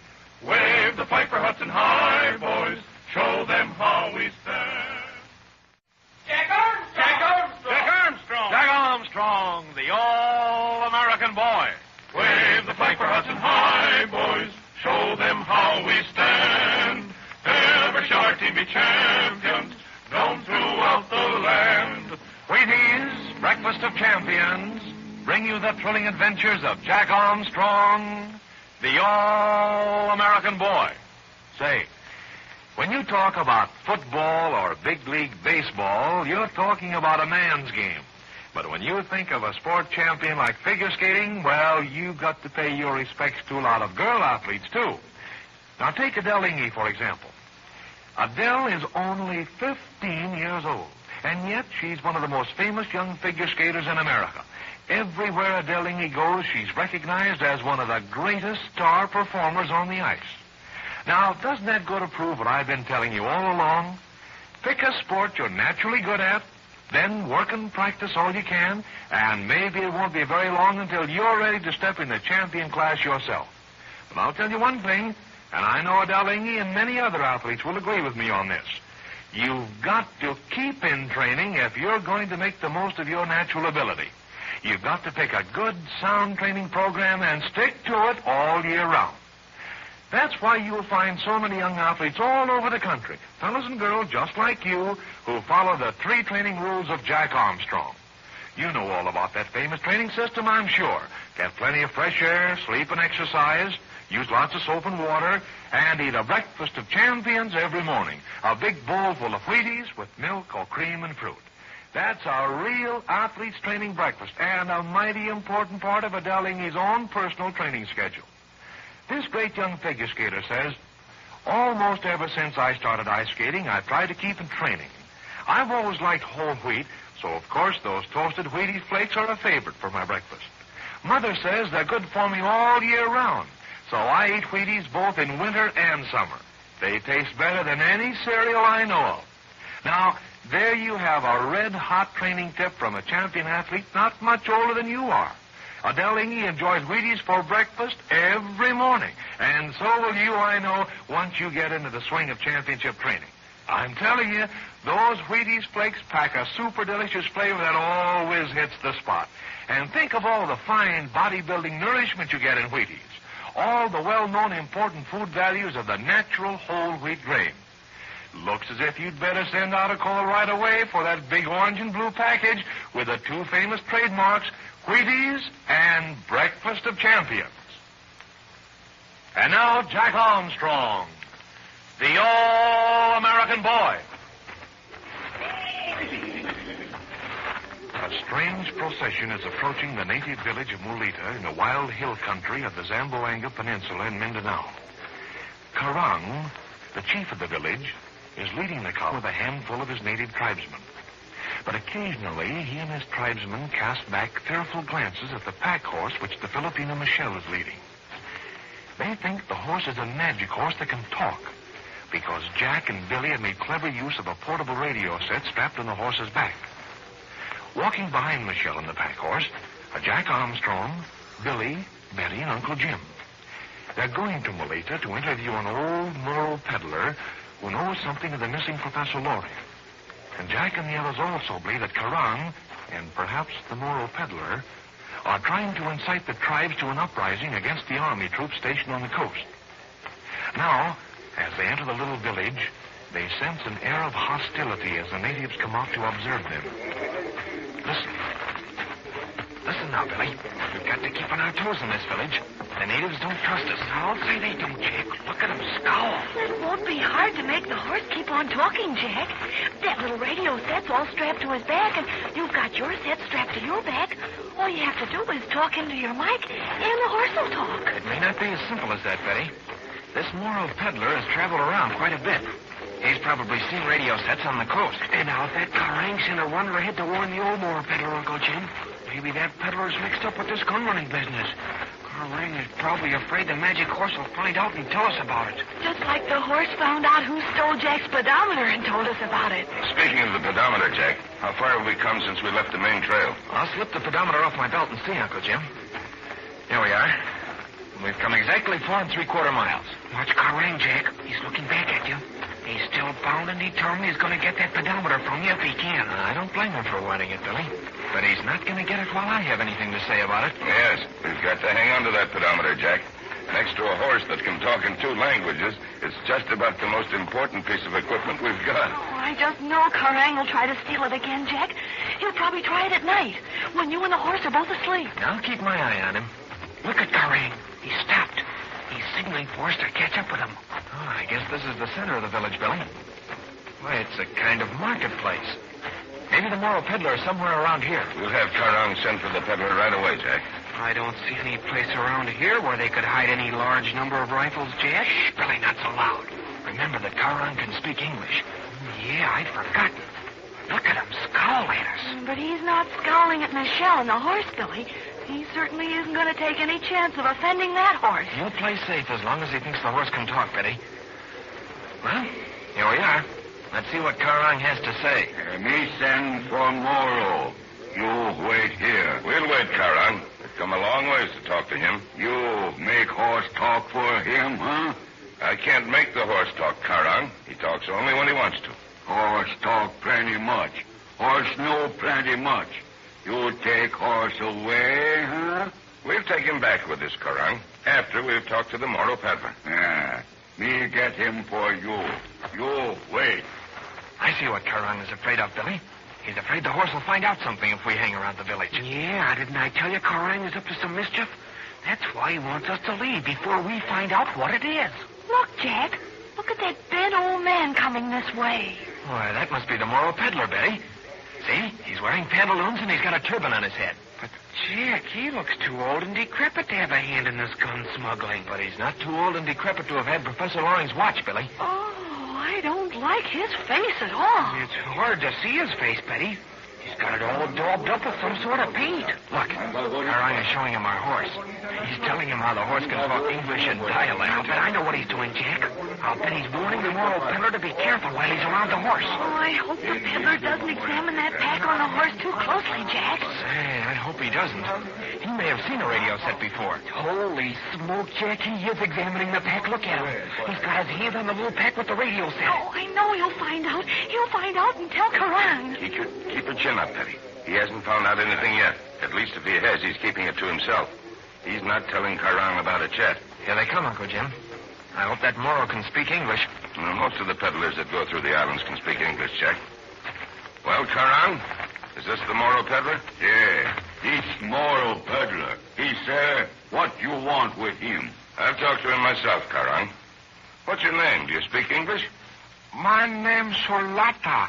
Me speak English little bit.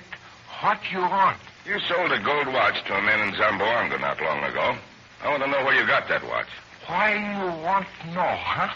That watch came from a friend of mine who has disappeared somewhere in the interior of Mindanao. I'm looking for him. I want to know where he is. Why you not ask magic horse, huh? Listen to that, Jack. He knows the talking horse is all a bluff. Billy, not so loud. My horse knows many things, Solata, but he doesn't know where my friend is. Me no like you. Me no like white people. I don't care whether you like us or not, Solata. I want some information from you, and I'm willing to pay you for it. I'll give you 10 pesos if you'll tell me where you got that watch.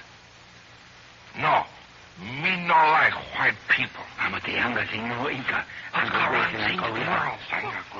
Karang is pointing at the pedometer on your belt. So that's what he's talking about. He wants the peddler to sell us the information in exchange for the pedometer. What you got on belt, huh? That's a pedometer, Solata. It tells how far I walk. You give me. Me tell you where me got watch. Don't give it to him, Jack. We'll get the information from him some other way. You give me. He's looking right into Jack's face. He looks as though he wanted to bite Jack's nose off. Oh, if I were Jack, I'd punch him one. Wouldn't let him put that painted old mug next to my face. You give me, huh? Well, I'll be Jack. You aren't going to give him the pedometer. Yes, I think I will. Put it back on your belt, Jack. He's not going to frighten us into giving it away. Please, Uncle Jim. Will you trust me? Trust you? Of course I'll trust you, Jack. If you have some good reason for giving him the pedometer, go right ahead. Thanks, Uncle Jim. All right, Solata. Here's the pedometer. Why do you suppose he's giving it to the Moro, Billy? Search me, Betty. He must have some reason. How about it, Jack? What's up? I'll tell you later, Billy. All right, Solata. You've got my pedometer. Now, suppose you tell us where you got Professor Loring's watch. Me no like white man. Me no tell you. Ha! You ask mighty horse. Why, you low-down double... Why, give us back that pedometer. Take it easy, Billy. We told Jack we'd trust him. He must know what he's doing. Well, all right, Uncle Jim. But there's something mighty funny about this somewheres. We'd better get our horse. Wait. You stay here. See? My men get horse. Don't let your men touch that horse, Karang. You know he's a magic horse. He'll do something terrible to your men if they touch him. Well, Jack, someone already has him. They've got him by the reins. You see? My men got horse. He not hurt them. Maybe horse lose his magic, huh? You bet he hasn't lost his magic, Karang. Yeah, we'll see. He keep horse over there. We'll see if he talk now. Can you make him talk, Jack? Can you make him talk without anybody seeing you? Not now, Billy. The switch is turned off on the horse's radio. Oh, what'll we do? We've got to make him talk. Hey, look. Some of his men have grabbed Michelle. And we've got to do something, Jack. Look, he's having his men surround us. Yeah, and they've grabbed Michelle now. Look at the Moro peddler. He's yelling in 18 different dialects. All right, never mind the peddler. It's these other natives we've got to watch. Yeah, wait. Well, white man, what you say now, eh? Me think too bad for you. Look at Uncle Jim, Jack. He's cocking his hunting rifle. Just 1 minute, Karang. You see this hunting rifle? It's loaded and cocked. The first man that lays a hand on one of us gets a bullet through him. You talk foolish, white man. You shoot once, at all. Maybe you shoot one man. At all you shoot. We get you then. Uncle Jim, don't shoot. I know what I'm talking about. Sorry, Jack. If If I can shoot only one man, it'll be Carran. You must trust me, Uncle Jim. I know something. You know? Very well, Jack. Nah. Young man got plenty sense. You go in here. Oh, Dick, he's going to put us into the shack over here, the one that's sitting on the ground. All right, Betty, we'll go there. Jumping Jiminy, Jack, you don't seem very worried about it. Maybe I'm not, Billy. Well, Carran, where do you want us to go? You go here, white man. You go in this house. We look at your horse. We see what you bring here. Maybe you government man. Maybe too bad for you. Come on, all of you. We'll go into this thatched hut while he inspects our packs. Get inside this shack, Billy. You too, Betty. Well, all right, Jack. We're all inside. No one's listening. Now, what's your secret? Listen, that Moro peddler. Do you know who he is? Why, he's just an old, ugly-looking Moro. Oh, no, he's not. He's not old and he's not ugly when he takes his paint off. Remember when he pretended to be so mad at me? When he put his face so close to mine? He was just showing me who he was. But who is he, Jack? He's our faithful Moro friend from Cotabango. He's Malua. What do you think of that? He's Malua. Well, What do you know about changes him? everything. Well, so Malua's going around the country disguised as an old Moro peddler. Say, he can't be mixed up in his gun running. But there must be some very important reason for his being up there in the Zamboanga Peninsula. And there's some very special reason why he wanted to get that pedometer from Jack, too. There's a lot more to this than meets the eye, and you'll certainly want to be in on it. So listen in, all of you, at the same time next Monday for another exciting episode of the Zamboanga Adventure with Jack Armstrong, the All-American Boy. Now, while you're thinking about it, be sure to ask Mother to get you some Wheaties this weekend. Boy, those Wheaties will taste mighty good for breakfast tomorrow and Sunday. You're all set to start the weekend in champion style if you'll ask for Wheaties now. Have you tried Wheaties? They're whole wheat with all of the bran. This is Franklin McCormick saying goodbye till Monday for General Mills, makers of Wheaties, Breakfast of Champions, who have just presented another episode of Jack Armstrong, the All-American Boy. So just buy Wheaties, the best breakfast food in the land. Wave the flag for Hudson High, boys. Show them how we stand. Ever sharp TV chant. Jack Armstrong! Jack Armstrong! Jack Armstrong! Jack Armstrong, the All-American Boy. Wave the flag for Hudson High, boys. Show them how we stand. Ever shall our team be champions, known throughout the land. Wheaties, Breakfast of Champions, bring you the thrilling adventures of Jack Armstrong, the All-American Boy. Look, do you ever wonder just what goes on in the pilot's cockpit of a transport plane while it's in flight? Well, if you'd been sitting in the co-pilot seat of Northwest Airlines Flight 6 this morning, you would have heard something like this. Northwest Airlines Flight 6 to Chicago. Chicago. Wind check, please. Okay, 6. Wind north by northwest. 18 miles an hour. Gusting. High scattered clouds. Visibility 10 miles. Okay. We're contacted 5,000, descending to 3,000. Estimate Chicago at 11:35, ramp at 11:38. Standing right beside me here in the studio is the pilot who brought Flight 6 into Chicago this morning. He's Captain Bill Richmond of Northwest Airlines.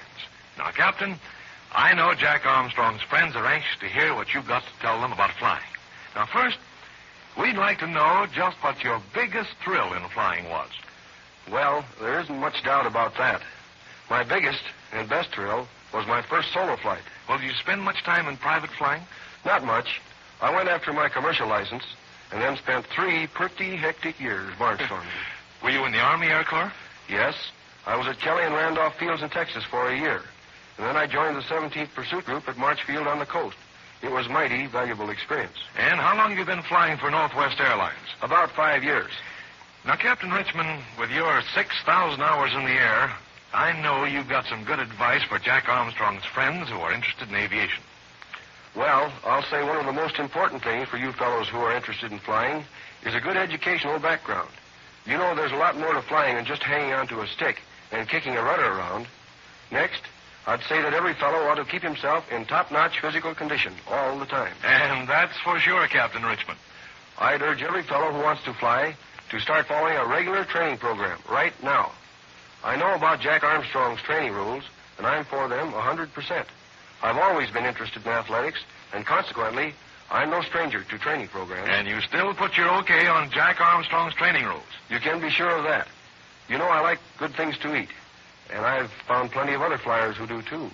And I've found that Wheaties, milk, and fruit make a swell breakfast. Well, thanks a lot, Captain Richmond.